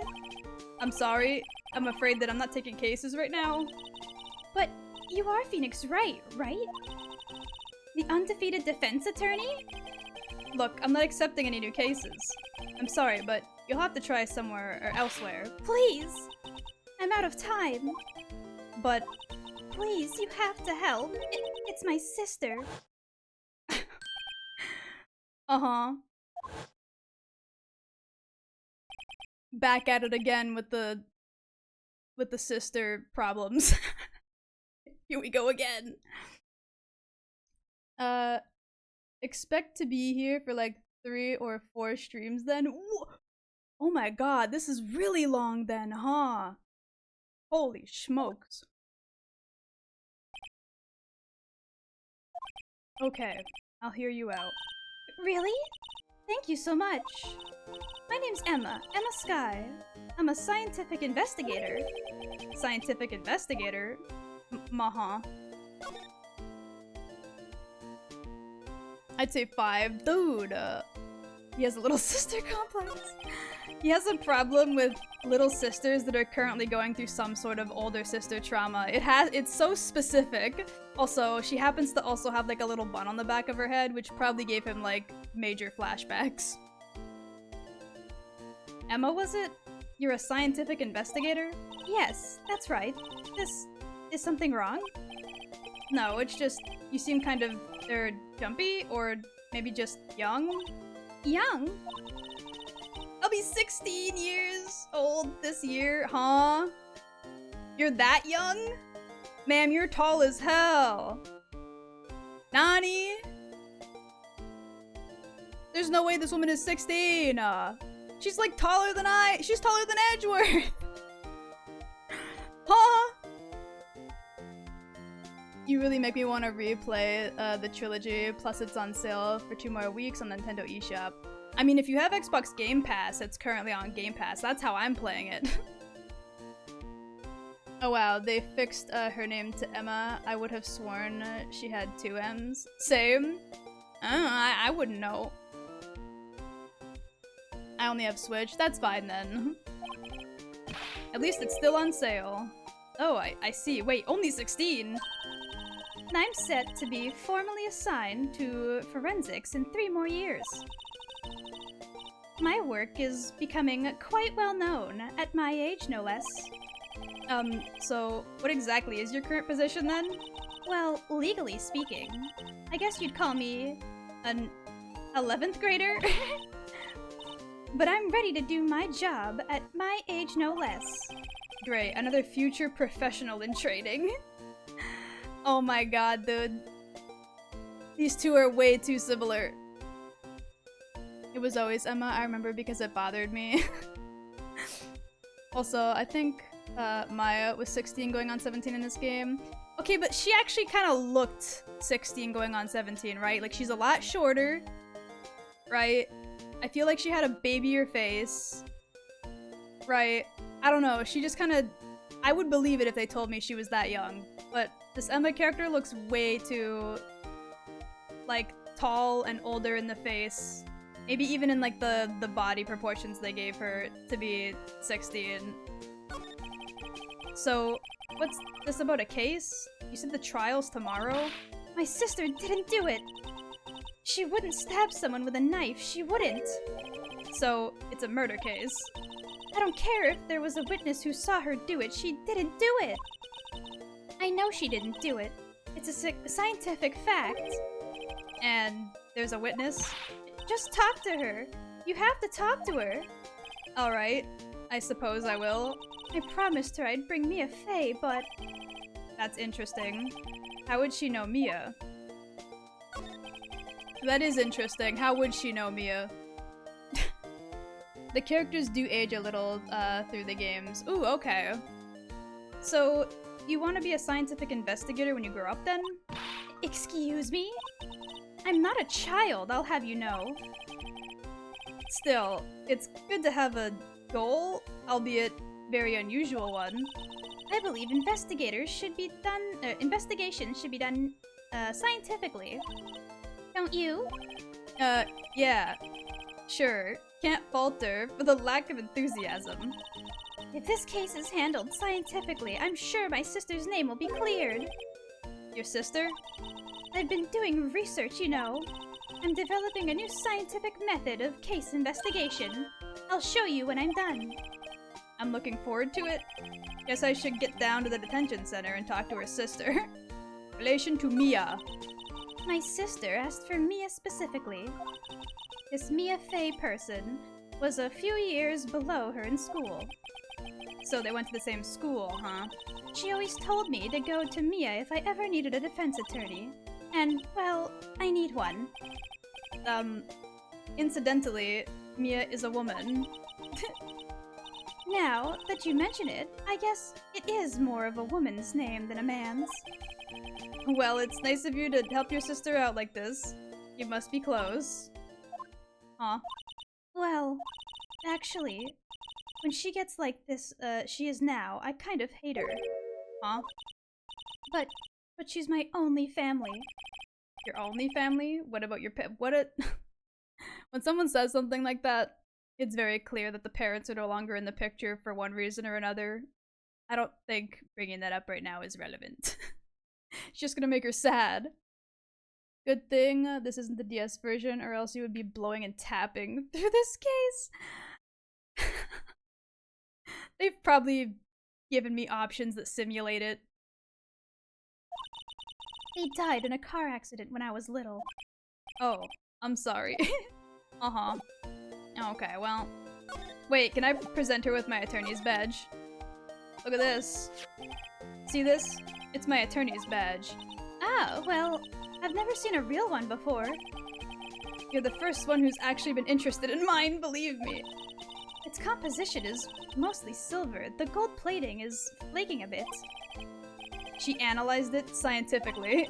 There doesn't appear to be any, corrosion due to sulfides. I'd give you $50 for it. Sorry, but it's not for sale yet. I can't believe she'd even give $50 for that. That seems like a lot.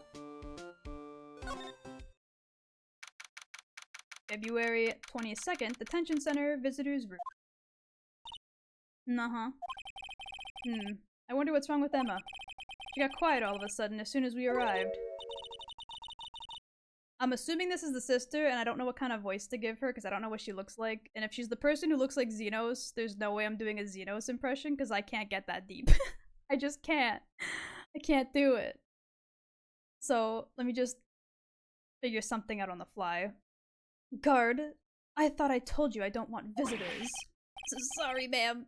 It's just your sister. No excuses. Or did you not want a raise this year, Understood, ma'am. What was that all about? Huh? Hi, Lana. Funny. I seem to remember specifically telling you not to come here. Perhaps my memory is failing? Look, I didn't want to come here either, okay? But your trial's tomorrow, and you still don't have a defense attorney. I'll be the one in court tomorrow. This has nothing to do with you, Emma. Damn. Sheesh! Mitsuru's voice. I did something similar. Thank you for the hydrate and the posture check and the big stretch! Oh, ba. Water yourself. Big stretch.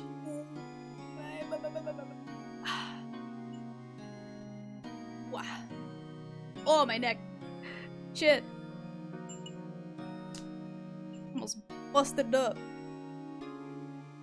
Isn't that right, Mr. Wright? Hey, how do you know me? Mia mentioned you. I heard quite a bit. I'm sorry, what exactly is it that you do? My name is Lana. Lana Sky. Wait. Is she a pilot? Or like a flight attendant or something? She's got like badges. I'm assuming it's pilot. Because that would make the sky part make sense. Because she flies planes in the sky. Or some sort of flying vehicle. Maybe not specifically a plane. Wait, I'm chief prosecutor for this district? Wait, never mind. It was literally on screen, I'm an idiot. Okay, what's with the getup then? Ma'am. Could also be chief prosecutor. Yeah, you know, the thing that's currently on screen. I wasn't reading it, okay. You're a prosecutor? Two sisters, one a lawyer. Could this be a coincidence? Emma, Lana, I mean, they're just like... Is something wrong, Mr. Wright? No, definitely not. There's something you should know from the start. Which is... the suspect in this case has confessed to the crime. Huh? Wait, but that suspect is... Me, I did it. Well, Mr. Wright. Well, why don't you begin by telling me exactly what happened? The crime took place yesterday, February 21st at 5:15 p.m. That's quite specific. It was in, the witness's disposition? Okay. A witness clearly saw me committing the crime. That was a bit of bad luck, wasn't it? The crime took place, in the underground parking lot at a prosecutor's office. The body was found in the trunk of my subordinate's car. Prosecutor's office, huh? In your subordinate's car trunk? Classy. Jesus. Bonk. Listen, okay, I'm blind. I'm dumb and I'm blind. Didn't Emma mention Lana and Mia were in school together? I mean, she did, but I figured that meant like when they were younger, not in law school. I don't know, man. Her last name is Sky, so she dresses up like a pilot. Okay, I mean, I guess that's valid question mark. I don't know if that's necessarily like legal attire. Like, I don't know if you could wear that in court without looking like a fool or getting like, you know, removed for inappropriate attire, but sure. I was arrested on the spot, caught red-handed as it were. Well, that's just great. The victim. So, who was the victim? An investigator with the police department. I suppose- oh no! It's not Gumshoe, is it? Tell me it's not Gumshoe, please. I can't wait for you to see someone else later on. Oh god. I suppose the correct term is detective. A detective? Death was due to a loss of blood. He was stabbed once in the stomach. By you? Death wasn't immediate, but the wound was fatal. I see. Allow me to repeat myself, Mr. Wright. The victim was a detective. You know what that means, don't you? Uh-oh. What? Mr. Wright, what does that mean? Well, it means the police department will consider it a matter of pride to have me found guilty. They will use any means at their disposal to do so. This case gets worse and worse with everything I learn. So, you're the chief prosecutor? That is correct. I'm responsible for overseeing every trial handled by prosecutors in this district. I make sure the prosecutors have what they need to do their job and manage every aspect. Those are my responsibilities in a nutshell. That's an awfully large nutshell. Still, I'm a little surprised. I would think you'd recognize the district's chief? I can read. Chief Prosecutor, Mr. Wright. Huh? In fact, it seems impossible you wouldn't. Lana? What happened to your hand? Oh, this? I cut myself by accident. When I stabbed him, that is. Huh? I'm not very good at being a criminal, I suppose. Bruh. No. Dick Gumshoe. Please tell me it's not him. They haven't said it yet, but I'm worried. Oh no. Please. How am I supposed to defend this? Time to change the subject. Wait. She was in the class ahead of Mia, wasn't she? You were in school with Mia, correct? A few years above her? Emma told you that too, did she?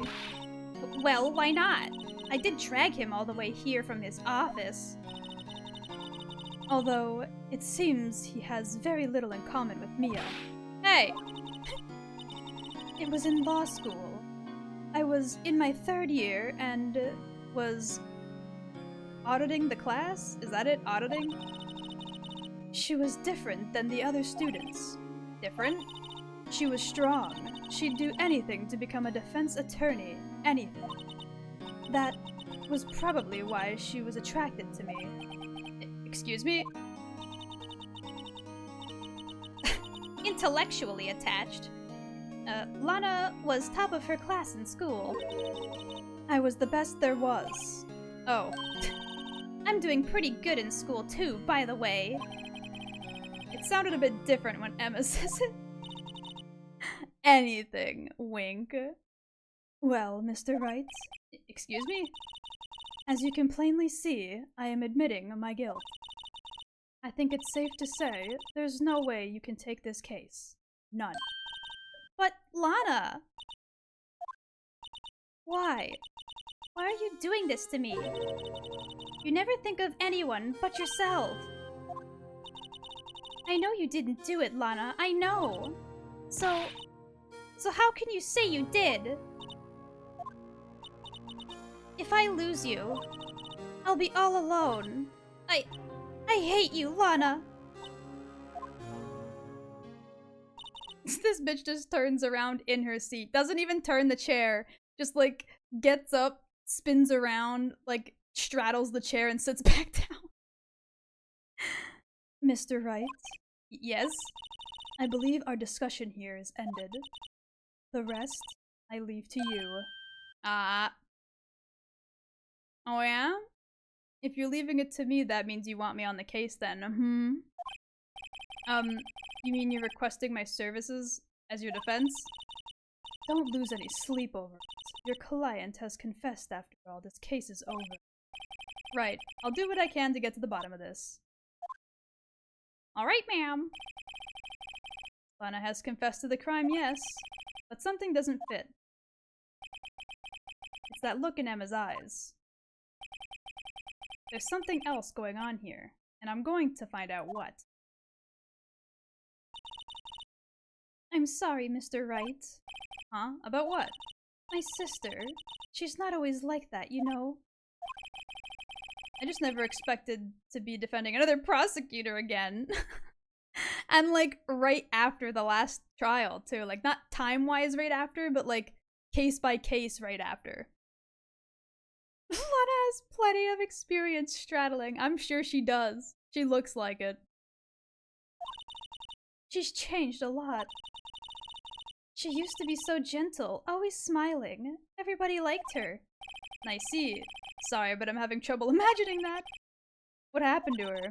I don't know for certain myself. I think maybe, well, maybe not. Sounds like there's something that's, defies a simple scientific explanation. Let's go check this underground parking, at the prosecutor's office then, shall we? Okay. Alrighty, let's move over there then. This place looks strange. I don't know what about it, but it looks weird. And what's that on the ground? That thing by the... I'm assuming that's a pay machine to, like, you know, check in and check out with your car. February 22nd, prosecutor's office, underground parking lot. There's also a little hatch right there. There's like a wallet and a hatch. Hello, Inuyasha. Welcome in, welcome in. So, this is the lot where it all happened. Looks like they're still investigating. Funny that my first visit to the prosecutor's office should be like this. Hey everyone, keep up the good work! Hey, what are you thinking? Well, they're going to be my coworkers 3 years from now after all. No harm in saying hello. Actually, there is. You know attorneys aren't supposed to examine crime scenes. She's like destroying me. Please. Please, ma'am. I'm trying to not stand out too much here. See? Oh, another unsuspecting voice. Okay, hey there. You expecting to go on— oh, wait. Who shit fart? Who did this? Ted. Now I'm extra suspicious because I'm with someone who was screaming and I farted really loud. Partner. So they got an accent then. You expecting to go unnoticed to your partner? Partner?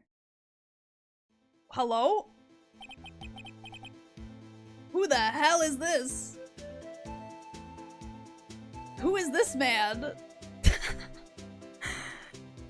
Hi? Southern accent time. Mm-hmm. Moo! And Moe moe kyun! he's daddy. I mean, the music. I can't. What do we have here? Looks like a bambina got loose from the ranch and is up to no good. Folks gotta learn to keep them doggies tied down, partner. Mr. Marshall! No, my lord!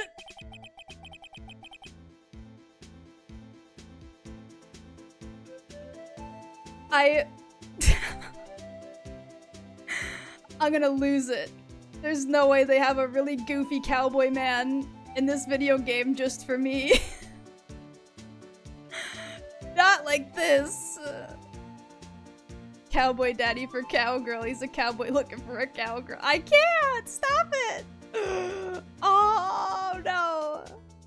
Marshall looks more like a sheriff to me. Does he look like a sheriff? I don't know if I would say sheriff, but okay.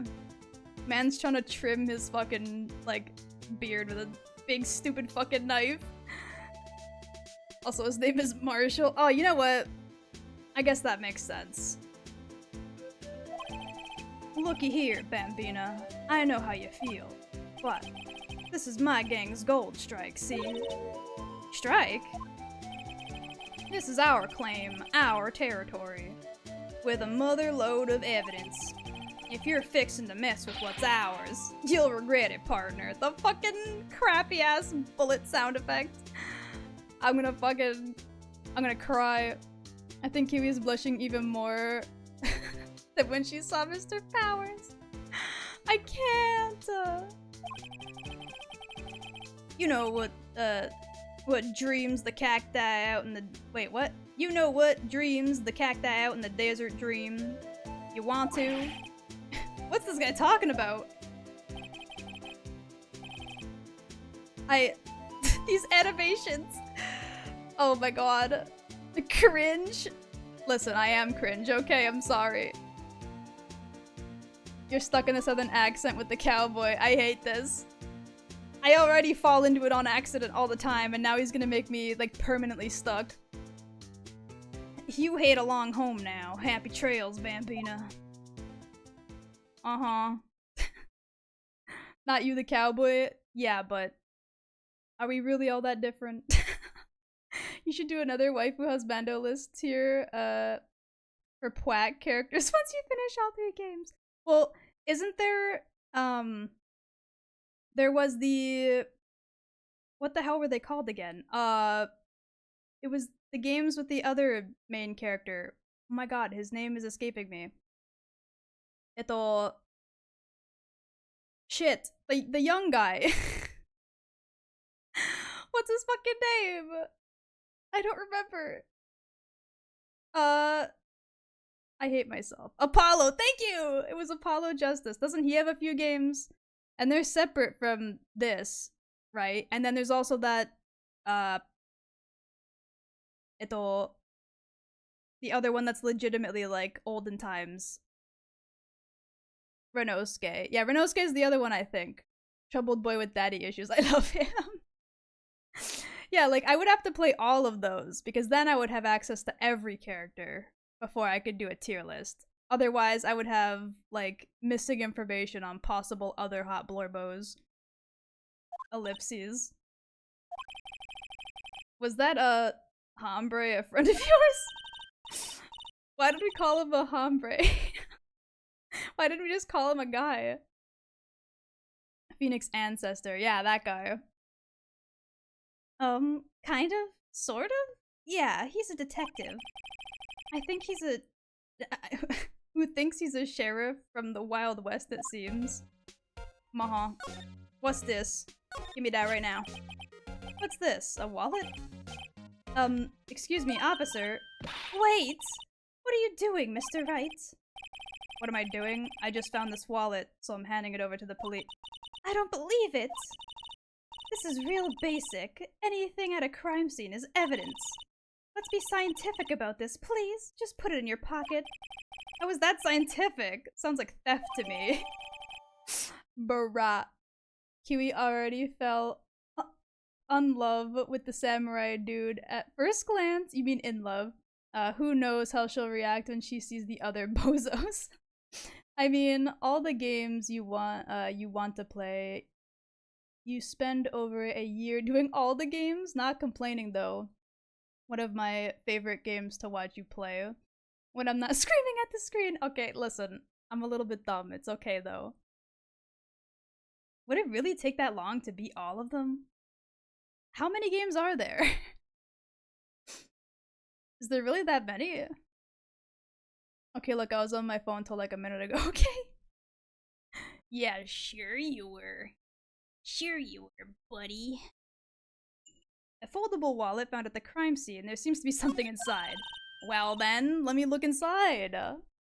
10? There's 10 games? Holy shit. There's 3 in this trilogy, because it's a trilogy, obviously.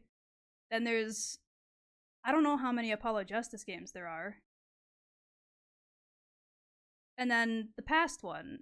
Does that really add up to 10? That's a lot. Shut up. I am also dumb. Checked the wiki several times. It's okay. 3 in a trilogy? No way. Shut up! I'm called to duty already. And at my tender age. Here, I'll teach you the trick to examining evidence in detail, okay? By the way her eyes are sparkling, I can tell she's been waiting for this. Okay, okay. Now, look at the court record. Uh-huh. Is that a 3D model? The texture makes it look so flat. Edgeworth Investigations 2 is a JP only, though it has a fan translation. Sorry for caps. That's okay. So there's an Edgeworth game? Absolutely knew you'd say it like that. I think only the one Apollo Justice. There's an AA Chronicles, which revolves entirely around Maya summoning victims for testimonies. Can't recall the name. Gotcha. 3 Apollo Justice games, I think 2 more Phoenix games, his Ancestor game, and the 1 Edgeworth game that got ported here. Okay. Oakley dokley. You have to be sure to examine the evidence carefully on all sides. Now let's start examining from examining from every angle. Oh, I can see something in there. What's that? It's bright green. Oh look, there might be a clue here. You should check it out. Press enter. Do I have to physically press enter, bro? There. Kadoink! Oh, thank God, it's not Gumshoe. It's not Gumshoe! I don't know who that guy is, but it's not Gumshoe who died, unless this isn't the person who was killed, but... understand why I was just saying the list for the trilogy. This is an ID card. Sergeant Bruce Goodman. Of course. ID number 5842189. See? Well, isn't scientific investigating useful? I guess, though I don't see what that was the wrong voice. What science has to do with it. We got Goodman's ID. I feel like that ID number is going to be hella relevant. Let's be sure to examine every piece of evidence we find. I guess I've got to be on my toes from now on.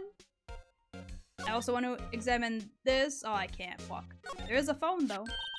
Here, a phone. Let's see if it works.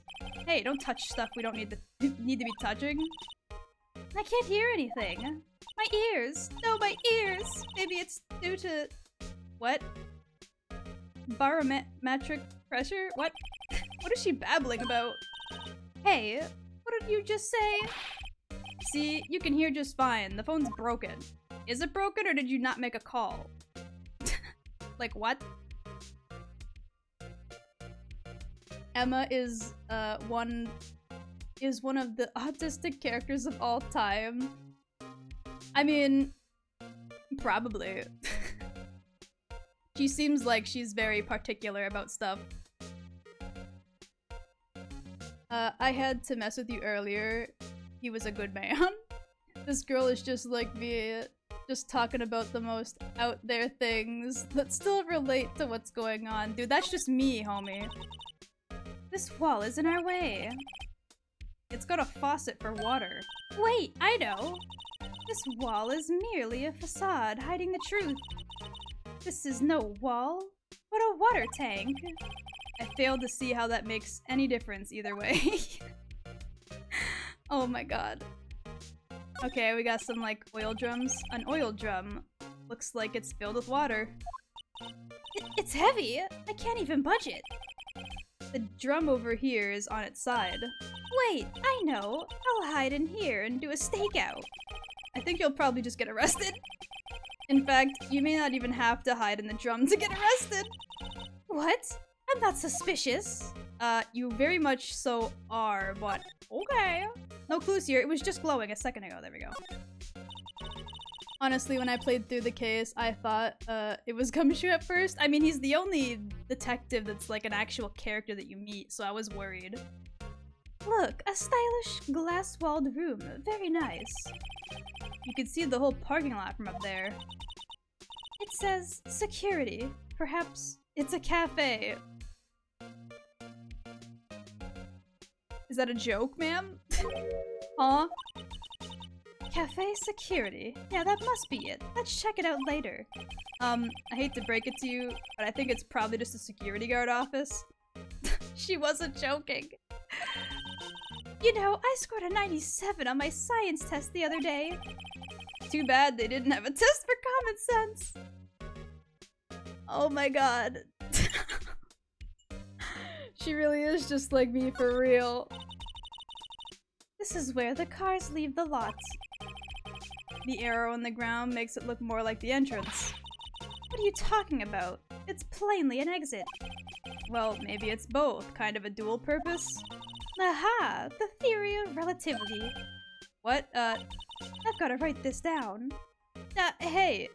Mr. Wright? Maybe you know, was Mr. Relativity German or was he British? Mr. Relativity? Are you sure that was his name? What? What the hell is she talking about? Look, a door! This must mean something. I'm not sure that doors mean anything. No, it won't open. A mysterious lock.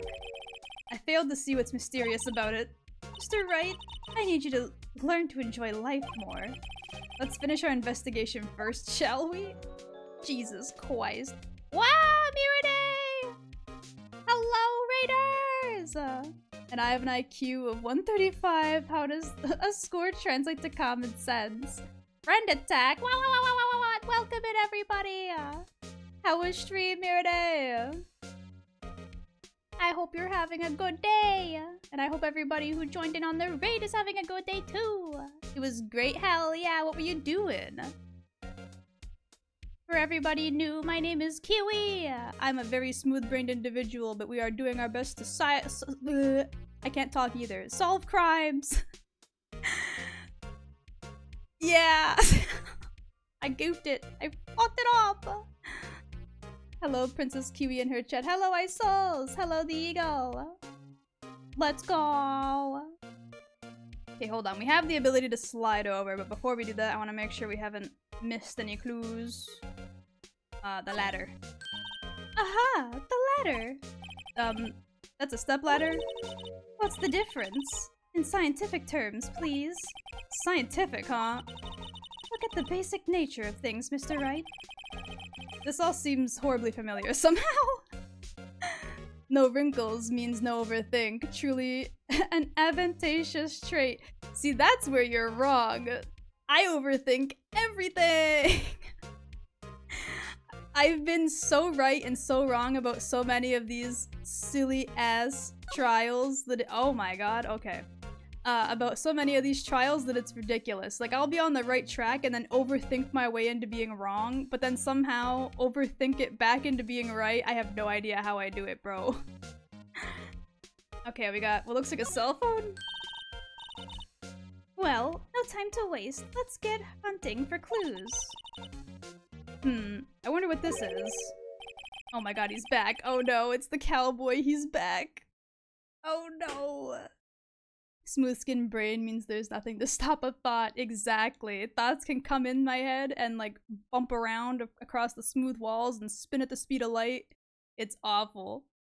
Well, partner, looks like you got no intention of going home quietly. There he is. The sheriff. Like I said before, this here's our claim. You'd best be moseying along, unless you're fixin' to bite the bullet. Got scary. Is it? Is it? I don't think that was scary. If anything, that was a threat. We can sue him for that. Yeehaw time. Get ready, partner. Could you just tell us one thing? Who owns that car? Wow. Well, well. The little filly's got a good nose on her. You wanna know who rides that red Mustang with the body in her saddle, eh? Please. No problem, partner. But time for fiddles? Is that the word? Fitlays? How do you say, what word is that? It's like a DVD standby screen, but it thought must hit a corner to disappear. There we go. That's the words. I can read, I promise. Doth that mean we can use Kiwi's noggin like a Hydron Collider? Oh my lord. Littles with a V, so vittles. Okay. There's enough room for two. Get yourself a saloon. Get yourself to the saloon on the 12th floor of the prosecutor's office. My brain is melting. Like, very clearly my brain is now shutting down. This is no bueno. Might just find you a cerveza you like. Prospector's office? Where does this guy... where does this guy think he is? And when, for that matter? Note to self. Look up Fiddle's Saloon Cerveza. Maybe we should check out room 1202, the High Prosecutor's office? Too much reading. You made it to the 5-hour mark, though. I'm gonna go, if possible, to the next save, but if I can't, then oopsie poopsie, brain off. In any case, stay away from the car. You can look around here all you like, but keep your paws off our claim. Right, great. Moha. Right. Maybe there's some clues around here, Mr. Wright. Let's check it out. Another question marks? Who is it this time? Excuse me? Were you two all set? Us? Oh, hello? Booba lady? Booba lady with onigiri on her head? Ma'am, why do you have rice balls on your hat and like a octopus hot dog for a necklace? Is that what I'm seeing? What is this design?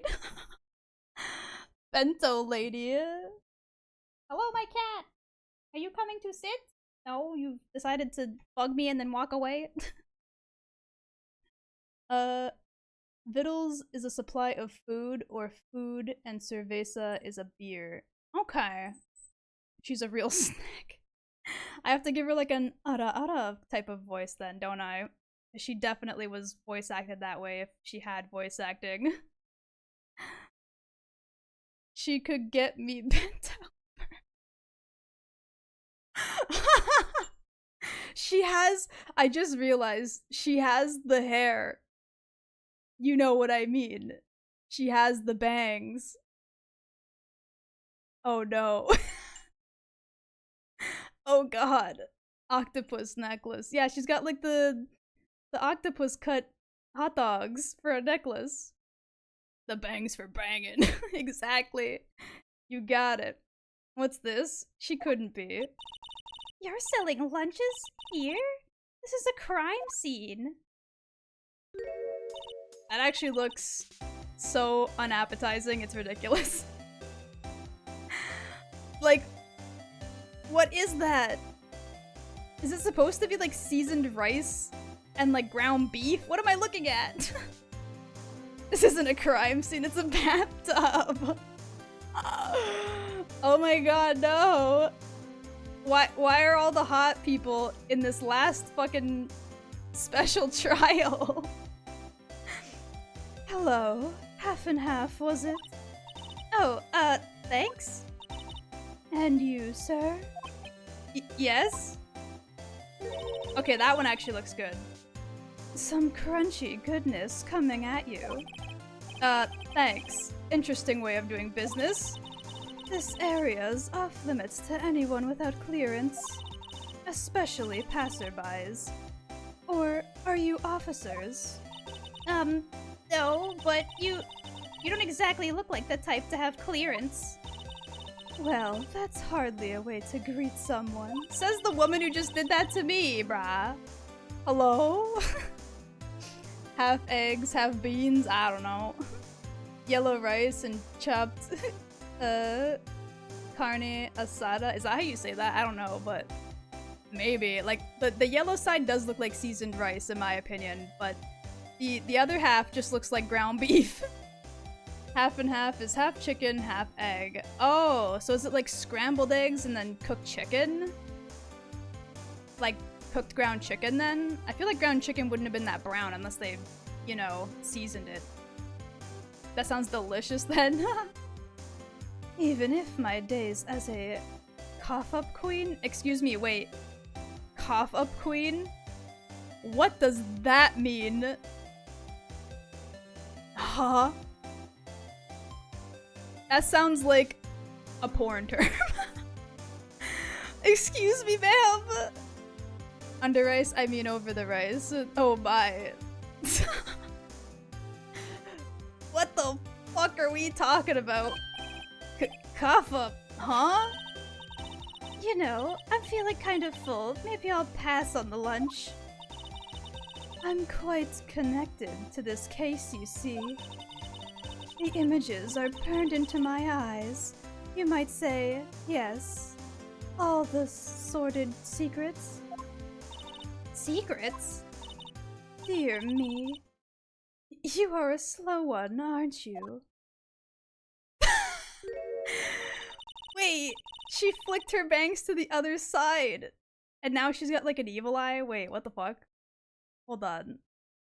Does she have like multiple personalities? She can't gag all of the way. F.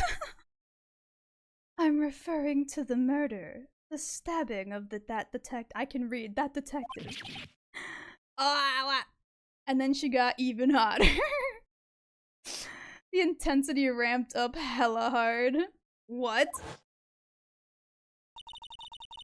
A witness saw me committing the crime. You mean you're the witness my sister was talking about? Please. Wrong voice. Please, cough up queen. Tell us what happened. I thought she was gonna say like, please cough up queen is my name or something. I don't know. Fuck. His serious face, mama. Jeez. Wait, her eyes are different. Yeah. Hold on. This one's like gray, but the other one's blue. She's gonna have like multiple personalities or something. I can feel it. Her name is Angel Star, huh? My name is Angel Star. Don't you go forgetting it. Or, before you know it, I'll have you whimpering at my heels!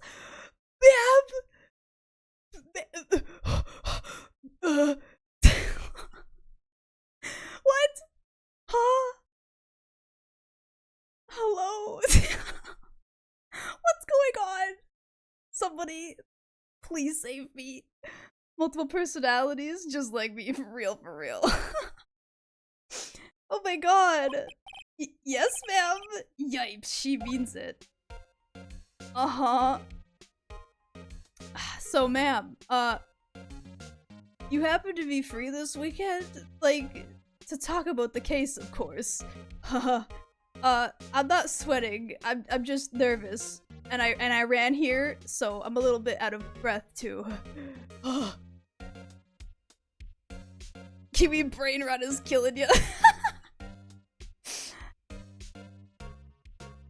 I was about to say she's a hermaphrodite, but that is not the word for two different colored eyes. Oh my god, Doth, that is not the word. I think you mean heterochromia. Yeah, it's heterochromia. Jesus Christ. Oh my god. Yeah, that one. So Kiwi, I assume she's part of some fictional women. She might be. Maybe. We'll see. It depends on how batshit insane she is later. I can feel it. Her eyes have homophobia.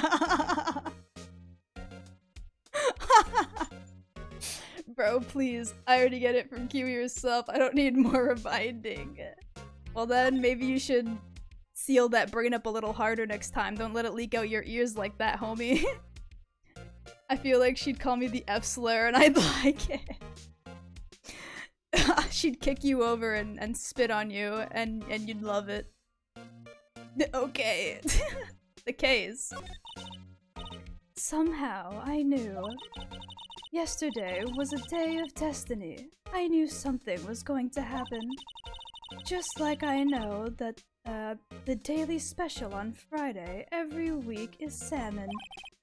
Destiny? Like Destiny 2 smile? Was yesterday special for some reason? You're a defense attorney, right? You should know then. You should know, the foul misdeeds of, the evil ones who haunt this den of inquiry. Evil ones? Prosecutors, they have no qualms at all about blackening the name of the innocents. And yesterday, they paid homage to the most evil of them all. They gave an award to the king of prosecutors. What a farce. So, she's saying there was some sort of prosecutors convention yesterday? I was almost compelled to lace their lunches with something foul. Jesus. She just admitted to almost trying to murder a bunch of people. Kiwi won't figure out who did the crime right now. Oh no. She'd spit on you, but you'd be like that one anime guy that just open mouths it. Just catches it like, thanks. Listen, I'm a dummy, but if I get forcefully overpowered, I'm not complaining. I'm a true bottom, so like, I wouldn't complain either way. She would cough up on you. Everyone's getting sick. I don't need that. She's doing a great job at not letting you think she's pinning it on the attorney because she hates. Do you have a personal grievance against prosecutors or something? Or is this some kind of scientific is there some kind of scientific evidence of this, evil? Young miss, mock me at your own risk. You'll soon find out why they call me the cough-up queen. Ew! The most heinous of all the evil ones. The one they awarded yesterday. It was in his car that they found the body. The proof that he devours the evilest lunches of all. What? Really? Really what? I'm totally confused. Yeah, me too. One thing's clear, this lunch lady has a thing against prosecutors. Jesus Christ. She makes women cough up too. I mean... yeah. So, what exactly was it that you witnessed, Miss Star? It was a fascinating spectacle, to be sure. I now feel I know what they say when they talk about a woman's wrath. To see Luna Sky wield that knife so. Her knife flashed in anger, bringing him to a sad end. It was truly a sight to see. You mean you saw the very moment of the crime? The sound of his silvery tie- wait, what? The sound of his silvery ties- oh, to the world. I was like, what the fuck? Hello, on a scale of smart to dumb, which are you right now? Astral, don't ask me questions when there's a pretty woman on screen, please. Because it's gonna be extra bad, okay? Okay, don't ask me when there's a pretty woman on screen. She might look a little silly with the onigiri on her head, but she's willing to step on me, so... Okay. The sound of his silvery ties to the world being cruelly cut still ring in my ears. And the rhythmic beat of Luna Sky's knife. Wait a second, you know Luna Sky? Of course. It's quite a feat becoming chief prosecutor. How many lunchboxes of sin did she pack to make that journey, I wonder? She always travels light? What the hell does that have to do with anything? Willing to step on me and can cook? Paradise. I hope she force feeds me. Same. She's the cough-up queen. Now, why would this pretty lunch lady know the chief prosecutor's name? Could we ask you a bit about yourself, Miss Star? I come here every day to sell lunches. I import only the finest and best from the Far East. For some reason, the box lunches are a hit here. Why not make the lunches here rather than import them? Did you say something? No. Only true connoisseurs can understand. Okay. On a basic level, that fish looks gnarly as hell. But considering the fact that it actually looks really good for what it is, it looks great. Like, that looks fantastic for a cooked fish. It doesn't look appealing. The color and, like, being able to see the face a little bit behind the text box, it's not doing it for me. Is she bot drooling already? Kiwi's not only dumb, she'd be drooling if we weren't here right now. So answer, booba go burr.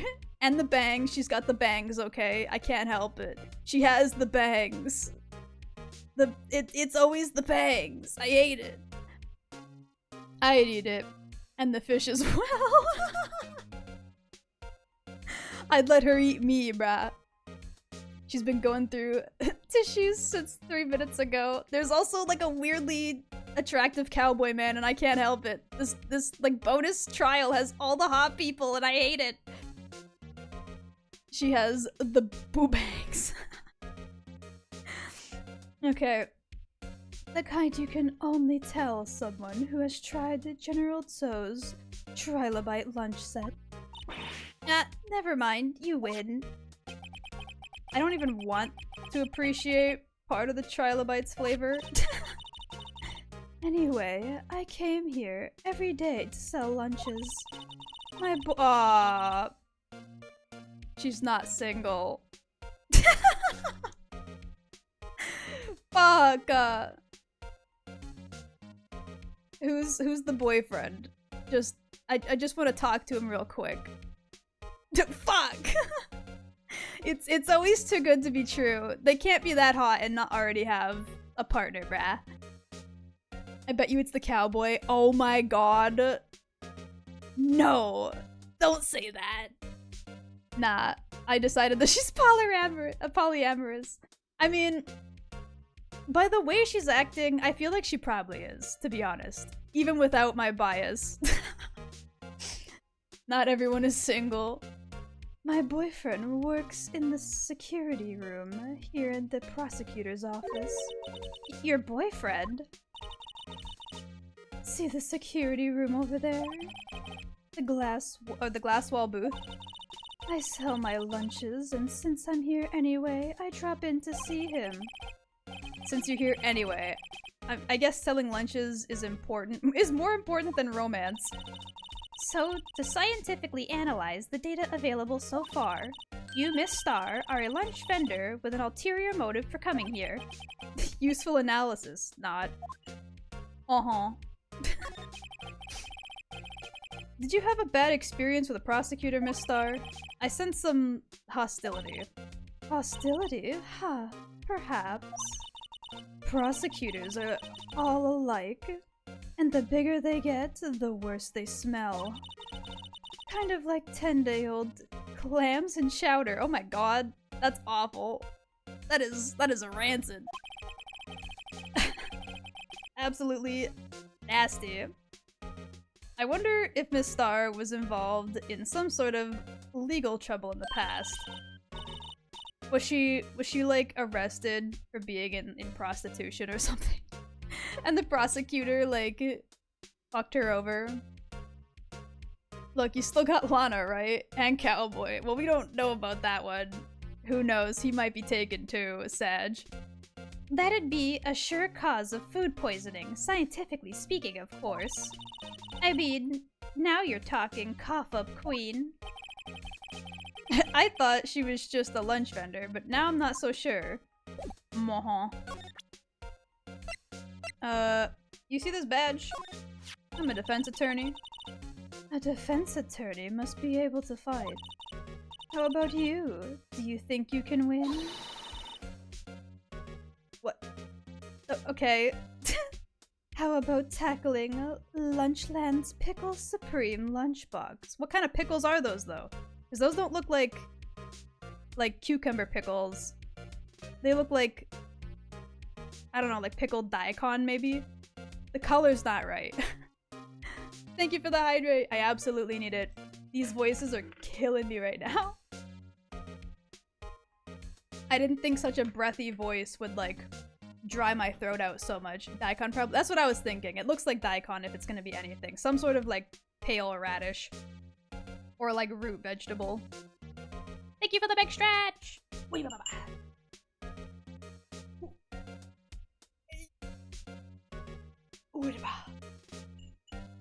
Okay. Wow, it's really crunchy. A box of pickles? Kind of a sad lunch if you ask me. Should I show her the ID? I mean, I could. How about this card? Ellipses. Lunchland vendors only accept cash, no cards. Especially not a card that belongs to someone else. No, this isn't a credit card, it's an ID card. It belongs to a detective. And you're showing this to me, the lunch lady? Why?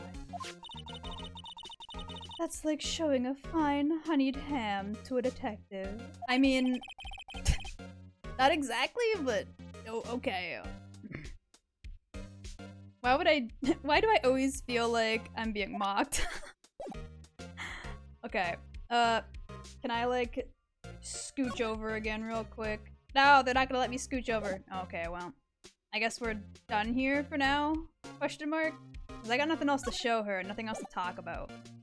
So you can go to the High Prosecutor's office. After we're done with the High Prosecutor's office, I'm probably gonna call it an evening. If that's alright. Whoa! Wait a minute. Hold on now, wait. One, they're a fan of the Steel Samurai, I guess. Two, that outfit on the side there. That's looking mighty familiar. That's looking a lot like two different individuals we've met so far. But like mixed together, question mark? Also a K award? I don't know what the K is, but okay. And there's like a chess table. February 22nd, High Prosecutor's Office, room 1202. This is the kind of room that just screams, I can do the job. Quite a change from your office, really. Thanks. Look! There's a trophy or something here. A trophy? What? That shield? It takes real nerves to display stuff like this. Whoever's office this is, they must be a real stuck-up jerk. Phoenix Wright. You never tire of prying into other people's business, do you? That voice. I knew it! I knew it was gonna be his ass. I fucking knew it. Hello, Edgeworth. Long time no see, Edgeworth. Huh? Ah! Mr. Edgeworth? You know him from somewhere? Of course! I'm his biggest fan! My sister introduced us once and... Right. Her sister is the chief prosecutor, after all. Well, what brings you here? I'll warn you, I've been known to be a real stuck-up jerk. No, did I? No. It was just Mr. Right here, Hey, don't blame me. We're just here to investigate a murder case. Murder? The body was found in this nasty bright red sports car in the parking lot. That would be my car. What of it? Of course, it's his car. Look at this face he's making.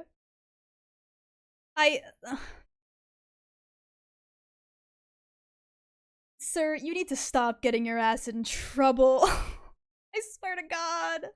Somehow you're almost worse than Larry at this point, bro. Good to see Edward still has a sense of humor. At least, like, hide it next time, dude. I know, right? Like, bro, come on. Jesus Christ. What? Your car? I'll say one thing. She certainly can scream. Oh my God. Sir, I swear to God. So, the body was found in your car? Go ahead, say it, Wright. You think I did it, don't you? Why does he keep making this face at me? Stop it. This face looks so weird on him. I don't know how to feel. This guy's room is something you'd see in a top 10 red flags you're speaking with a 400-year-old vampire serial killer documentary! Dude, honestly, I feel that.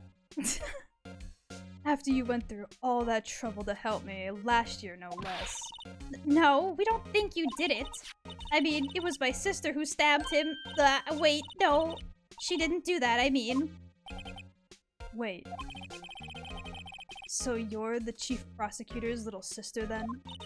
Yes, sir. Emma Sky. It's nice to meet you again. Now that didn't sound too forced at all. Make you feel guilty. The light-skinned stare, but like off to the side. Holy shit. I can't. Now I remember. You've really grown. I'll admit it was a surprise for me too. To think my own car would be the scene of a murder. More surprising still, I'm being forced to prove my supervisor's guilt. I can understand- wait, what did you just say? Luna Sky is the chief prosecutor, the top prosecutor in the district. She can't prosecute herself, so I'll be the prosecutor at the trial tomorrow. You? Mr. Edgeworth? God damn it. Why not take the K's? Why not take the K's? Hey Kiwi, hey Chad, I'm Sweepy. I'm gonna stay here to wake myself up. I'm not sure how much longer I'll be live for. Probably not a lot longer, but I hope you get waken up. Wake up, wake up, wake up! To be honest, it's a bit of a miracle I'm still here at all. What do you mean? Rumors. You've heard the rumors about me, haven't you? No. Miles Edgeworth. It's hard to remember a time where there weren't rumors about this guy. He needs money, but these suits, man. You're doing great, sweetie. Forging evidence, arranging false testimonies, illegal searches, you name it. Thanks to you, my innocence was established in the trial at the end of last year. However, there are some who say I'm the one responsible for the current incident. What? That's crazy! Humph. Some people need very little excuse to think ill of others. Stop making this face at me, sir. I really don't know how to feel. This has to be a new face for this, like, special trial, because it looks different from his other faces. Like, too different. No prob, some minutes will be enough. Bleh, falls asleep. No! Wake up! Wake up, wake up, wake up, wake up! Stay awake! It's a fact of life, impossible to stop. But some of them even go so far as to present me with toys like this. They think it's funny. Toys? That bronze shield? Wait, hold on. Okay, so Ada Star Lady, Angel Star, has a thing against specifically Edgeworth then, because she said the evilest of evil people was presented with an award like the day of the murder, right? So if this award was presented to him like the day of the murder, then that's who she's talking about, right? Would you say you're riddled with unnecessary feelings, Kiwi? Yes, absolutely. I don't know how to feel about this face. It's definitely weird, but not like fully off-putting. I feel so weird about it. I don't know. I don't know. There's gotta be a story behind that one. Chief Prosecutor Sky. Yes. We first worked together on a case 2 years ago. It was my first big case. That's right, I remember. 2 years ago. I wasn't even a lawyer yet. Since then, I always felt that she was looking out for me. I'm doing the wrong voice. Kiwi's been getting rizzed left, right, and center all day. She's on an emotional high. My brain has gone into like a manic state of, oh god, oh no, everyone's giving me feelings, please. I'm overloaded. It appears I was mistaken. Mistaken? Why? I mean, I know she's not the warmest person. But I'm sure, she felt some responsibility for you. I'm gonna have to be right back, hold on.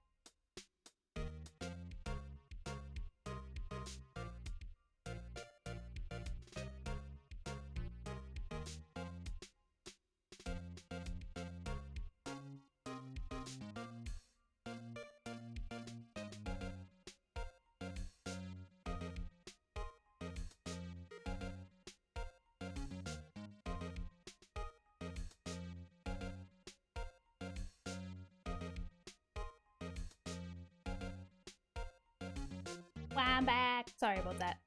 Something came up real quick. But it's all good now. I'm thankful for the adorableness that is Kiwi. Ow, ow, ow, ow, ow, ow, ow. Ow, ow, ow, ow, ow, ow, ow, ow. But I'm sure she felt some responsibility for you. Then why? Why did she stab someone in the trunk of my car? Not only that, she stabbed him with my knife. Oh my god, it was his knife too? Bro, come on. Don't be involved in a fucking criminal case for 5 seconds! Please, I'm begging you. What? Mr. Edgeworth, your knife was the murder weapon? To be specific, it was the knife I keep in the toolbox in the trunk of my car. Okay, Edgeworth's knife. The murder weapon, usually in Edgeworth's toolbox. Traces of victim's blood, no prints. No prints, huh?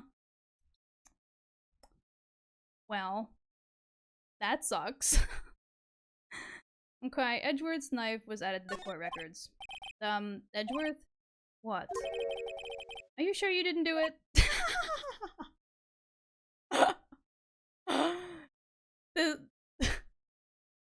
I'm just fucking with you, sir. Come on, can't take a joke. You have a strange sense of humor, Mr. Wright. Well, okay then. Let me examine this room real quick. A work desk. It's quite tidy, as one might expect. What a nice desk. Easy to use and easy on the eyes. It's polished so well I can see my own reflection. What? What? Strange. Why did I just picture Detective Gumshoe? Yeah, what the hell was that? What do you... What's that about? Hi. Hello, Billy Goat. Welcome in. I'm actually not too far from ending stream, but welcome in nonetheless. Maybe I'll take that name plaque as a souvenir. Don't. He'll sue you. My. What an amazing, bouquet? I didn't click on the bouquet. I clicked on the samurai, but alright. If you say so. Thank you for the squish cheeks. Just right for Mr. Edgeworth. No kidding. Hey, there's a card on it. Back from the dead, Wendy? What? Wendy?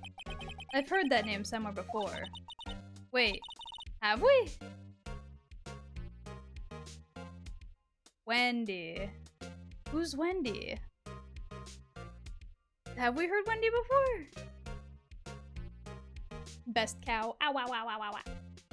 And besides, beside it, a giant steel samurai. Wow, I want one. Huh? There's something written on the bottom of his foot. Between a rock and a hard place. Wendy. Who's Wendy?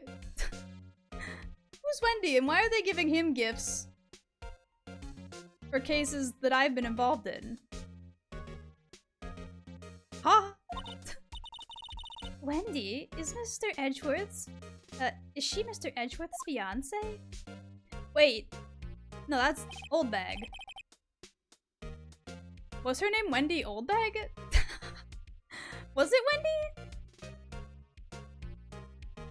I thought it was just Oldbag. Okay, well, you learned something new, I guess. I don't think so. A tea set. Ooh, cute. What a pretty tea set. I go more for the instant tea bags myself. Amazing! The drawer below is filled with packets of tea leaves. They're all sorted by place of origin and flavor. Look at this royal blend. What an exquisitely splendid concoction. There is such a thing as taking a hobby too far. Yeah, Wendy Oldbag. Okay. I don't remember her name being Wendy, but I don't remember a lot of things, so that's not to say that, you know, it's not my fault, you know?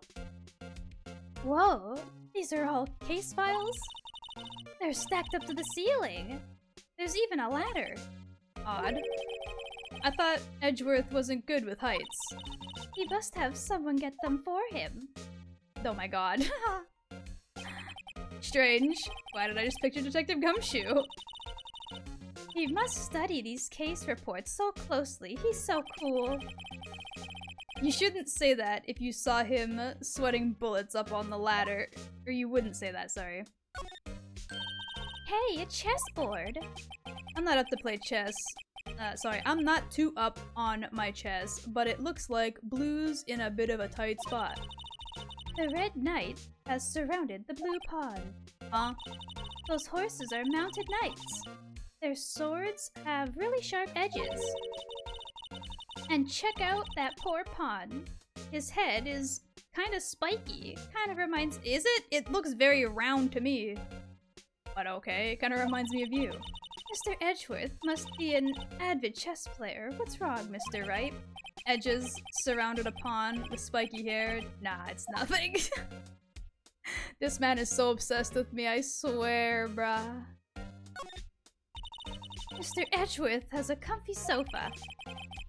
Sofas like this make me want to curl up and take a nap. I bet he pores over his case files until the wee hours of the morning. Then he takes off his jacket and rolls up his sleeves and goes to sleep using his arms as a pillow. I don't believe it. She's actually daydreaming about Edgeworth working.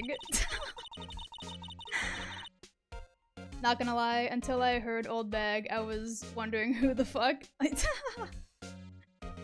I bet in the morning he has sofa hair and little creases on his cheek from the seams. Why is she like me for real? He's so cool. Sofa hair is cool. Oh my lord. I've been wondering, what the heck is this? It has a big K on it. For Kiwi, let's go! Of prosecutors. Huh? What's that? It's the King of Prosecutors trophy. King of prosecutors? It's a great honor. They send that shield to the best prosecutor each year. What? So that K, that's... K stands for king?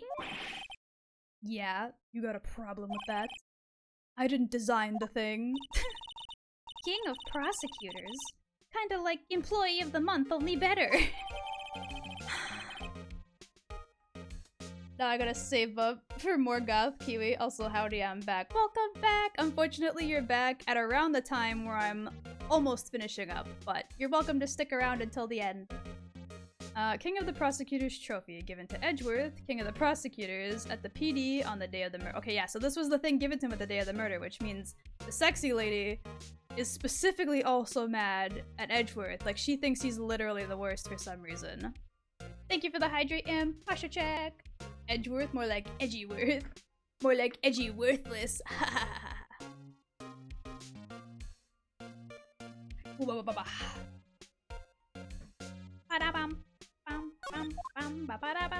Yeah, about this silly jacket. Wow! This jacket is even lacier than his usual one. This must be his lucky trial jacket. Lucky jacket? Right. I've never seen him wear it. I'm sure there's a story behind that's why it's in a frame. Maybe I'll be naughty and take a picture. She's getting way too excited about this. I hate that she's so relatable. Like, come on now. Whoa! What a view.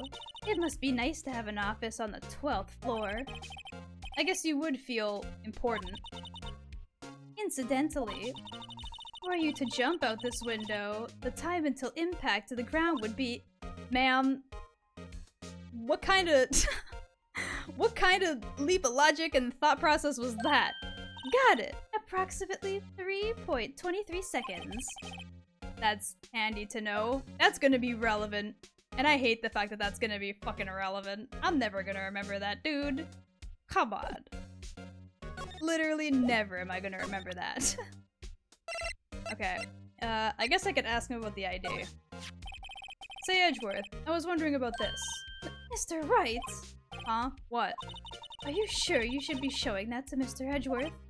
Oh, he'll take it for sure, won't he? I wish I could be on the same side as Mr. Edgeworth. But then my sister would be found guilty. If she sighs any deeper, I'm gonna start getting depressed. Okay. What about this one? It's against my policy to discuss evidence with the defense. Especially with you. Rat! I saved your motherfucking life.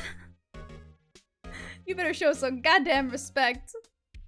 Oh no, my weakness. Super nerdy women. And boy is she nerdy. He doesn't like you very much, does he, Mr. Wright?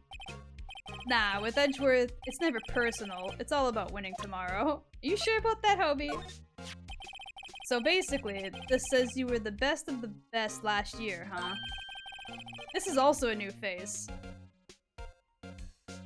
This is definitely a new face. I have not seen this face yet. You can take that foolish grin elsewhere, right? I lost a day of work to retrieve that travesty. Huh? Why's that?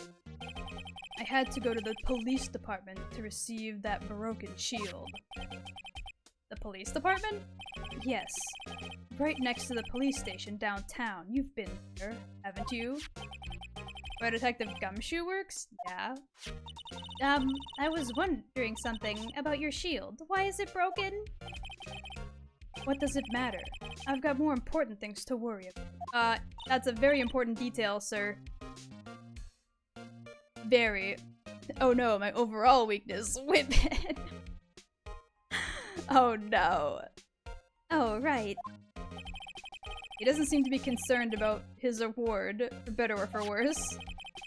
Yesterday was a very busy day for the prosecutor's office. Maybe we should ask him more about yesterday? Yeah, that was the plan, thanks. Day of the crime. Could you tell me more about the, yesterday, the day of the murder? My life is just a mix of... Yeah, relatable. True, same. Yesterday was the annual cleaning day at the prosecutor's office. Cleaning day? Working with the police department, we sort and file all evidence for solved cases. We call it evidence transferal. Wiping your hands of old cases, in other words. Oh, and another thing, a ceremony was held at the police department. There was an annual review and award for outstanding police officers and prosecutors. And that's when you got the shield? I was at the police department yesterday afternoon. I got back here at 5:12. Wait. When did the murder take place again? Wasn't it like 5:11 or something? Like, it was literally like a moment before, wasn't it? A literal minute prior. That's very precise. People like myself and Mr. Edgeworth pride ourselves on our precision, Mr. Wright. No, I place little faith in my memory. The only thing I trust is solid evidence. Oh, he's got his parking stub. Okay, that makes sense. That makes sense. Okay. So we entered the parking lot at 5:12 p.m. Got it. This is the parking stub from the underground lot. The murder took place around it was 5:15, sorry, so it was 3? No, 2? Wait, hold on. What time was it? I lost track of what time it was already. Fuck. So the murder happened right after you got back. What, right? I'd appreciate it if you'd direct that suspicious glare elsewhere. Hello? Excuse me, but Mr. Edgeworth, anywhere on the premises? I'm Edgeworth. What is it? I'm here, sir, at the request of the chief, sir. I've got your report, sir. Report? What? Did you find new evidence on the case against the prosecutor Sky?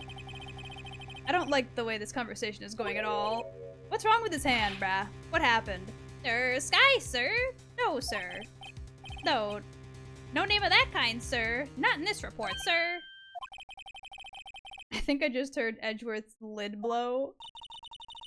Mr. Edgeworth's lid isn't on very tight, is it?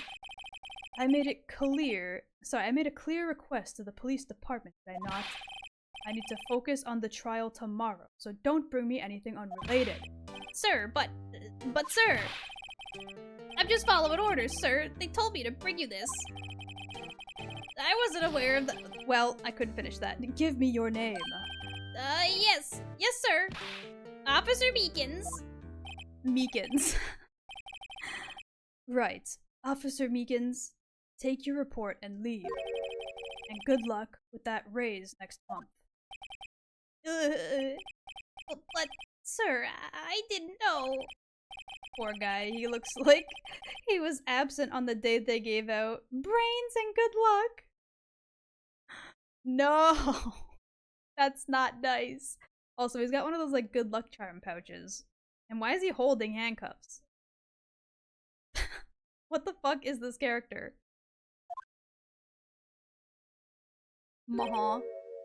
Right. Yes, sir? God, he caught me off guard. As you can see, I'm busy. You may leave now. Let's do what he says, Mr. Wright. The victim was a detective from the same department as that patrolman just now. Go down to the police department and ask more there. Thanks? He seems to have finally calmed down at least. Alright. We're gonna make a save, because I think that's the end of this area. I don't think there's anything else I can possibly squeeze out of him or this room. So we're gonna end stream off there. I ended up streaming an extra hour longer than I expected to, but that's okay. Let's see, who's currently live? What? Okay, there we go. Let's see,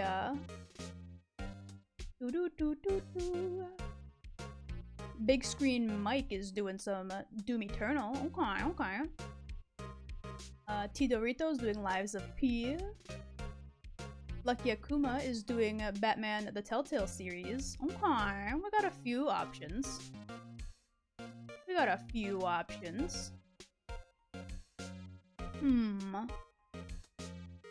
I think it's been a moment since we raided Big Screen Mike, so maybe we'll raid Big Screen Mike then.